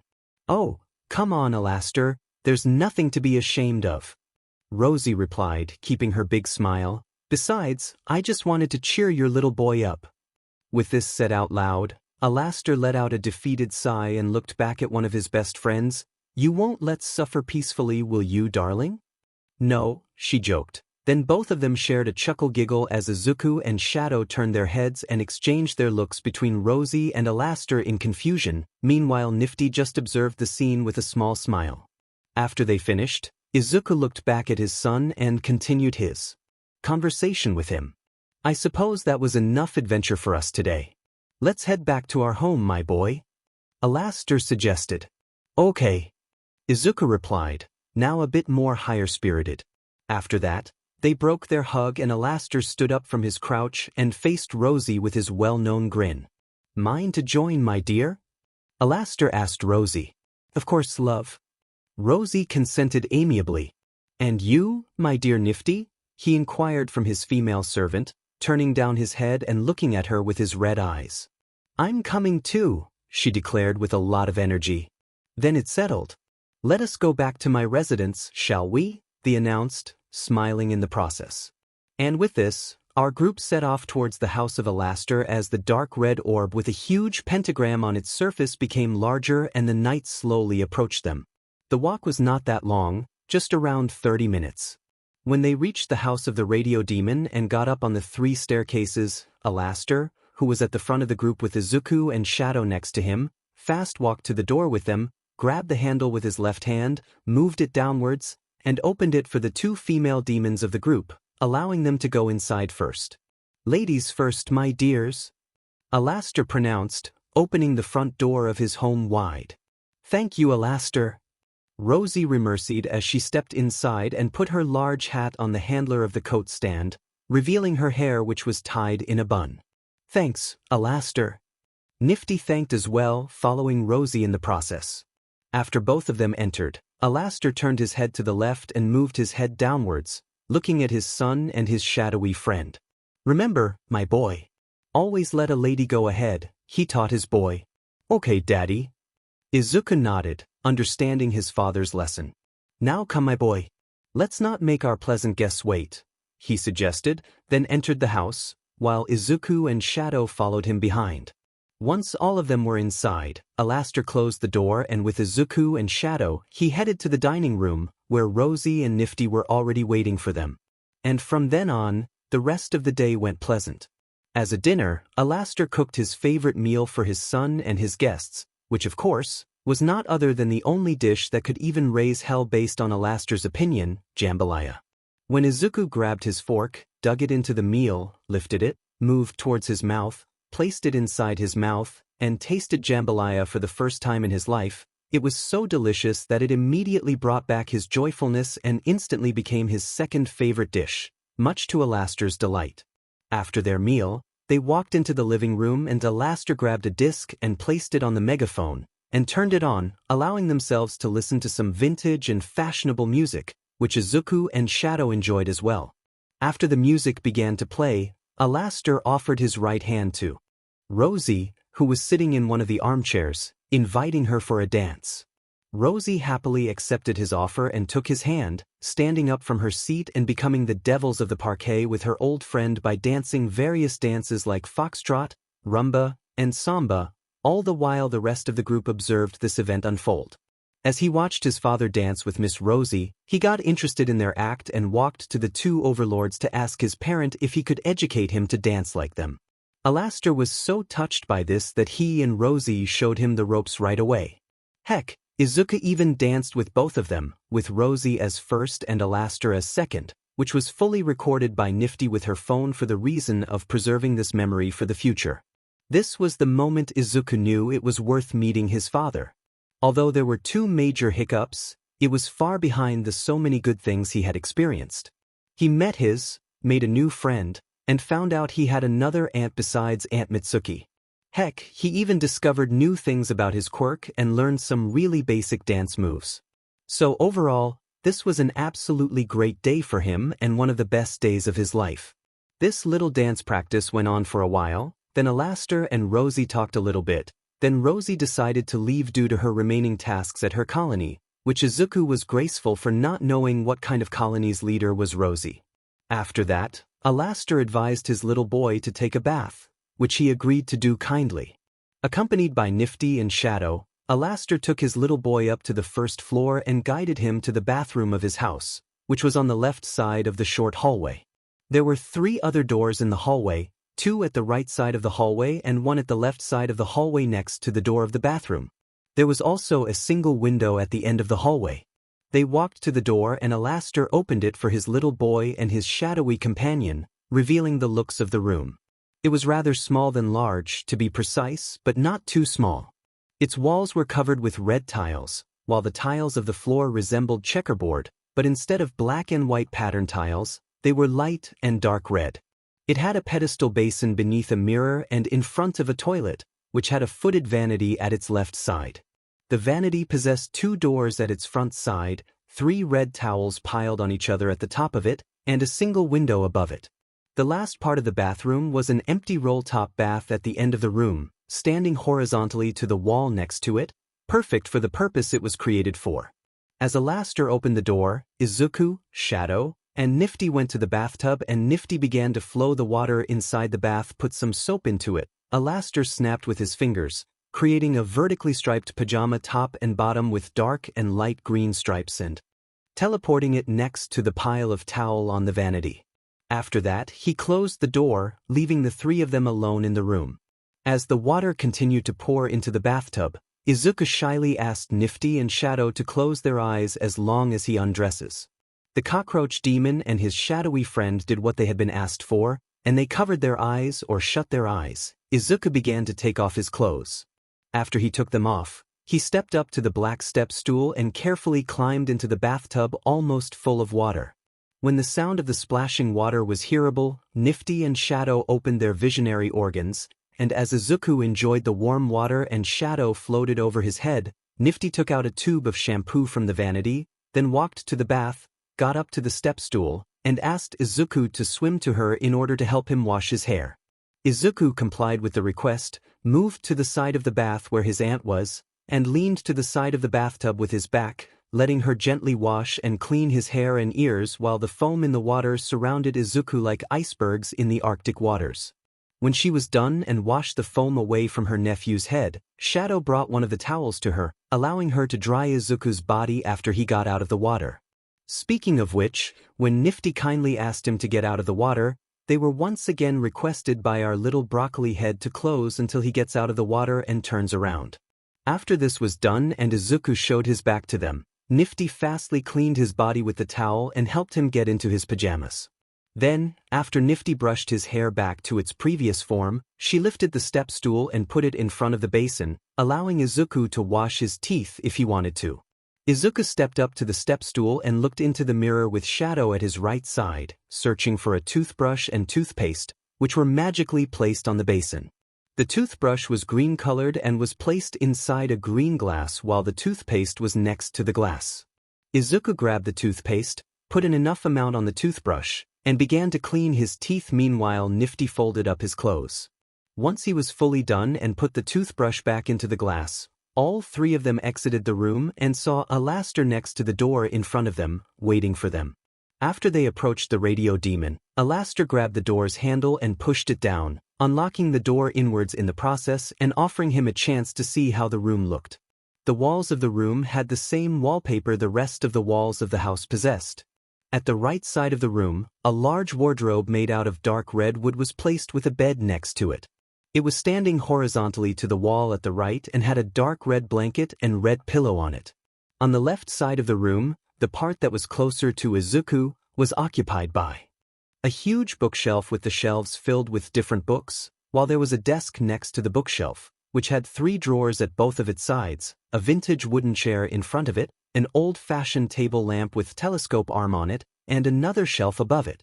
Finally, there was a window at the end of the room next to the desk, allowing Izuku to observe the streets of Outer Pentagram City. After he looked around the room, Izuku rushed to the bed as Shadow flew after him and Alastor closed the door behind himself and followed his little boy to the side of the bed. As Izuku got up to the bed and lay on it, his father grabbed the blanket and covered his little boy's body with the blanket, leaving only his head, neck, and hands visible. Then, the radio demon looked at his son and opened his toothy mouth. "So, did you have fun today, my boy?" Alastor wondered with his iconic grin. "Yes, I had, Daddy." Izuku beamed cheerfully as he observed his father.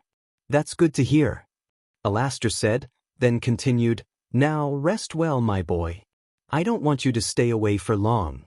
Al finished as he stood up and was about head out of the room, when his little boy prevented him from this act. "Will I see you again?" Izuku inquired as he observed his father with hopeful and a little bit worried eyes while Shadow floated above Izuku's head and witnessed the whole scene. Hearing this, Alastor morphed his usual smile to a playful one and walked back to the side of the bed and kneeled down, focusing his full attention on Izuku. "Do not worry about this, my boy. I'll never be too far away. I assure you we will be in touch," Alastor assured, "and don't forget one thing, my boy," Alastor said, then moved his hands towards his mouth and placed his index fingers on the corners of his mouth, widening and showing off his smile a little bit. "You're never fully dressed without a smile," he advised. "Okay, Daddy." Izuku chuckled calmly. "And now, my boy, allow me to sing you a lullaby that I suppose will assist you in falling asleep. It's a little bit after my time, but it is such a thoughtful melody," Alastor requested as he cleared his throat and a sudden music started to play from seemingly nowhere, causing Izuku to look around in his bed confusedly. But this confusion vanished instantly when he heard his father sing, "Turn on, We'll Meet Again, Alastor cover from Paranoid DJ if you want. We'll meet again. Don't know where, don't know when, but I'll know we'll meet again. Some sunny day." Alastor sang as the gentle play of a piano in the background calmed Izuku down, causing him to yawn and stretch his arms for one last time, lay on his stomach, and place his hands under the pillow, while Shadow began to turn back into Izuku's shadow and Alastor continued his singing. "Keep smiling through, just like you always do, till the blue skies drive clouds far away. And I will just say hello to the folks that you know. Tell them you won't belong. They'll be happy to know that as I saw you go, you were singing this song. We'll meet again. Don't know where, don't know when, but I know we'll meet again. Some sunny day." Alastor chanted as he followed his performance with the mixture of a calming row of humming and the soft sound of the piano, making Izuku his eyelids become heavier and Shadow almost fully go back to his shadow form. "We'll meet again. Don't know where, don't know when, but I know we'll meet again. Some sunny day." The radio demon finished, then looked at his son's shadow companion, who was nowhere to be seen. After that, he looked at his little boy, who was already sleeping the dream of the righteous. Alastor could help but put a sweet smile on his face as he observed his son rest peacefully and covered him with the blanket a little bit more. "Until we meet again, my dear sweet boy," he said as he caressed his son's hair, not noticing the peeking eye of Nifty on the other side of the room. With this, he stood up and went to the door, all the while Nifty went away from the door, not wanting to reveal her presence. When Alastor reached the door, opened it, exited the room, and was about to close the door, he took one last glance at the sleeping Izuku, then closed the door quietly, leaving Izuku to sleep in the room in silence. 8.5 hours had passed when Izuku awoke from his sleep and opened his eyes, getting a glimpse of the closure of a fiery portal. He sat up in his bed with his pajamas on him and rubbed his eyes with his hands as he observed his surrounding and realized something. He was at home. He was sitting on his bed inside his room. He was utterly surprised by this. How did he get back there? Where was his father? Where was his aunt? As these questions ran through his mind, Shadow moved out of his hideout and revealed himself to his master, appearing at his right side. Izuku turned his head and smiled at his shadowy friend, when suddenly, with a loud bang, the door of his room bursted open. Both of them got startled and looked in the direction of the door to see who opened the door. It was Inko. She had a little bit of messy hair and bags under her eyes, indicating she hadn't even slept since his son left due to her worry. She was still wearing the same clothes from the previous day. "And mommy?" Izuku asked with surprise. "Izuku!" Inko exclaimed as she ran towards her son and embraced him with her hug once she got to him. "Thank God, you're all right? Did your father do something to you? Did he hurt you?" she asked worriedly as she looked at him. "No. He didn't hurt me. He was really kind," Izuku stated as they broke their hug, making Inko widen her eyes as she heard this statement. "Ah, really?" Inko quizzed in shock and confusion. "See, can you tell me why you did there?" Inko requested. "Of course." Izuku replied, then began to list his adventures with his father to his mother. He told her how he met his father, where did he take him, how he made a new friend, how he found out that he could make fire, how he met his second auntie, how he met one of his father's friends, how tasty the meal he ate at his father's place, how he and Rosie taught him how to dance, and how his father protected and saved him 2 times. Inko was shocked to her core when she heard all of this. Of course, she was freaked out by hearing that his son was in danger, but she was also puzzled thanks to the behavior of the radio demon as Izuku described him. She thought Alastor was going to do something terrible to her son, but she had never expected him to be an actual father to Izuku. He was indeed a spirit of mystery, she thought. I see," Inko said in shock. And did you enjoy your tea time there?" she inquired. "Yes, mommy," Izuku chirped. "I'm glad," Inko responded, then noticed something that she somehow didn't when she hugged her little green beanie. Sweetie?" "Yes, mommy," he asked joyfully. "Why is there a paper on you?" Inko pointed out. Hearing this, Izuku widened his eyes in surprise and lowered his head to observe his body to see what his mother referred to. There was a sheet of paper with a possible message written on it with red ink on his body. He grabbed it with both of his hands, took it off of his body, and started to read it inside his mind. "My dear sweet little boy, I have quite enjoyed our exquisite time together. I have to apologize for the unfortunate events that occurred during our bonding moments. I hope you won't be mad at me because of it. If you desire to visit me, just ask the darling mother of yours. She'll show you the ropes. Also, if you don't mind, I have hidden a little surprise present for you under your pillow as a gift for all of your birthdays I had missed. I'm looking forward to our next delightful meeting. Sincerely, your father." His father was the one who sent this letter. And to be honest, Izuku felt totally excited and happy because of the fact that his father wanted to see him again as possible, causing him to form a big smile on his face which was not unnoticeable for his mother. So, what's in it?" Inko queried anxiously. "It's from Daddy. He wants to see me again." Izuku beamed cheerfully, then handed the paper over to Inko, who just stared at the paper in even more shock. After he gave the paper to his mother, he turned around and crawled to his pillow and lifted it with both of his hands, checking it if there was anything under it. There was something under the pillow indeed. It was a long, small, red-colored box wrapped with a bright-colored ribbon. He put the pillow down and grabbed the box with his hands and raised it, putting it down between him and his mother, causing her to snap out of his shocked stare and glance at her son. What's that? Inko questioned anxiously as she put the paper down to the bed. A present. Izuku replied, Daddy said in the letter he gave a gift for all of my birthdays, he explained, making Inko more confused with this. But after his explanation, he untied the ribbon on the present, grabbed the top of it, and lifted it off, revealing the insides of the box for all three of them. But what they saw was clearly not what Izuku expected it to be.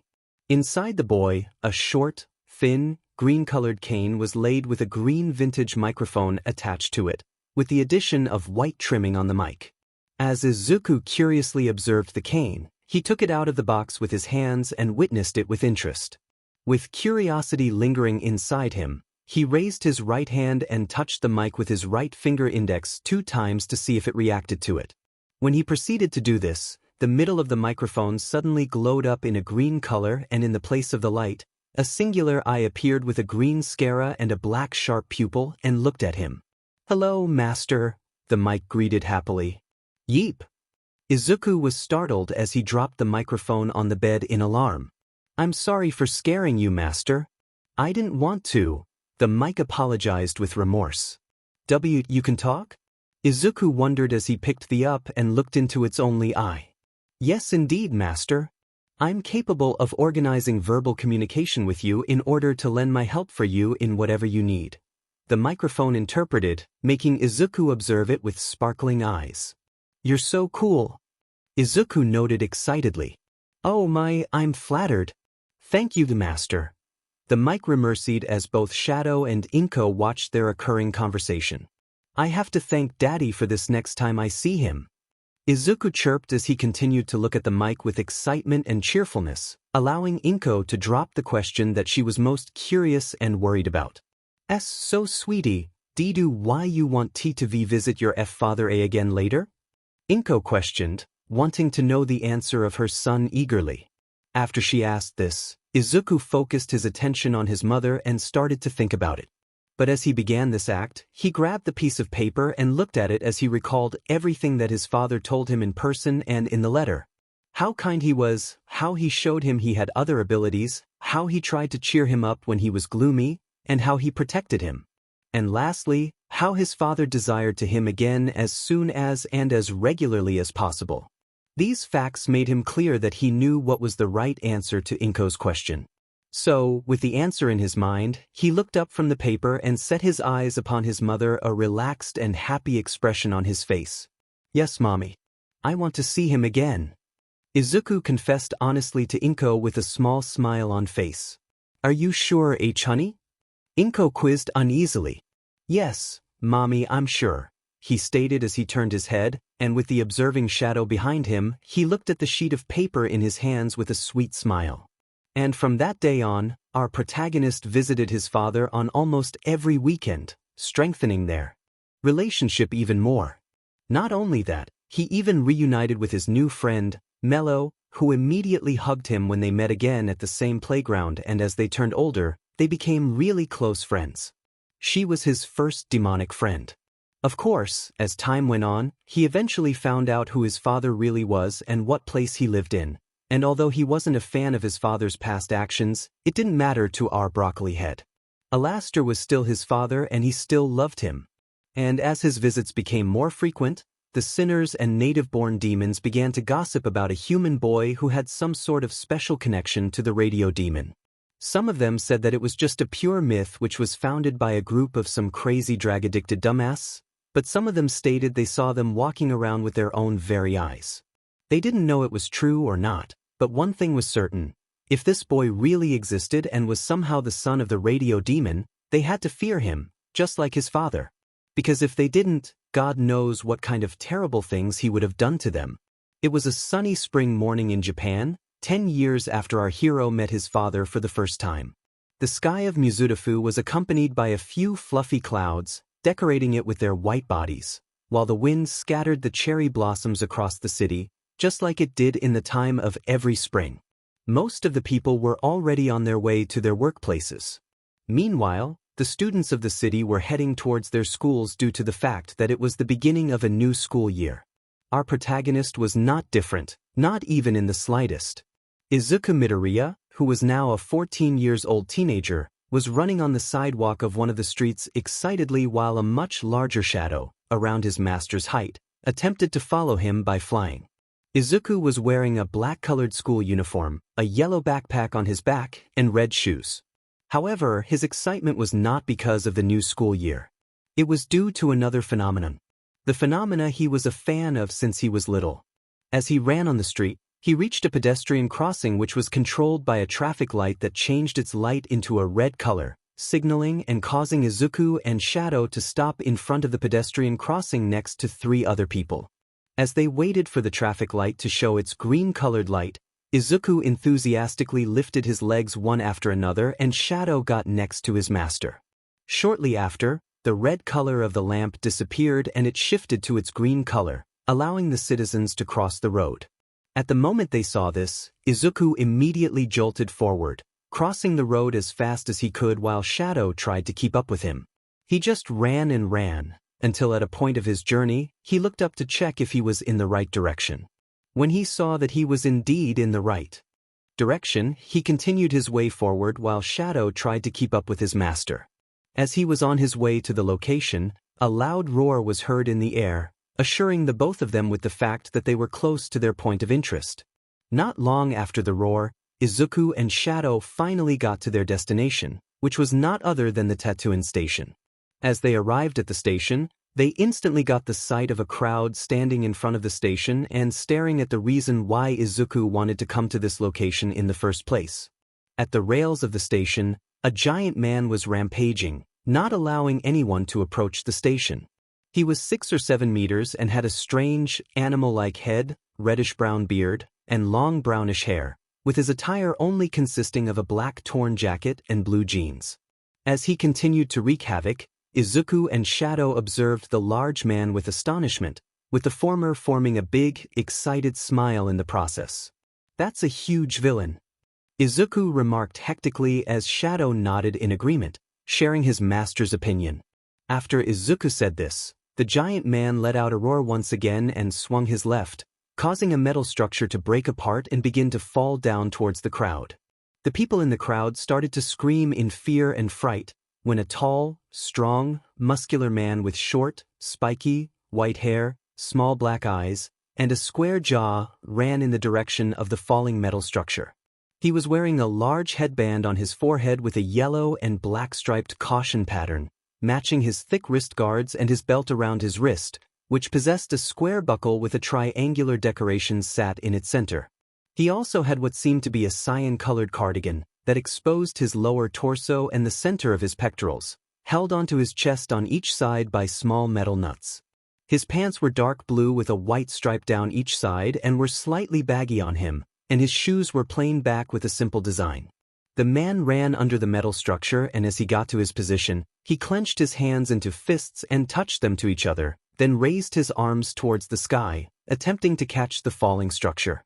At the moment he lifted his arms, the structure fell into his hands and miraculously, he was capable of keeping it in place, preventing it from falling on the crowd.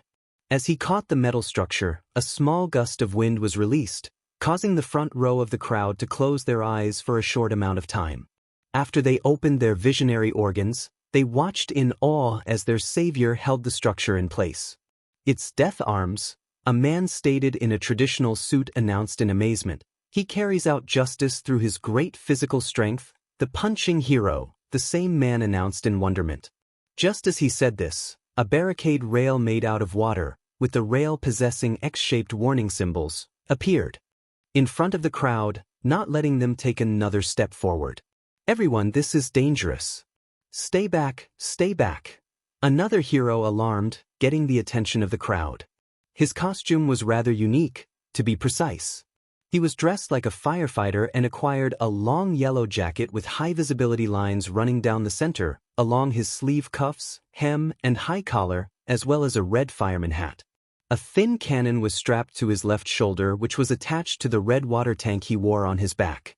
He also possessed a white mask with a single orange bead embedded into the center, which was possibly his eye. He had taps for hands with circular wrist guards just behind their openings, red valves over the top, a pair of similar knee pads on his legs, and yellow sneakers on his feet. The rescue specialist, Backdraft, is here, too, another man declared as some people began to exult Backdraft. As these events occurred, our sweet broccoli head tried to find a part where he could get a closer look at the action. That place was quickly found by Shadow, who guided his master to go past two adult men who were exchanging their views about the current situation. But man, turning into a giant monster's an amazing quirk, the man remarked, then turned his to his left side, looking at the man at the left. What did he do? He wondered. He stole someone's bag and went out of control when he got cornered, another man with blonde hair explained. A quirk like that, and he's a bag snatcher? The man questioned as our nice broccoli walked past him, following his shadowy friend in the process. As they went forward and Izuku kept his excited smile, a man near our hero grabbed his own phone and dialed the phone number of his boss into it. I'm sorry, the trains, he began with a nervous tone. Yes, I don't know what time I will make it into work, he explained as our young overlord and his shadow got nearer and nearer to the front row of the crowd. Just as the man told his explanation to his boss through the phone, a muscular male figure leaped over the crowd, causing a group of girls to scream in excitement. You can do it, Kamui! They cheered to the hero they referred to as Kamui, hence his full hero name was Kamui Woods. His appearance was a little bit strange, but it was usual to look like that in the world of quirks.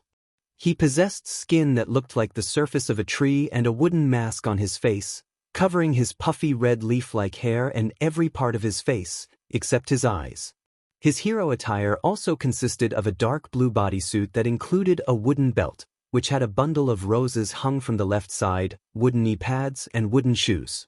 After landing safely from his leap, Kamui ran forward and jumped up to the nearest traffic light. Then, with another leap, he rose into the air and jumped at the edge of the rails, dodging the attack of the villain by jumping into the air. While he stayed in the air, the giant villain turned his head and looked at him with frustration and nervousness. Stay away from me, the villain shouted aggressively. As this event unfolded, Izuku and Shadow finally got in front of the station, stopping between two men, with one having a normal body plan and a nice, casual suit, and the other possessing the same height as Izuku, a white shirt, blue jeans, and three-star-like hunches on his bald head. They watched as the young teenager and his shadowy companion intruded between them and looked at the conflict with a bright smile. Who's fighting? Izuku inquired cheerfully as he and Shadow observed the fight between hero and villain. Speaking of which, the villain stretched out his right hand to catch Kamui, which was unsuccessful, thanks to Kamui evading the attack by swinging backwards with the help of his left arm, which was extended like a branch and was wrapped around another metal structure. As he swung and got higher in the air, he unwrapped his left arm and retreated it back into its original, anatomically accurate form, and looked at the villain seriously. Kamui Woods, Izuku announced with admiration in his voice. Despite his young age, he's very talented and a rising star, he stated in a mixture of excitement and fanboying, which didn't go unnoticed by the man on his right side. You were the one asking, but you gave a perfect commentary, kid, the man remarked, getting the attention of both Izuku and Shadow. You're a fanboy, aren't you? He wondered, turning his towards Izuku and pointing his right index finger at our protagonist. Well. Izuku started, but couldn't say anything, just looked away and adopted a shy smile on his face, while Shadow crossed his arms and rolled his non-existent irises in a playful manner. Meanwhile, Kamui Woods rushed in the direction of the villain, jumping away from the strike of the villain's right hand. After his dodge, he jumped up to his arm and began to run up on his arm, jumping up and extending his right arm into a long branch in an attempt to reach the villain's face. The villain blocked his attack by lifting his left hand in front of his face, causing Kamui Woods to wrap his arm around only the villain's wrist. The villain swayed his hand in order to get the hero off of his body. When Kamui released his grip on the villain's wrist, spun in the air elegantly, and landed on a railway carriage safe and sound, facing the villain from a distance. Illegal use of powers during the rush hour and robbery resulting in bodily injury, he listed. You are the incarnation of evil, he declared, then raised his right arm and turned it in the direction of the villain, and elongated and outstretched his arm, morphing it into multiple long branches. Seeing this, Izuku got more excited, knowing what was going to happen. "Oh, here it comes," he announced as he pointed at Kamui Woods. "Show us something flashy, Treeman," the man on the right side of Izuku exclaimed. Preemptive dash, Izuku started. Binding dash, Kamui Woods continued. Lacquered chain prison, they said in unison. Then Kamui Woods unleashed his well-known ultimate move, shooting his wooden tendrils towards the villain, who tried to protect his face by attempting to cover it with his left arm. But just as he did this, something unexpected happened that no one saw coming. Canyon Cannon. An enormous woman shouted as she flew towards the villain and landed a powerful kick on his jaw, almost knocking him out and making him fall off the rails. She was a young woman who acquired purple eyes with white pupils and elegantly long eyelashes. She had prolonged, voluminous, creamy blonde hair reaching down to her waist with two shorter strands curled to frame her face, parted slightly to her right. Her hero attire was composed of a purple and pale tan-colored skin-tight bodysuit, which was accented with orange stripes. The suit seemed to have a pair of purple gloves with orange accents on the edge of the cuff. The design was similar to her boots, which were cut off at the thigh in a deep V shape. The suit also possessed 3 peculiar orange diamond-shaped dots on the purple top that were located under her chest, and she also wore a purple domino mask with horn-like protrusions on the sides.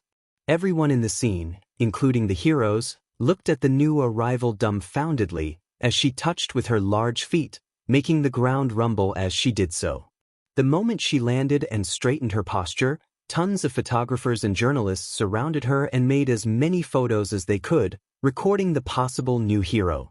"Today is the day of my debut," she declared in her normal tone as she inspected the villain if he was okay. "My name is MT Lady. A pleasure to make your butt-acquaintance," she joked as she introduced herself as M Lady, winked with his left eye, and showed off his bouncy lower part to the crowd, making some of the men blush a little bit while our broccoli head got his backpack off of his back and began to search for his notebook in it. He had been searching for it for several minutes unavailingly, when, to help his master, Shadow put his pitch-black right hand into the bag and after a few seconds, he got the notebook out of the backpack and with his eyes forming a happy expression on his face, Shadow handed it over to Izuku, who scratched the back of his head sheepishly with his left hand and accepted the notebook from his shadowy friend. After he obtained the notebook, he took a pen into his left hand, zipped his yellow backpack, put it back on his back, and began to write his notes about the new hero he just saw while Shadow observed him as he wrote MP Lady's description. Speaking of which, as our dear half-demon half-human protagonist listed and wrote his notes, the now shrunken MP Lady handed the villain over to the authorities and answered the several questions of the reporters, shamelessly taking the credit away from Kamui Woods in the process. After this was done, the crowd slowly started to scatter, leaving just a few people there, including Izuku and Shadow, with the former still writing his notes. Gigantification, huh? He wondered as he continued to record his notes. She looks like she'll be popular, and it's an amazing quirk, but thinking about the damage to the city that'll go hand in hand with that, its use might be limited? No, but whether or not she can control the size. Izuku muttered as he analyzed MT Lady's future career, while Shadow watched him write all of this down. "Hey wait, you're taking notes? You want to be a hero?" the same man from before queried, placing his right thumb and his right index finger under his chin. "That's great. You can do it," he stated, making a thumbs up with his right hand and causing Izuku and Shadow to look at him, with the former morphing a large smile as he heard this. "Yes, I'll do my best." Izuku beamed, keeping his large smile from before and showing off his mouth full of white, pointy, sharp teeth while Shadow witnessed this with a soft and happy expression on his face. He felt glad for his master never giving up his dreams. Not to mention that he was nice to everyone, both human and demon. It was truly an honor for him to serve Izuku. As he thought of this, he looked at the street clock nearby in order to check the current time. When he observed it, he widened his jungle green eyes in shock and rapidly tapped his master's right shoulder to gain his attention, which was fortunately successful. Izuku turned his head in the direction of his shadowy companion and looked at him confusedly. "What is it, Shadow?" Izuku asked with confusion in his voice. In response, Shadow lifted his pitch-black right hand and pointed at the street clock, making it Izuku to witness the clock as well. When he looked at it, he lowered his ears a little bit and realized something in shock. It was 10 minutes before the bell would ring in the school he learned in. He couldn't be late on the first day of school. And the school was still far away. But if he ran, he could get there just in time. So, with this, he decided to put his notebook and pen back into his backpack and zipped it, which stopped midway due to the zipper getting stuck. "Tire, I'm going to get late," he noted as he nervously tried to zip his backpack fully. Seeing his master struggle, Shadow levitated to the backpack, and with a swift and precise move, he zipped the backpack, closing it completely. "Merci, Shadow." Izuku thanked Shadow, who nodded in understanding. Then, Izuku placed his backpack on his back and began to rush towards his school, not forgetting the man who praised him. "Have a nice day, sir," Izuku exclaimed as he got a larger and larger distance from the man and waved to the man, while Shadow flew after him. "You too, kid," the man shouted back as the young Overlord and his shadowy helper got more and more further away. And thus, after getting out of the sight of the man, Izuku continued to jolt towards the direction of the school as fast as he could, while Shadow attempted to keep up with him, just like he did when they went to the station. After a 7-minute-long journey and with tired huffing, Izuku finally reached his school, Aldra Junior High. With Shadow by his right side, he ran straight through the open gates of the school and entered the building, switched his red shoes to white ones, and rushed to his classroom, stopping in front of its door. When he arrived, he grabbed the door and slid it to the side, opening it in the process. As he unlocked it, Shadow vanished from sight, turning himself back to his shadow form. Although he always favored being presented next to his master, he only came out of his hideout when he and Izuku were alone, or when he needed to protect or help his master, or when Izuku asked him to show himself. Aside from those 3 exceptions, Shadow usually stayed hidden due to one reason. He was really shy, especially around new people, just like his master. Izuku looked inside and saw that most of his classmates were already inside, chatting with each other. He sighed and quietly walked to his desk, pulled the chair out, and sat on it, taking the backpack off of his back, unzipping it, pulling out his notebook, and going on with the continuation of his notes in it. At last, after a few minutes, the bell finally rang, signaling the students to sit on their chairs and become quiet. Shortly after, their homeroom teacher stepped inside the classroom, obtaining a bunch of papers in his hands. He closed the door and walked to his desk, while the students observed him, with the exceptions of our green Cambion and another teenager, who had spiky sandy blonde hair, red eyes, and rested his legs on his desk, sporting white shoes and the same black uniform Izuku had. After he got to his desk, the teacher placed the papers on the desk and looked at his class in a serious manner. "Since you're all 3rd years, it's time for you to think seriously about your future," the teacher started, witnessing his class's attention on him. "I'll pass out handouts for your future plans now, but," continued as Izuku looked up from his note a little bit and took a quick glance at his homeroom teacher, who went on with his speech. "You're all," he continued, grabbing the pile of papers with his left hand while most of the students began to activate their quirks.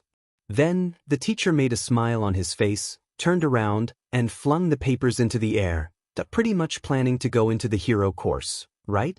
He questioned as the papers he threw into the air scattered everywhere. "Yes." The class cheered, showing off their quirks. "Yes, you all have wonderful quirks," the teacher remarked, "but using your powers at school is against the rules," he pointed out, while Izuku flattened his ears a little bit and raised his right hand a tiny bit, joining into the celebration on his way. However, this lightened atmosphere in the classroom fastly changed by a certain individual. "Kid, teach," he started, "don't lump us all in the same group. I'm not going to be stuck at the bottom with the rest of these rejects," he commented arrogantly, looking at his teacher and earning some frustrated looks from his classmates. "That was rude, Bakugo." The class shouted angrily at their classmate who they referred to as Bakugo, who simply didn't care about their angry remarks. "You all should shut up like the extras you are," Bakugo said rudely, not even affected by his classmates. "Oh, if I remember correctly, you want to go to UA High, right, Bakugo?" The teacher wondered as he checked this information on his black tablet, while Bakugo formed a cocky smile on his face. All of the students in the room were absolutely shocked by hearing this statement, knowing well how hard it was to get into you, while Izuku lowered his ears even more and rested his head on the surface of his desk, covering it with his hands in worriness and nervosity. UA? That national school? A student quizzed in shock.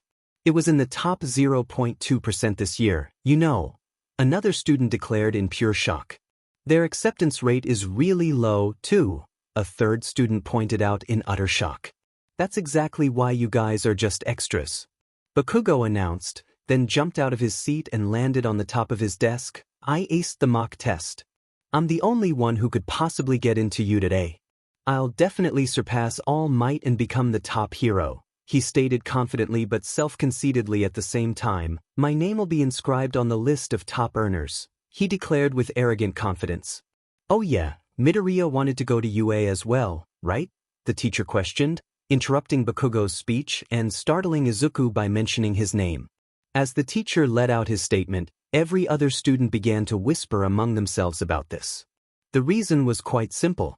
In their class, Izuku and Bakugo were the most well-known due to their quirks. Of course, Bakugo was really famous in the class thanks to his amazing explosion quirk. But for Izuku, the situation was totally different. He was well known for how strange his quirk was. He had the ability to summon tentacles and had a shadow bodyguard. Two completely distinct abilities, but somehow, they were connected. Not to mention that, according to the rumors in the class, his quirk didn't even match his mother's quirk and he never knew who his father was, which, in secret that no one knew, was not true. And due to this, they thought that maybe Izuku's dad was maybe a villain, which, truth be told, was true in a way. If only they knew the truth. So, with this information, they tried to avoid him as much as they could. By the annoying whispers of his classmates and by getting knowledge of that shitty Deku's future plan, Bakugo became more and more agitated, until he didn't take it anymore. He had to let off some soon. And what better way to do it than by releasing it on the shitty brat he always hated.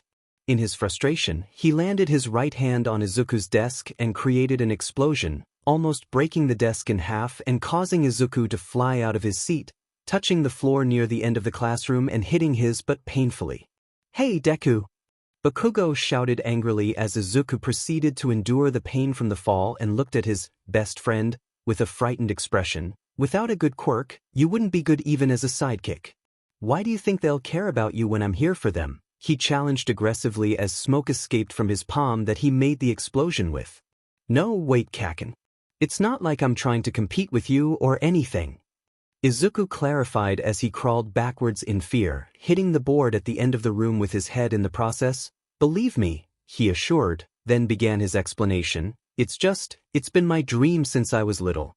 And well, our protagonist answered, looking around nervously for a little bit, focused his attention back to his former friend. I won't know unless I try. Izuku added, increasing Bakugo's anger even more. What do I mean unless you try? Bakugo questioned furiously as smoke erupted from both of his palms. Are you taking the test for fun? Bakugo quizzed, filled with anger as he loomed over Izuku, who looked at the floor with a defeated look. What the hell you can do? You have a shitty quirk, he remarked, hurting Izuku with his words even more. For Izuku, this was ordinary. It was usual for him to experience the bullying of Bakugo and his gang even after he had got his quirk. It was integrated into his everyday life. He couldn't escape it. It didn't matter he had a quirk, Bakugo still bullied him since he was 4 years old. Seeing Izuku doing this and not saying anything to him and ignoring him, Bakugo became more frustrated than ever and decided to continue to mock Izuku. Hey, you don't hear what I'm effing saying. Your ears are crappy too?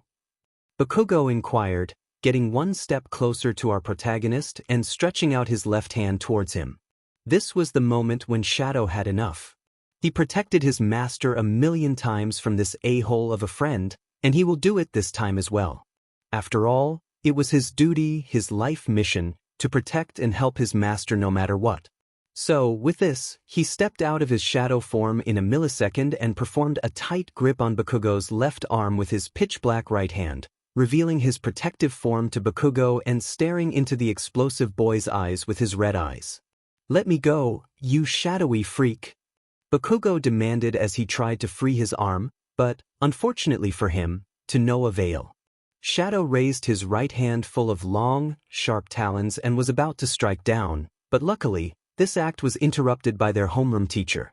"All right, that's enough, you two," the teacher said. Stopping Shadow with his words and making all three of them look at him. "Bakugo, Midoriya, go back to your seats," the teacher ordered, making Shadow release his grip from Bakugo's arm and turn back to his original form. After his arm was free, Bakugo observed Izuku and Shadow one last time, with the former looking at him with frightened eyes, fully lowered ears and tail, and the latter witnessing him with an angry expression on his face, judging by the shape of his jungle green eyes. With this observation done, Bakugo grumbled something under his nose that no one could understand, walked back to his desk, and sat down on his chair. After Bakugo sat down with a worried face, Shadow set his eyes upon his master and extended his left hand, offering him his help to stand up. Izuku accepted his help and grabbed his shadowy friend's hand with his right hand, stood up as Shadow pulled him up from the floor, and approached his desk quietly while Shadow set up his chair, allowing his master to sit down comfortably, which was exactly the thing Izuku did. Then, Izuku pulled himself and the chair closer to the desk and turned his attention to his teacher, while Shadow floated to him and observed his master the scene from behind the back of Izuku. "Good," the teacher noted. "Now, with that out of the way, let's start our first lesson, shall we?" he stated, then began to teach the class about something that most of the students didn't like at all. And thus, the rest of the day flew away in an instant, like a butterfly in the sky or a leaf scattered in the air. During most of the classes, Izuku tried to concentrate as much as he could, but he was so excited about the analysis of the latest action of the heroes that he almost couldn't focus his mind on the lessons. He just had to wait patiently. Meanwhile, on the other side of the city, a horrible event occurred.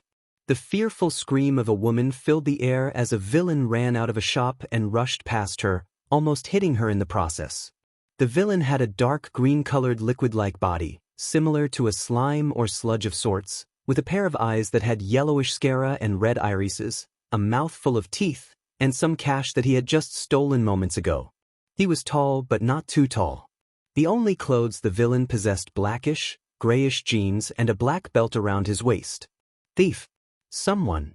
the shop owner exclaimed in the direction of the villain as the woman who screamed fell on his butt and activated his barrier-like quirk around her body in order to protect herself. "Catch me if you can," the villain stated as he ran across the street, earning a lot of attention from the citizens. "There's no hero around," a man said as he watched the sludge villain run away. "Normally someone would come right away," a second man remarked as a very skinny man with blonde hair, two distinct tufts hanging downwards from his hair, and blue eyes stepped out of a shop, holding a plastic bag in his left hand with two plastic bottles in it, filled with some kind of energy drink called Torrent. His clothing consisted of a white shirt, green jeans, a black belt with a symbol on it around his waist, and black shoes, with all of his clothes seeming to be 1 or 2 sizes bigger than the ones he should have worn. "This guy's taking advantage of the chaos from this morning," a third man noted as the skinny observed the fleeing villain. "There are tons of people who don't know what to do with their quirks. There's no end to them," he finished while the skinny man surprisingly grew in size and became very muscular, with his posture now matching the size of his attire. "There is an end," the man answered with a deep voice and his signature smile, getting the attention of the people in front of him, who immediately got excited by his presence. "Why?" the man questioned as the villain looked behind by hearing his voice and widened his eyes in shock and fear when he saw he was indeed the hero who all of the villains in Japan feared the most. "He was All Might, because I am here," All Might announced, then in a swift move, left the area and began to chase the sludge villain. As the day was getting into the afternoon and classes were ending for the day, all of the students began to leave one of the buildings of the education system, talking to each other and planning their after-school activities, just like normal junior high students would do. Our young Overlord was no exception, although what he planned as his free time activity was much less social. As his classmates started to leave, Izuku took his phone out of his right pocket and opened the news on it, while Shadow observed him closely from behind.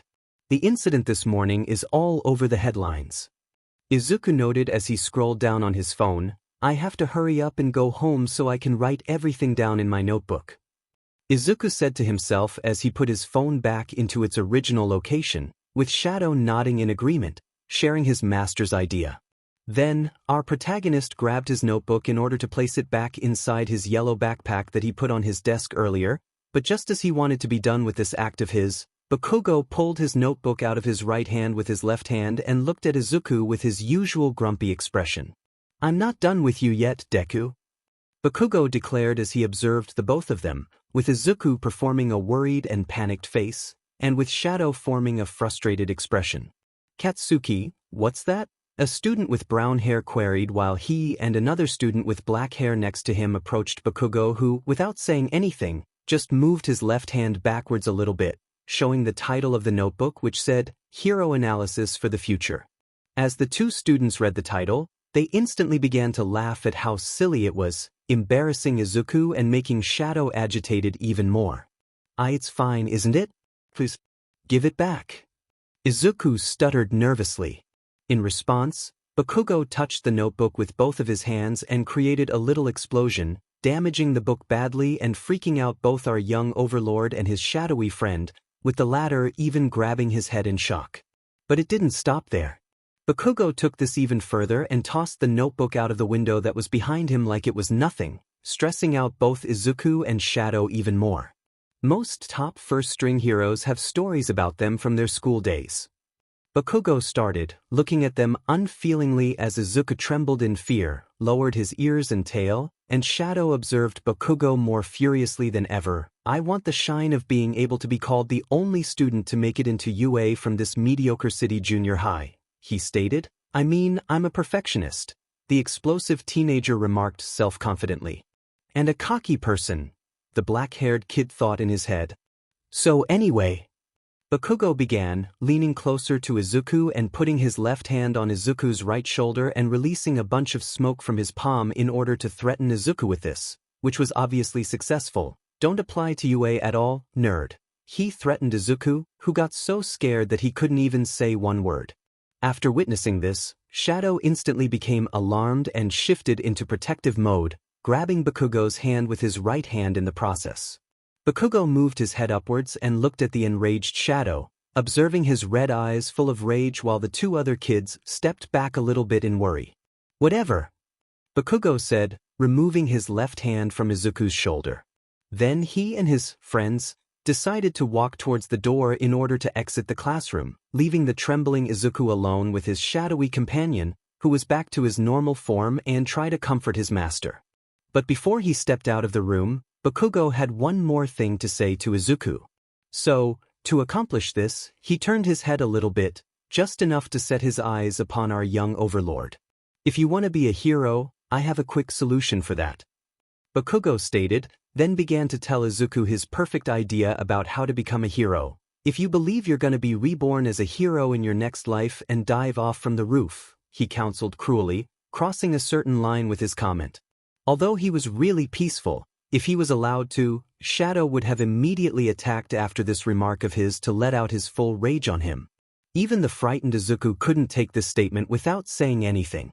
So, with an expression of fright and anger, he turned his head in the direction of his childhood friend and was about to say something back, but was instantly shut down by Bakugo's intimidating face. What? He questioned as a few tiny explosions popped from his right palm, making Izuku absolutely forget what he wanted to say. With this, Bakugo and his buddies finally left the classroom, leaving Izuku and Shadow alone at last. After they left, Izuku, while processing the bullying, shakily backed up everything, zipped his backpack, placed it on his back, and just like Bakugo, he too left the classroom, while Shadow followed him with a concerned look due to his worry for his master's emotional well-being. Not long after, they exited the building and began their journey towards the home of Izuku, while Izuku thought over what Bakugo said. How could he advise something like that? If Izuku did that, that would mean suicide instigated by Bakugo. Was he that dumb? Although the idea of suicide was ridiculous for him, if he did it, he would end up in hell forever with his father, aunt, uncle, Miss Rosie, Miss Mimsy, and Mello. But it would also shatter his mother's heart into a million pieces, and he never ever wanted that. As Izuku thought about this, Shadow continued to levitate next to him, keeping an eye on him, when suddenly he noticed something in the corner of his jungle green eyes. He looked at his right side and noticed something that was really important for his master. With his left hand, he tapped Izuku's right shoulder several times, getting his attention. Without saying anything, our green broccoli head looked at his shadowy friend, who, after he observed him, pointed at the small pool next to them with his left pitch-black hand. Izuku looked at the direction Shadow pointed at and widened his eyes when he saw what Shadow pointed at. Inside a small pool filled with water, his damaged notebook was floating at the surface of the water while 3 koi fish tried to consume it, thinking that it was food. "That's not fish food, stupid," Izuku stated in a low-spirited tone as he and Shadow got closer to the pool. "That's my notebook," he noted as reached out for his notebook and grabbed it with his left hand, scaring the fish away and observing his notebook. "Bet." Our young Cambion mumbled in frustration with his self-learned French, almost at the edge of crying as he looked at the notebook. Fortunately for him, this didn't go unnoticed by Shadow, who put his left hand on his master's right shoulder in a supporting and comforting manner. Feeling this sudden touch, Izuku turned his head to observe his shadowy friend with a smile on his face and felt a little bit eased by this, knowing that no matter what happened, Shadow always helped him and comforted him. After this, he simply kept the notebook in his right hand, and with Shadow by his side, Izuku continued his way in the direction of his living place. Their walk was as long, quiet, and boring as usual, until, at halfway, they reached a short tunnel that they went through every day. Both he and Shadow casually entered the tunnel, and with regular steps, our green beanie started to go through it while his shadowy friend flew next to him. They even reached the middle of the tunnel, going over a manhole cover as they headed towards the end of the tunnel. But just as they got a little bit of distance from the manhole cover, something unexpected happened. As they got farther from the manhole cover in silence, some kind of sludge-like substance began to ascend from its holes, accompanied by a strange flowing sound. Hearing this sound, both Izuku and Shadow turned around to see the cause of the sound and shot their eyes in shock and utter fear as the sludge grew larger and obtained 2 eyes and a large mouth, becoming the same sludge villain that robbed a shop not long ago. Izuku flattened his ears and tail in terror as he watched the villain loom over him and Shadow, who also lowered his pitch black. The adrenaline flowed through every vein inside Izuku's body, triggering one choosable reaction: fight or flight. Izuku chose the latter.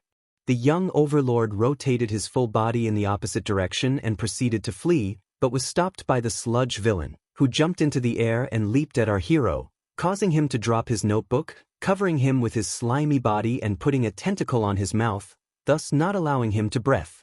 "Don't worry, I'm just going to take over your body. Calm down," the sludge villain stated as he held his tentacle on Izuku's nose and mouth in order to suffocate him. "It'll only hurt for about 45 seconds. You'll be better soon," he assured as he proceeded to literally kill a teenager. Izuku tried to grab the slimy tentacle with his short-clawed hand and pull it off of his face while Shadow, turning into his protective mode immediately, began to claw the sludge villain's body with his sharp talons in order to cause him pain and free his master, but to no avail. "Thanks for the help, kid. You're my hero," the villain noted, then continued, "I didn't think that had come to the city. I had to hide somewhere," he said, holding his grip on our young Cambion. Izuku could feel his strength leave his body, making Shadow dig his talons deeper into the liquid body of the sludge villain in a desperate attempt.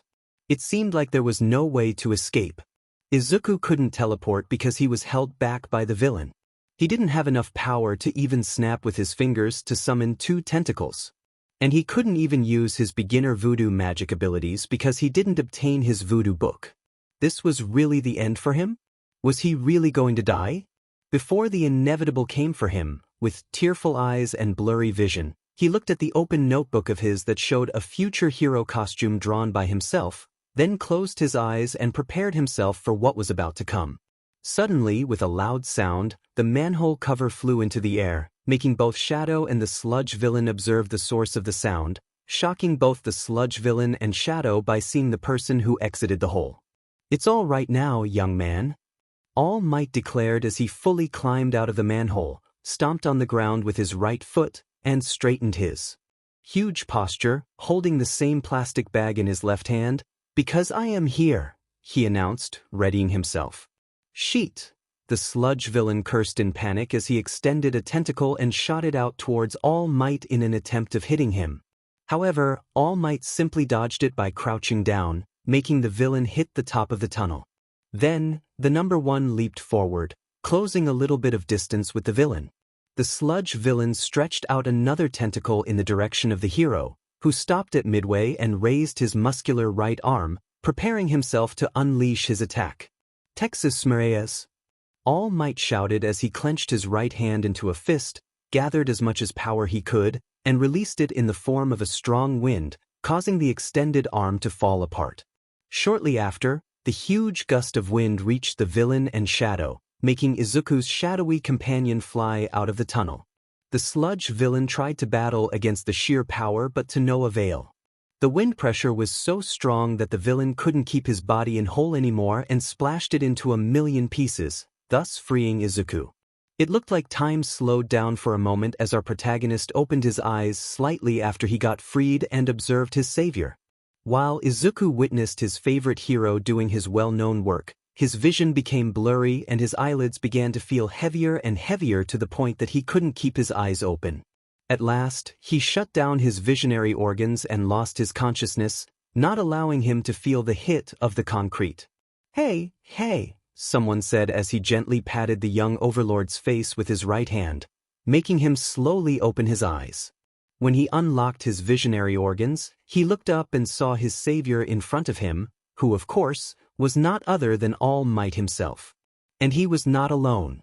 Behind his back, a worried Shadow was floating, observing his now conscious master with his jungle green eyes in his normal form. "Thank goodness," All Might remarked calmly, now being ensured that the kid didn't hurt himself. Our protagonist instantly straightened his ears and tail and shot his eyes wide in utter shock by witnessing his favorite hero in front of him and immediately crawled a few meters away from All Might, still completely shocked by his appearance and causing Shadow to fly to his master in order to check on him. Fortunately, this reaction didn't even surprise All Might, who just straightened his body and went on looking at our green broccoli head, continuing his monologue. "I'm glad you're okay. Your Shadow has been worried about you," All Might stated as Shadow, after checking his masters, wrapped his body around the still shocked Izuku in gladness, now calmed down due to knowing that his master was all right. "Sorry about getting you into caught up in my villain fighting. I usually don't make mistakes like this, but I was in high spirits on my day off in a new place." He apologized, then laughed gleefully as he placed his right hand on his forehead and our protagonist witnessed him. "But thanks to you, I was able to catch him safely," the number one hero announced, showing off the 2 torrent bottles in his hands, filled with the collected parts of the sludge villain. Izuku was still in disbelief. He couldn't believe what he saw. His favorite heroine of all time, All Might, was standing in front of him in the flesh. It was like a dream come true. As he observed his role model show him the now knocked-out villain, a thought appeared in his mind which usually led to an act that most of the hero fans did when they met their favorite heroes, making him break out of his confusion. He had to ask for an autograph from him. "Oh right, an autograph. Where should I dash?" he inquired as he searched for a book in panic after he got out of Shadow's light grip. After a little bit of looking around, he noticed his notebook laying on the ground. "In that notebook dash," he noted, grabbing his notebook and opening it at a random page. To his utter surprise, there was already an autograph on the page, written by All Might himself. He already did. Izuku declared in shock as he observed the autograph. Izuku jumped to his feet in a flash and performed 90-degree bows several times. "Thank you very much. It'll be an heirloom. A family treasure." Izuku remercied, repeating his bows while All Might put the bottles into the pockets of his jeans and made a thumbs up to our hero's statement. "Well, I need to take this guy to the police," All Might remarked as he turned around and patted the bottle in his left pocket with his left hand. "See you again on the other side of the screen," he stated as he lifted up his right hand as a form of saying goodbye, then began to stretch his legs. "W8 already?" Izuku wondered worriedly. Pros are constantly fighting enemies and time. The symbol of peace noted, continuing the stretching of his legs. Izuku wanted to ask something crucial, but he stopped midway. Ever since he got his quirk and Bakugo's bullying began, he had always wondered about his capabilities for one single reason. Was he able to become a hero with a quirk like his? He needed an answer. And who wasn't better in answering his question than the symbol of peace himself? But should he ask All Might's opinion about his dream? Should he ask him the question that lingered in his mind for a long time? What if All Might didn't care about it? No, he wouldn't be like that. But what if he didn't have time for a Deku like him? Izuku just didn't know what to do and time was running out. Fortunately, somebody noticed his uncertainty. As our young Cambion's insecure thoughts ran through his head, Shadow started to levitate towards All Might, getting the attention of his master. "Shadow, what are you doing?" he quizzed nervously as his shadowy friend reached All Might. "Well then, I'm counting on you, All Might told as he was about to leap away, when he felt a tap on his right shoulder. Noticing this, he turned his head to the right in order to see the person who approached. It was the living of the kid he had just saved. With his well-known wide smile, he observed the shadow looking at him for a reason. "What can I help you, my friend?" All Might inquired from Shadow, who, in response, raised his left arm and pointed at his master, making All Might look at Izuku, realizing something as he witnessed our young overlord. "Oh, you wanted to ask something, young man?" he wondered as he stood up from his crouch. "What?" Izuku quizzed in confusion. "I'm sorry I didn't notice it. I was so caught up with handing this guy to the authorities that I almost forgot that a fan was behind me." All Might explained, laughing gleefully and turning his full attention to Izuku. "So, what do you have in mind?" he queried as Shadow flew back to Izuku. Izuku started unsurely, not knowing if he should tell All Might what he wanted to ask. But at the moment his face was covered with unsureness, Shadow came to help his master. He lifted his left hand and placed it on his master's right shoulder in a comforting manner, making him look at him and ensuring him with the fact that he should ask what he was curious about. As he observed his shadowy friend, our young Cambion morphed a small smile on his face, knowing that he had Shadow's support like always. Then, he gulped down a bit of saliva in his throat, prepared himself to ask his question, and opened his mouth to speak. "Even if I have a strange quirk, can I become a hero?" Izuku confessed as he felt like a large boulder fell off of his heart after he asked this. A strange quirk? All Might wondered, surprised by this question. "What do you mean by that?" I have a rather unusual quirk and I don't know if I would be fit as a hero." Izuku explained nervously, scratching the back of his head in nervousness. "May I take a look at it, young man?" All Might requested kindly. "Oh, of course." Izuku replied anxiously, then began the process of the activation of his quirk while Shadow observed him from his right side. Our hero raised his right hand and looked at it, touched his right and right middle finger together, and with a flick of his hand, he snapped with his fingers. At that moment, 2 fiery portals opened next to Izuku, one on each side. From the 2 portals, 2 black tentacles emerged, obtaining almost twice the size of Izuku, surprising All Might with their appearance. Then he turned his wrists in the direction of the tentacles and concentrated, getting his hands to glow in a green color, which was quickly shared by his tentacles.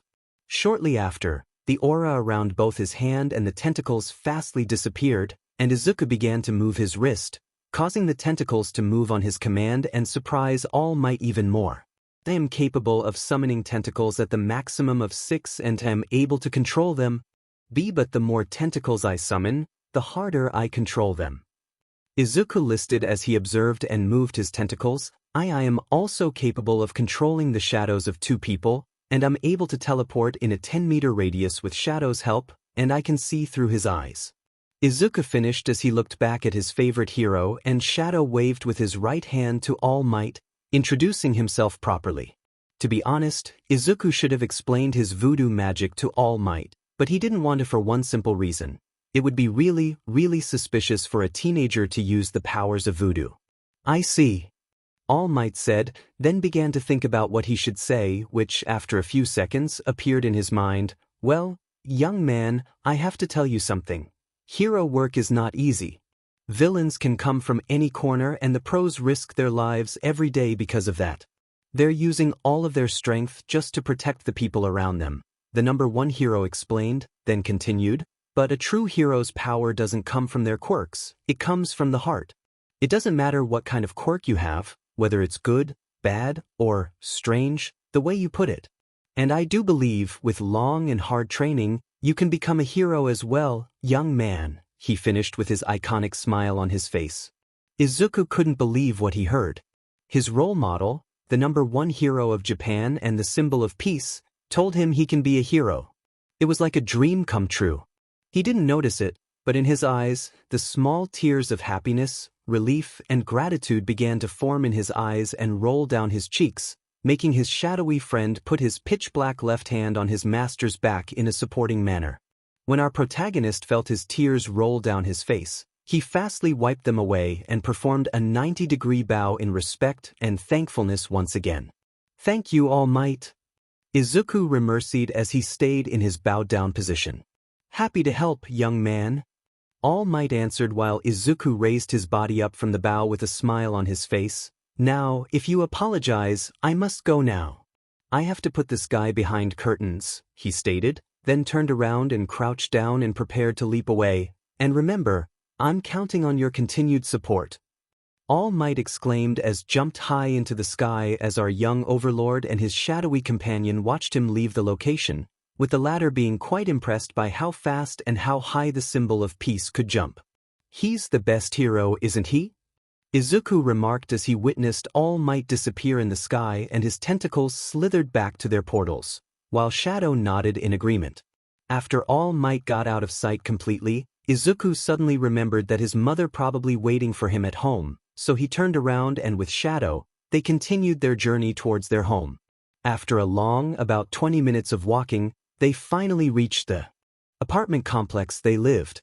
With causal steps, Izuku went up the stairs and once he reached the one floor of the apartment he, his mother, and his shadowy friend lived in, he approached the front door, grabbed its handle, and pushed it downwards, unlocking it in the process while Shadow just observed all of this occur.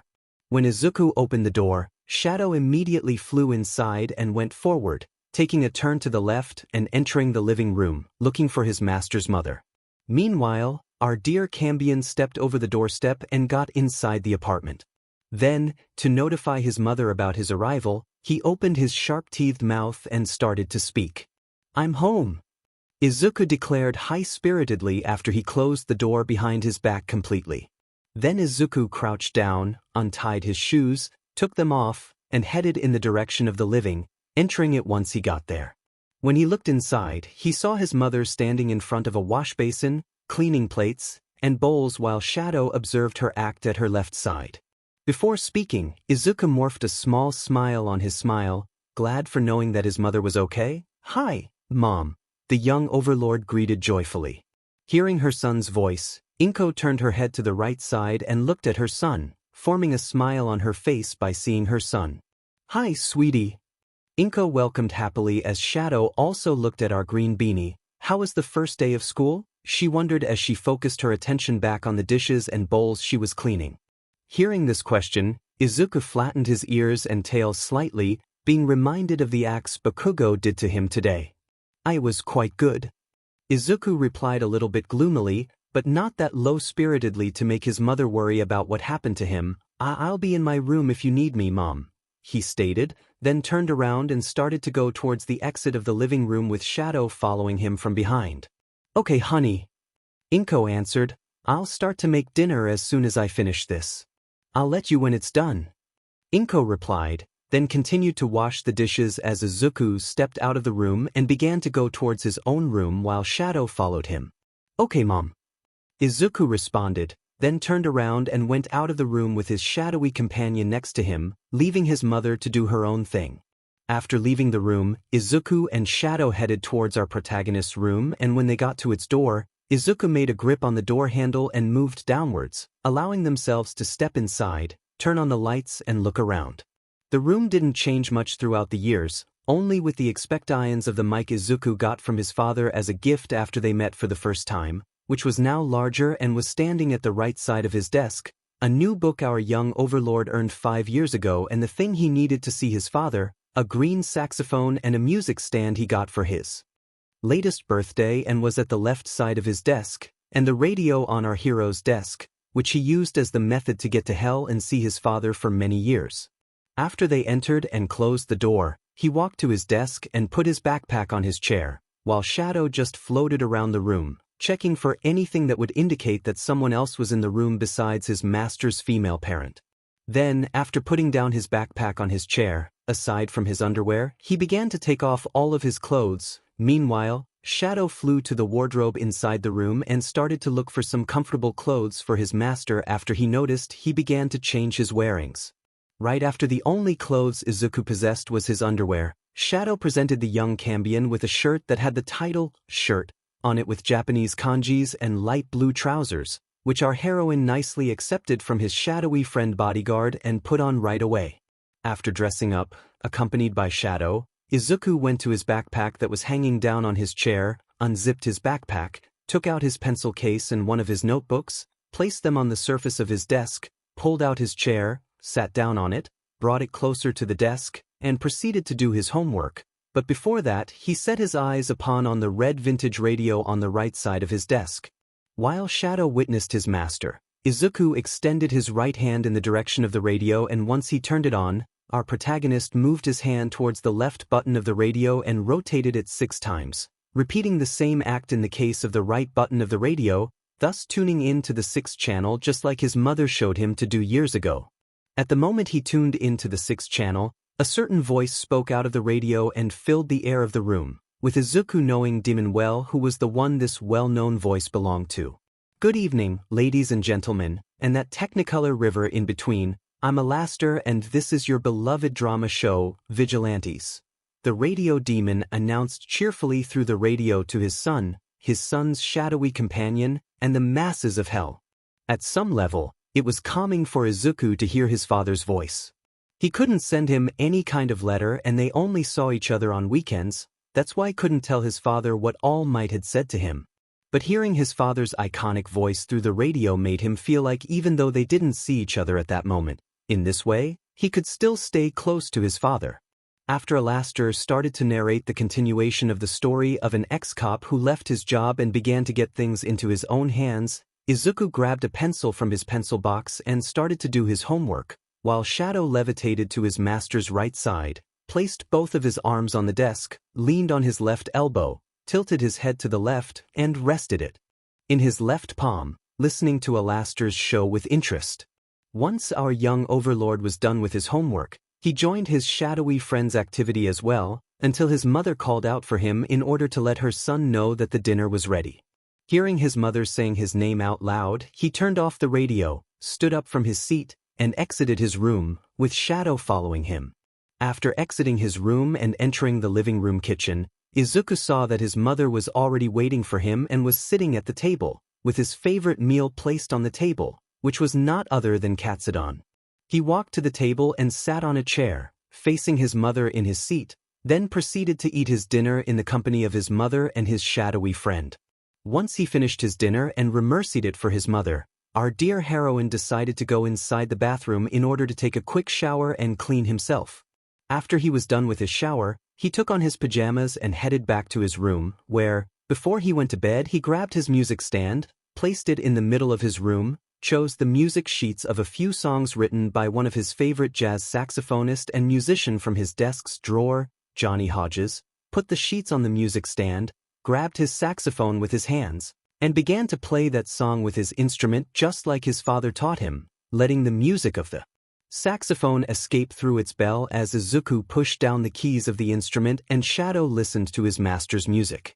After his practice, he put his saxophone, music sheets, and music stand back to their original places, turned the lights off, walked to his bed, and lay on it comfortably, covering himself with his all-might blanket and drifting into the realm of dreams while Shadow changed back into his shadow form and continued to guard his master this way for the rest of the night. And like that, the first day of school had officially ended for our protagonist, making the time of the meeting between him and his father approach closer. As usual, the rest of the weekdays had passed relatively quickly and it was now the end of the weekend, Saturday morning to be exact. the day when Izuku usually visits his father and stays with him until Sunday afternoon. Knowing this fact, Izuku excitedly jumped out of his bed around 8:30, stretched and with Shadow, who came out of his hideout right after his master got out of the bed, on his side and a bright smile on his face. He rushed out of his room, closed its door, and ran into the living room kitchen, where he saw his already awake mother, almost finished with the preparation of their breakfast. Our young Cambion fastly went to the dinner table, pulled out a chair, and sat down on it while he and Shadow observed his mother make the breakfast for herself and for her son, which was fully completed shortly after. With 2 bowls in her hands, Inko turned around, walked to the table, and placed them in front of Izuku, revealing what the bowls contained.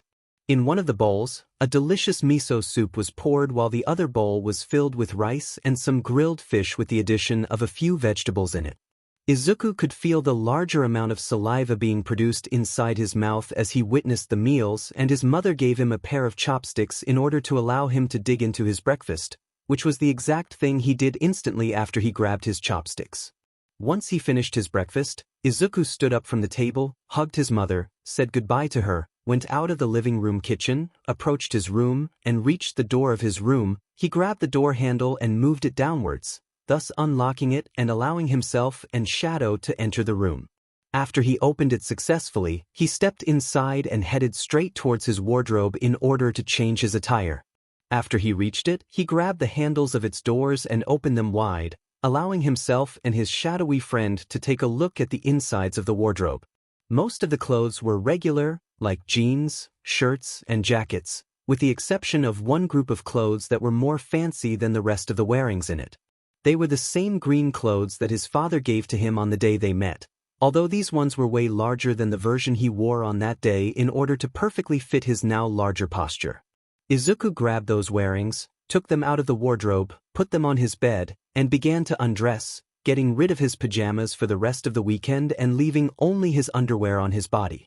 After that, for starters, our young Cambion put on the bright green dress shirt with a black cross on his chest. Then, he chose to get his long black dress pants with matching bright green cuffs on himself, which was followed by putting on his green pinstripe coat with dark green lapels piped with white that was ragged along the bottom hem.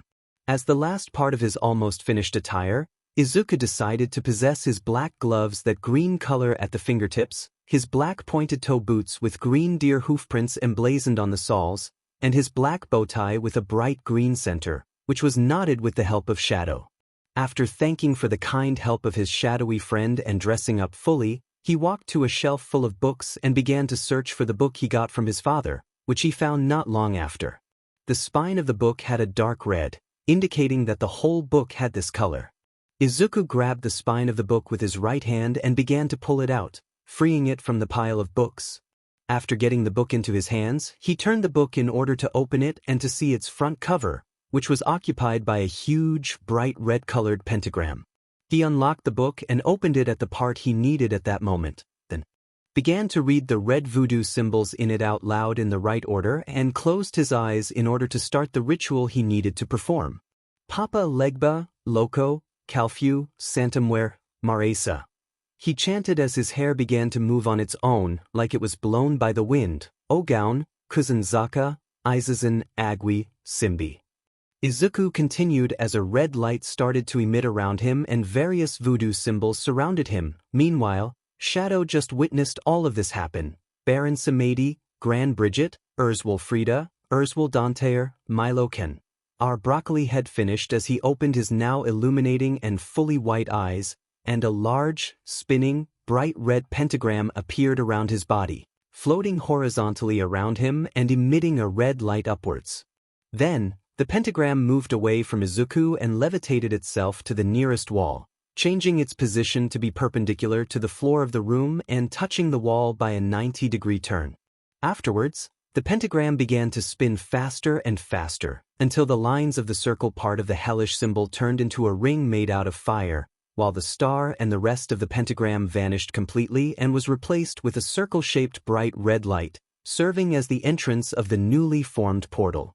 Once the creation of the portal was complete, the sudden wind and the green voodoo symbols disappeared and Izuku's eyes changed back to normal, losing their glowing white light and getting their white scara, green irises and black, circular pupils back.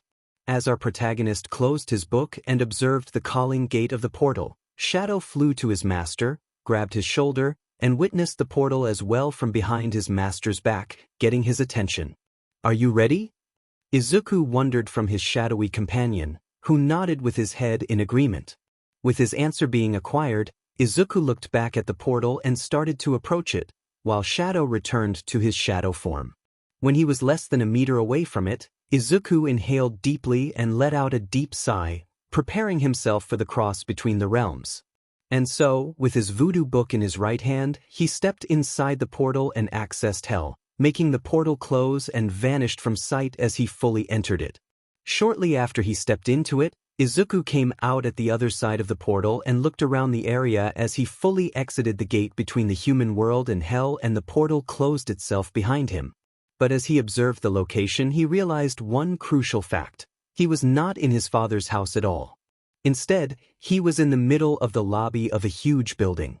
The inside of the building was rather luxurious, with the walls possessing a red color and a bunch of strange, black symbols that looked like family crests.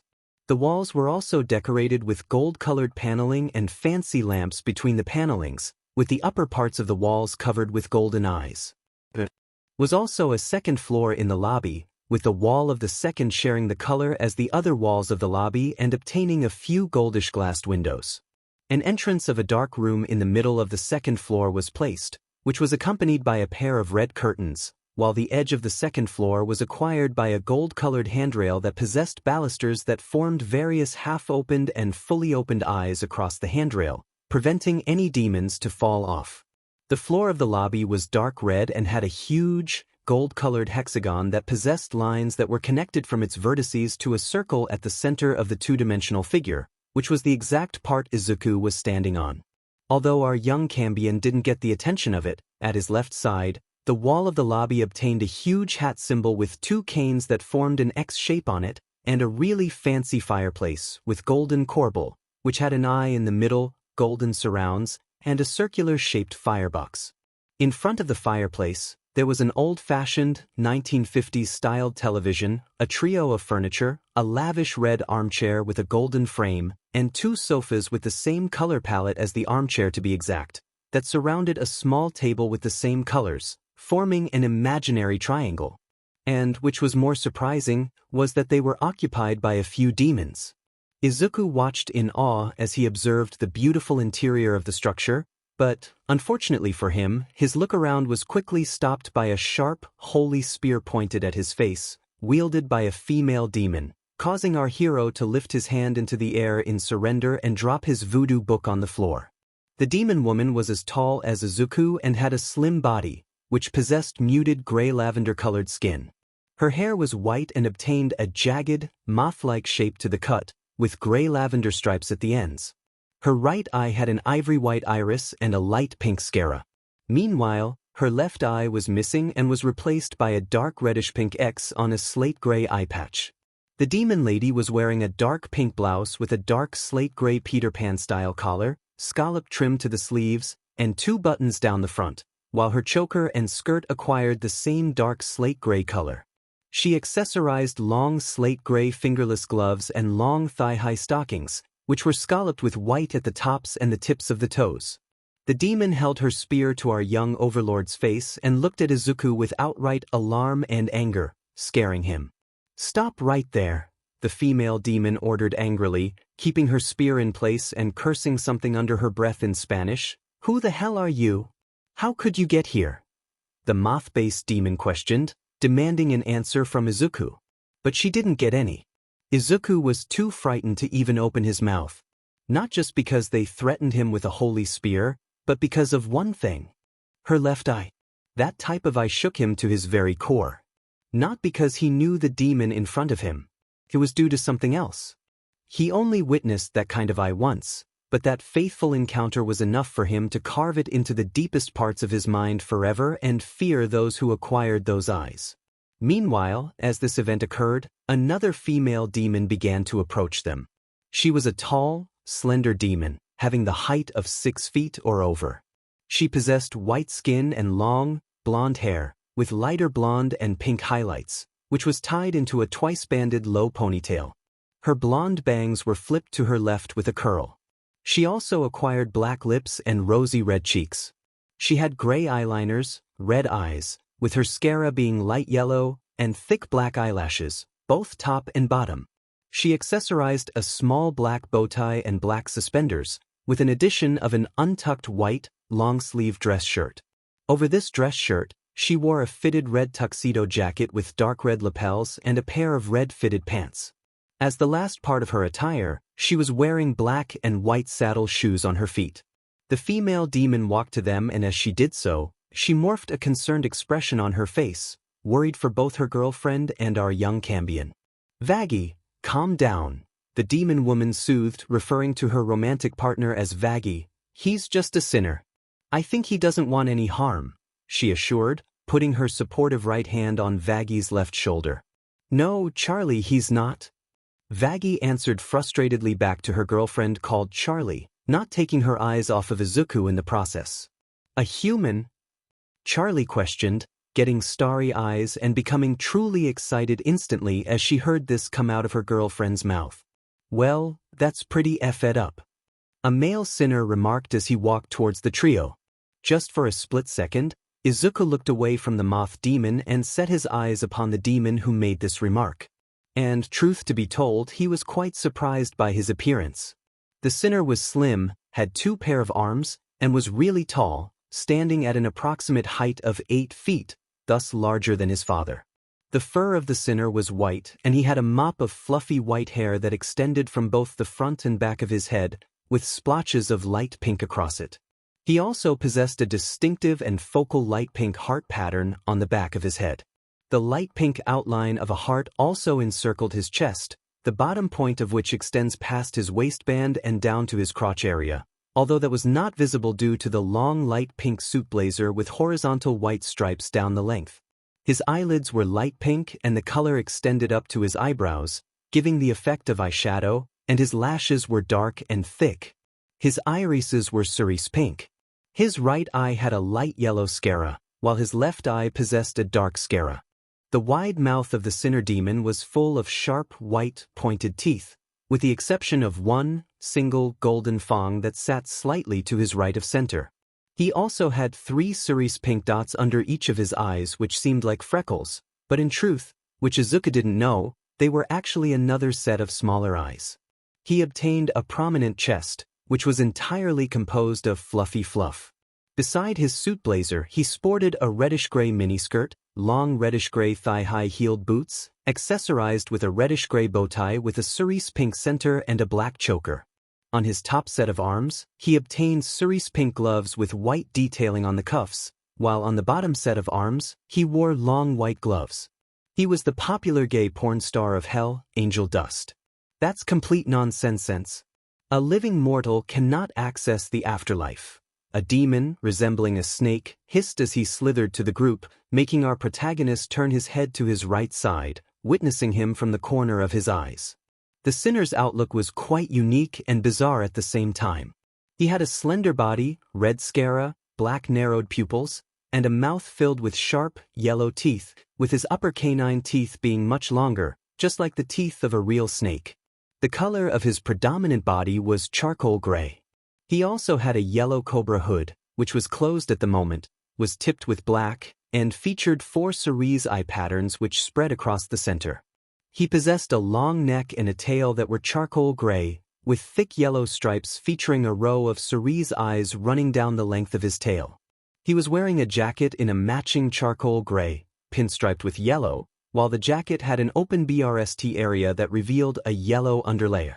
He also acquired a black bow tie on his neck with a cerise eye as its center.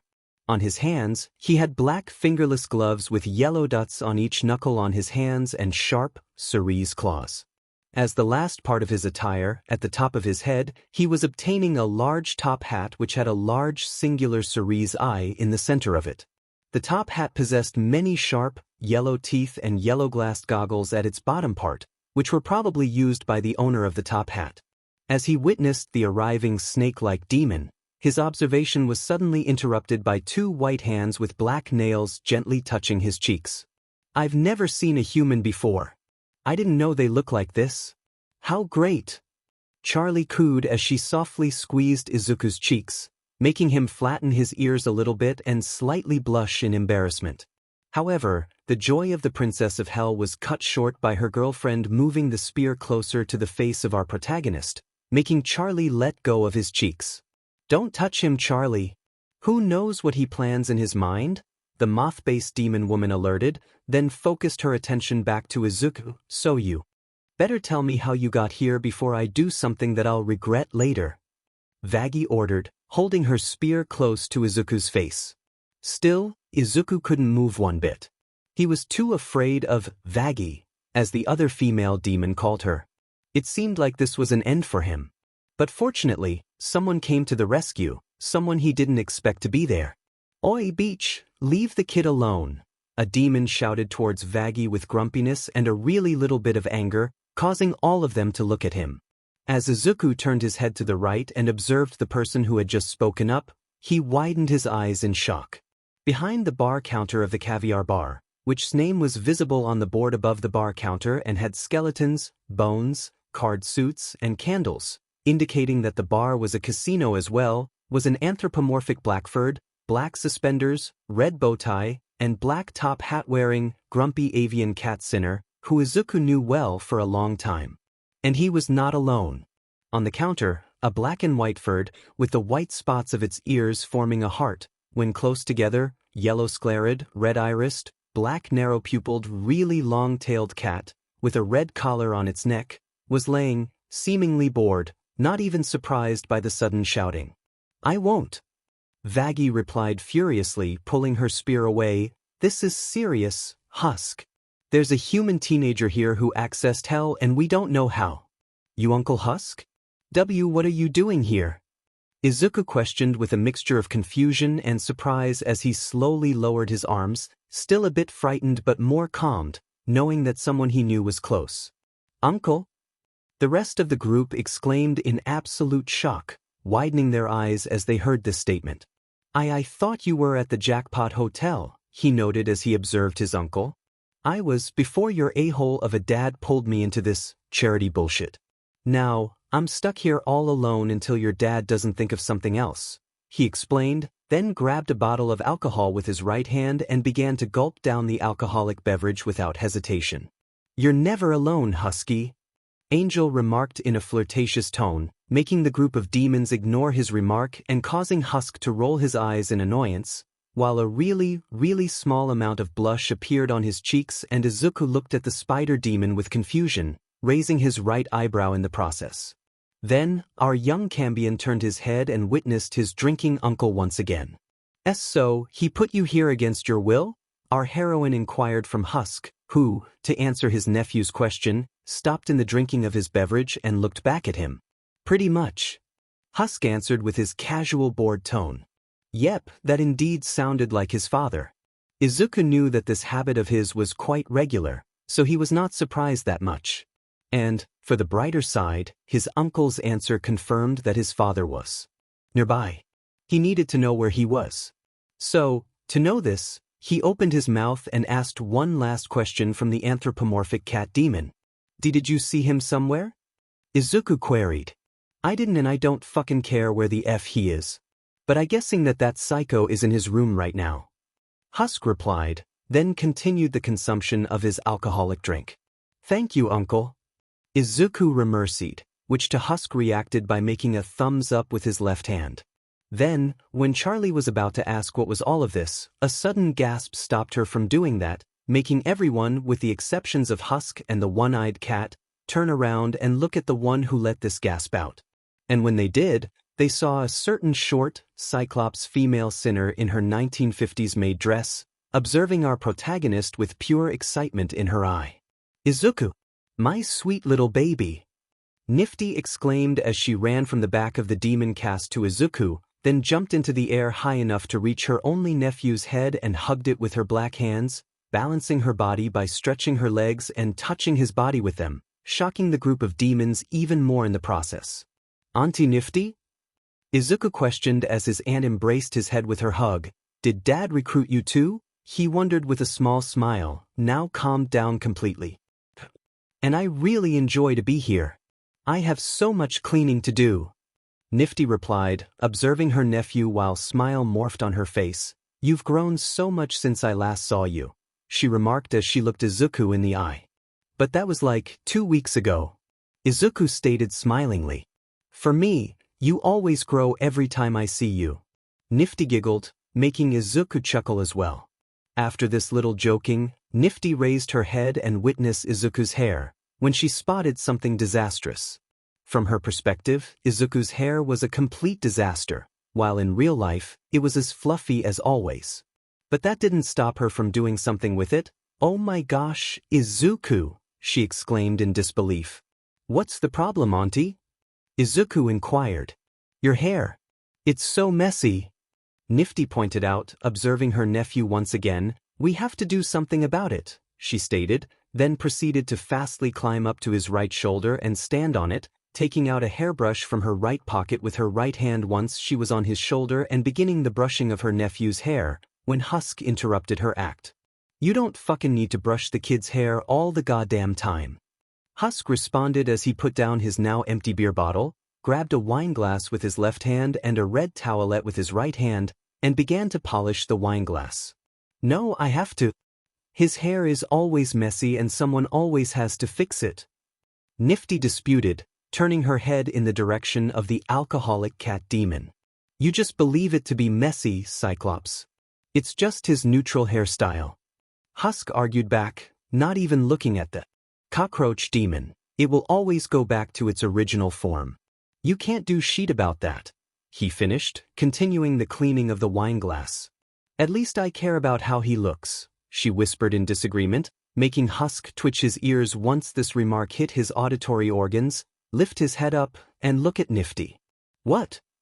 Husk questioned with a little bit of anger in his voice. Nothing. Nifty answered back innocently, making Husk observe her for a short amount of time and go back to his job. Then turned her head and focused her full attention on her nephew. Now, stay still, Izuku. Let your aunt do the job for you. Nifty said, starting to kindly brush Izuku's hair. To be honest, Izuku never cared about if Nifty brushed his hair. He kinda enjoyed it even. And in a way, this showed the affection of his aunt towards him. The rest of the group just stood there in utter shock after witnessing all of this. This human teenager, who by some mysterious method could come down to hell, knew Husk and Nifty, and, which was even stranger, he called them his uncle and aunt. They tried to find some in it, but it was completely pointless. It just didn't make any sense. The Princess of Hell, Charlie Morningstar, thought this as well, until she noticed something in Izuku's appearance. As she examined his body by observing it with her eyes, she noticed that this human kid had the same ears, antlers, and the type of clothes of a certain deal-making overlord who came to the hotel a couple of days. And this kid even knew the 2 sinners who were brought by that powerful demon. But no, it can't be. It makes even more sense. Sinners are known to be incapable of reproducing. It's impossible. But all of these things she got attention of led to that single answer. So, after gulping a small amount of saliva down on her throat, she opened her mouth and raised the question that which she would get the unthinkable answer. So, why you're here for your father? Charlie queried nervously, making her girlfriend, the famous Pawn Star, and the wannabe Overlord look at her in surprise by hearing her ask this. Why yes. Izuku answered anxiously and shyly after being reminded by her that he was not alone in the lobby with his aunt and uncle. And may I ask who is your father exactly? Charlie wondered with both curiosity and nervosity. It's me, of course, someone stated as he approached the group, making everyone look at the demon. Aside from Husk, Nifty, and Izuku, everyone widened their eyes in utter shock when they saw the demon who was approaching the group and said this statement. It was Alastor, the radio demon, with his well-known wide smile morphed on his face, showing off his mouth full of sharp yellow teeth and keeping his hand behind his back. No fucking way. Angel Dust remarked in shock. How? That's impossible. Vaggie stated in shock as well. It's impossible for sinners to have children, she pointed out in disbelief. Maybe improbable, but not impossible. Alastor remarked as he got to his son's location and stopped at his left side. "Hey, Dad." Izuku greeted his father smilingly, while Shadow finally came out of his hiding spot, being incapable of doing it due to the aura of Vaggi's holy spear, and Nifty finished the brushing of his hair, making it look like the hair of the radio demon, and climbed down off of the body of her nephew, positioning herself at his right side. "It is a pleasure to see you once again as well, my boy," Alastor noted, patting the head of his son, messing his newly brushed hair up a little. "Hey!" Nifty exclaimed frustratedly, "I've just finished brushing it." She pouted. "Oh, I'm truly sorry, my dear Nifty. I promise I'll be more careful next time." The radio demon apologized cheerfully, smiling at his cockroach sinner servant. Then, he turned his head and set his upon his only child. "I must apologize for my rudeness for not sending a letter and informing you about the new business I had joined, my dear boy, Izuku. I attempted to let you know about this investment, but I was so occupied with it that I didn't have the time for it," he explained, then continued, "Oh, well, none of that matters now. You're already here. And it appears to me that you have already met the Princess of Hell and the little friends of hers," Alastor stated, causing our young Cambion to shoot his visionary organs wide by this statement. "PP Princess?" Izuku stuttered in shock and anxiety, then proceeded to turn his head in the direction of Charlie and instantly began to perform several 90-degree bows fastly, surprising and confusing the rest of the main cast. It's an honor to meet your Highness. F. Midoriya," he introduced himself as he bowed to Charlie a lot of times. "Quit freaking out, kid. It's not that DMN important," Husk noted boredly and without feeling as he was about to polish another wine glass. It's important, Uncle. The P Princess of Hell is cheer," Izuku said back in total nervousness as he stopped his bows and looked at his uncle in panic. Just call me Charlie," the Princess of Hell clarified with a small, awkward smile on her face. "I'm deeply sorry. It's an honor to meet YUP Princess of Hell, see Charlie," Izuku corrected, proceeding another 90-degree bow as Charlie observed him with a confused look. Then, in his panic state, Izuku came to a serious realization that, in his mind, was unacceptable to be presented in front of a royal, causing him to stop in his bowing. I should have dressed more properly," he stated in a panicked state as he looked over his clothes. "Oh, do not say such nonsense like that, my boy. You're as elegant and well-suited as always," Alastor assured while Nifty nodded in agreement. "Now, with this introduction out of the way, may I ask how was the first week of your new education year? Was it delightful?" he wondered as joyfully as always, making. His son widened his eyes slightly, surprised by this question, and remember back to everything that happened on this week. It was good," Izuku answered as he reminded himself of the bullying Bakugo made him suffer, flattening his ears and tail and causing Shadow to witness his master with a concerned expression, which didn't go unnoticed by his father. "Are you certain about that, my boy? Because your ears say otherwise," Alastor pointed out with surprising concern, which he attempted to hide behind his broad smile. "Is it because of the nightmares or is it due to that Bakugo lad?" he queried as Nifty, Shadow, and even the grumpy Husk looked at our hero when the nightmares were mentioned. "Kaken," Izuku replied in a low tone as he looked away from his father and witnessed the dark red floor. "Oh, my dear boy, we've been over this. I've told you just ignore his uneducated remarks and wait until he gets bored of it," Alastor advised his son fatherly, then continued, "and when it happens, crush him into the ground so hard that he would fall into the pits of humiliation and failure." The radio demon finished evilly with pure excitement by imagining the fall of his son's bully, sharing the same feeling with his little Cyclops servant. Then maim and dismember him slowly and painfully," Nifty added as she obtained an insane smile on her face while she imagined herself tearing apart a literal teenager, which she didn't care about due to the fact that she knew Demonwell Bakugo caused her little nephew a lot of pain and misery. "No, I can't do that," our protagonist denied in worry and panic, which went completely ignored by the former duo. "Do not worry, my boy. We won't do that. Maybe," Alastor ensured, not calming down his son at all due to him knowing that his father found pleasure in these things. Now, it's time to cure that sadness of yours out of you. And I have the perfect antidote, he stated, then turned around in the direction of a hallway while he observed his son. Come, my boy.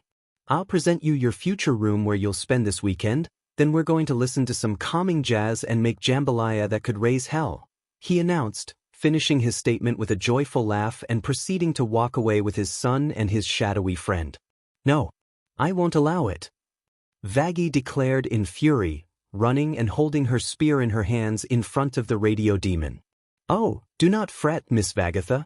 I'm sure we can accomplish an agreement on the serious topic of my son's staying place, Alastor said, not even flinched by the holy weapon near his face. No, I would never agree to that, the female moth demon denied with pure anger in her voice. Vaggie, Charlie started as she approached her girlfriend in a comforting manner. Do not Vaggie to me. Vaggie snapped back at her girlfriend. It's far enough that this Ferrolero came here. I won't let another radio freak stay here. Call my son like that again and suffer the consequences, Alastor warned, showing off his demonic form slightly by speaking without moving his mouth, extending his antlers and claws a little bit, and shifting his pupils into radio dials, neither surprising nor frightening Vaggie in the process. Guys, stop. That's enough, Charlie demanded as she ran between the radio demon and her girlfriend in order to separate them and stop this argument, not wanting anyone to get hurt. But unfortunately for her, this attempt was unsuccessful and the two former sinners continued their argument while Izuku, Shadow, and the rest of the demon observed them, with Izuku feeling a little bit ashamed of himself for causing this trouble for them. Meanwhile, as he witnessed the dark red floor, a certain spider-based male demon and snake-based sinner approached him, stopping in their tracks slithering when they reached our protagonist and his aunt, with the spider-based sinner reaching down for Izuku's book with his upper left arm. You dropped this, Angel said as he stopped behind Nifty, gaining the attention of our hero and offering him his dropped voodoo book. Thank you, Izuku stammered as he witnessed the demon and grabbed the book with his right hand, then put it into his left hand. You're welcome, Angel answered, then turned his head and began to observe the argument, just like Nifty. Y'all get used to it. What? Izuku queried as he and Shadow looked at the spider demon. To the shitless amounts of shitty arguments. You'll get used to it, the gay porn star repeated as he turned his head to the left and witnessed our young overlord. Oh, thanks, he stuttered as he tried to mercy the advice of the sinner, but he was stopped due to not knowing the name of the demon. Angel Dust Toots, the spider-based sinner replied, introducing himself, and I'm gonna say, I'm kinda jealous of ya, Angel Dust remarked, confusing both Izuku and Shadow while Nifty continued to watch the argument between Alastor and Vaggie. What do you mean by being jealous of me? Izuku quizzed in confusion, raising an eyebrow. You can call El Daddy all the goddamn time. He always trying to kill me when I call him Daddy while I only want him to F me. Heck, even given him a BLWJB would be enough, Angel Dust announced, catching both Izuku and his shadowy companion completely off guard. Dare to touch me even once, I'll rip your D off and shove it so far up in your butt you'll be coughing cum for a month, Alastor cautioned, stopping his argument with Vaggie for a short amount of time, turning his head towards Angel, looking at him, and presenting the bit of his demonic form once again. Like to play dirty? I like it, Angel cooed in a stuck tone, disgusting the radio demon even more. Do not talk to me ever again, Al demanded, then went back on continuing his argument with the girlfriend of the Princess of Hell.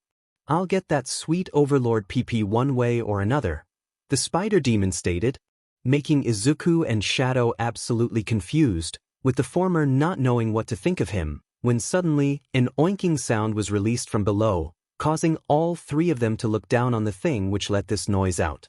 And when they did, Izuku's and Shadow's eyes widened in surprise while Angel Dust acquired an actual cheerful smile by seeing the creature next to him. The thing that let out that oink was a cute, small pink pig demon, observing our protagonist with its curious eyes.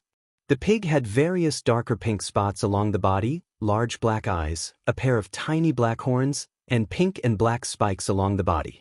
It obtained a curly tail with a quadrilateral barb at the end of it, and although they were not visible, the pig also boasted a mouthful of pointy sharp teeth.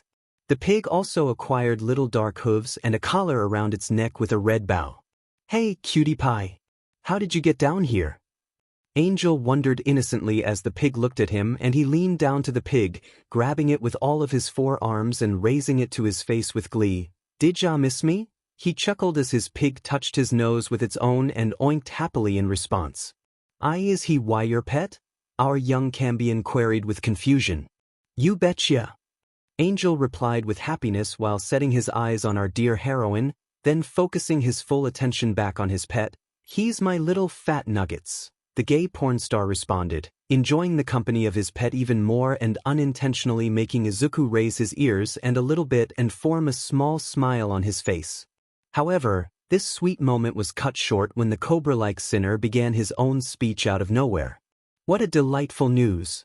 With the child of my greatest rival being real, I shall defeat his father in his presence and show him who's a true overlord," Sir Pentious announced dramatically, getting the attention of our protagonist, his shadowy friend, the spider-based demon, and his pig pet.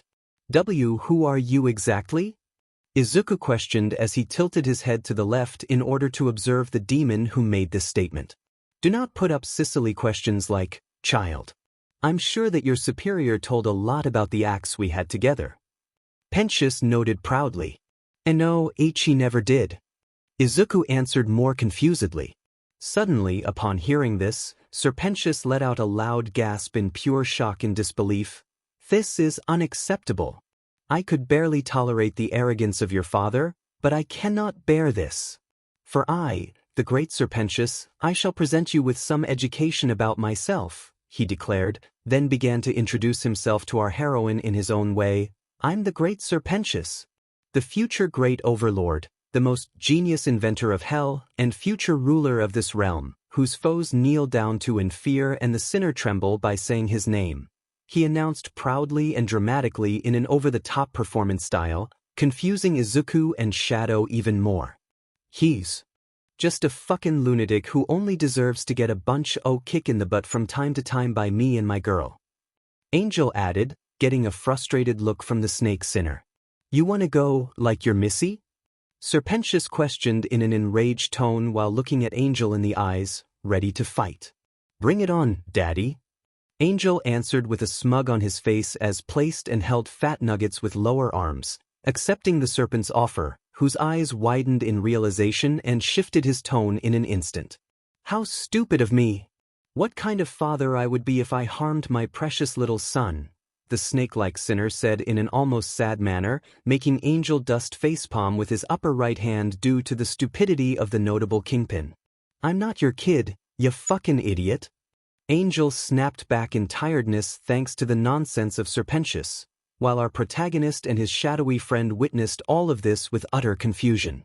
As they observed the conversation between the two, the argument between Alastor and Vaggie finally came to an end, with the radio demon smiling smugly as always and the moth demon storming off in anger while Charlie went after, obtaining a worried face in the process. Once they left the area, Alastor decided to turn around and approach his son with delight in the purpose of sharing his wonderful news with him. "I'm back, my boy," Alastor declared, getting next to his son and making him and his shadow observe him. "I apologize for keeping you up with my little conversation with Miss Vagatha, but I have delightful news, my boy," he announced. "You may stay here for the weekend. Are you ready for some quality father and son time, my boy?" "Yes, Dad," our young overlord answered with a smile on his face. "Excellent. Now, follow me, and after the presentation of your room, let us begin our great bonding experience," the radio demon declared as cheerfully as always, then proceeded to head off towards a hallway while Izuku and Shadow were about to begin to follow him just as he constructed. But as our dear heroine decided to move, he remembered back what the symbol of peace said to him. All the encouraging words he said to him that made him cry from happiness due to the number one hero believing in his dream. He couldn't let All Might's, his idols, encouragement go away for nothing. So, After a quick gulp of saliva, he prepared himself mentally to ask a single, yet really serious question. Dad? Izuku queried, gaining his father's attention. Yes, my boy? Alastor inquired, turning his head in the direction of his son. See, can I ask you something? Izuku asked anxiously. Of course, my boy. Whatever you desire, the radio demon replied gleefully. WLYC, our dear hero started, pushing his index fingers to each other.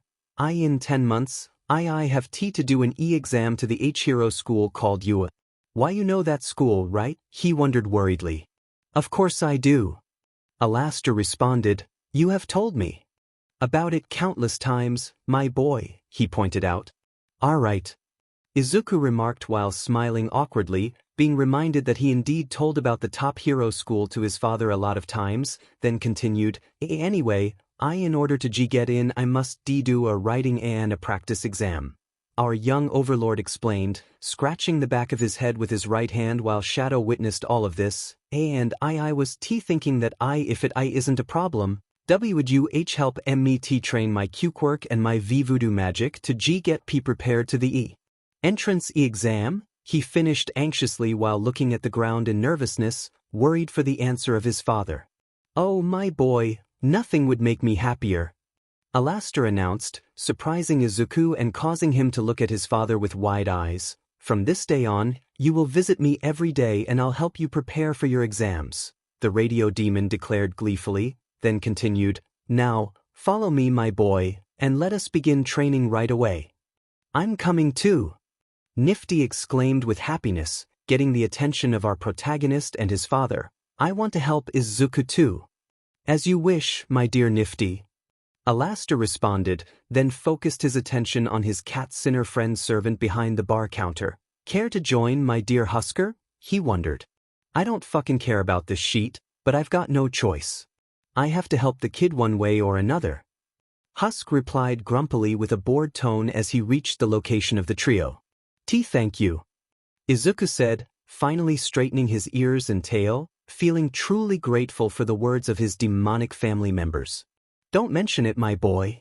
It is a duty of a family to help out each other, Alastor pointed out, getting an agreeing nod from the tiny female cockroach demon. Now, let's cut this conversation short and truly begin your training, my boy, he declared. Then, with his father, aunt, and uncle, Izuku and Shadow entered the hallway Alastor came out of and proceeded to follow the trio to his new room, then to the backyard of the hotel, where they settled down, and after Alastor told Izuku everything about the hotel and why he came here, which made Izuku look at his father a little bit angrily for doing this with the princess of hell of all demons, they started the training of our young Cambion.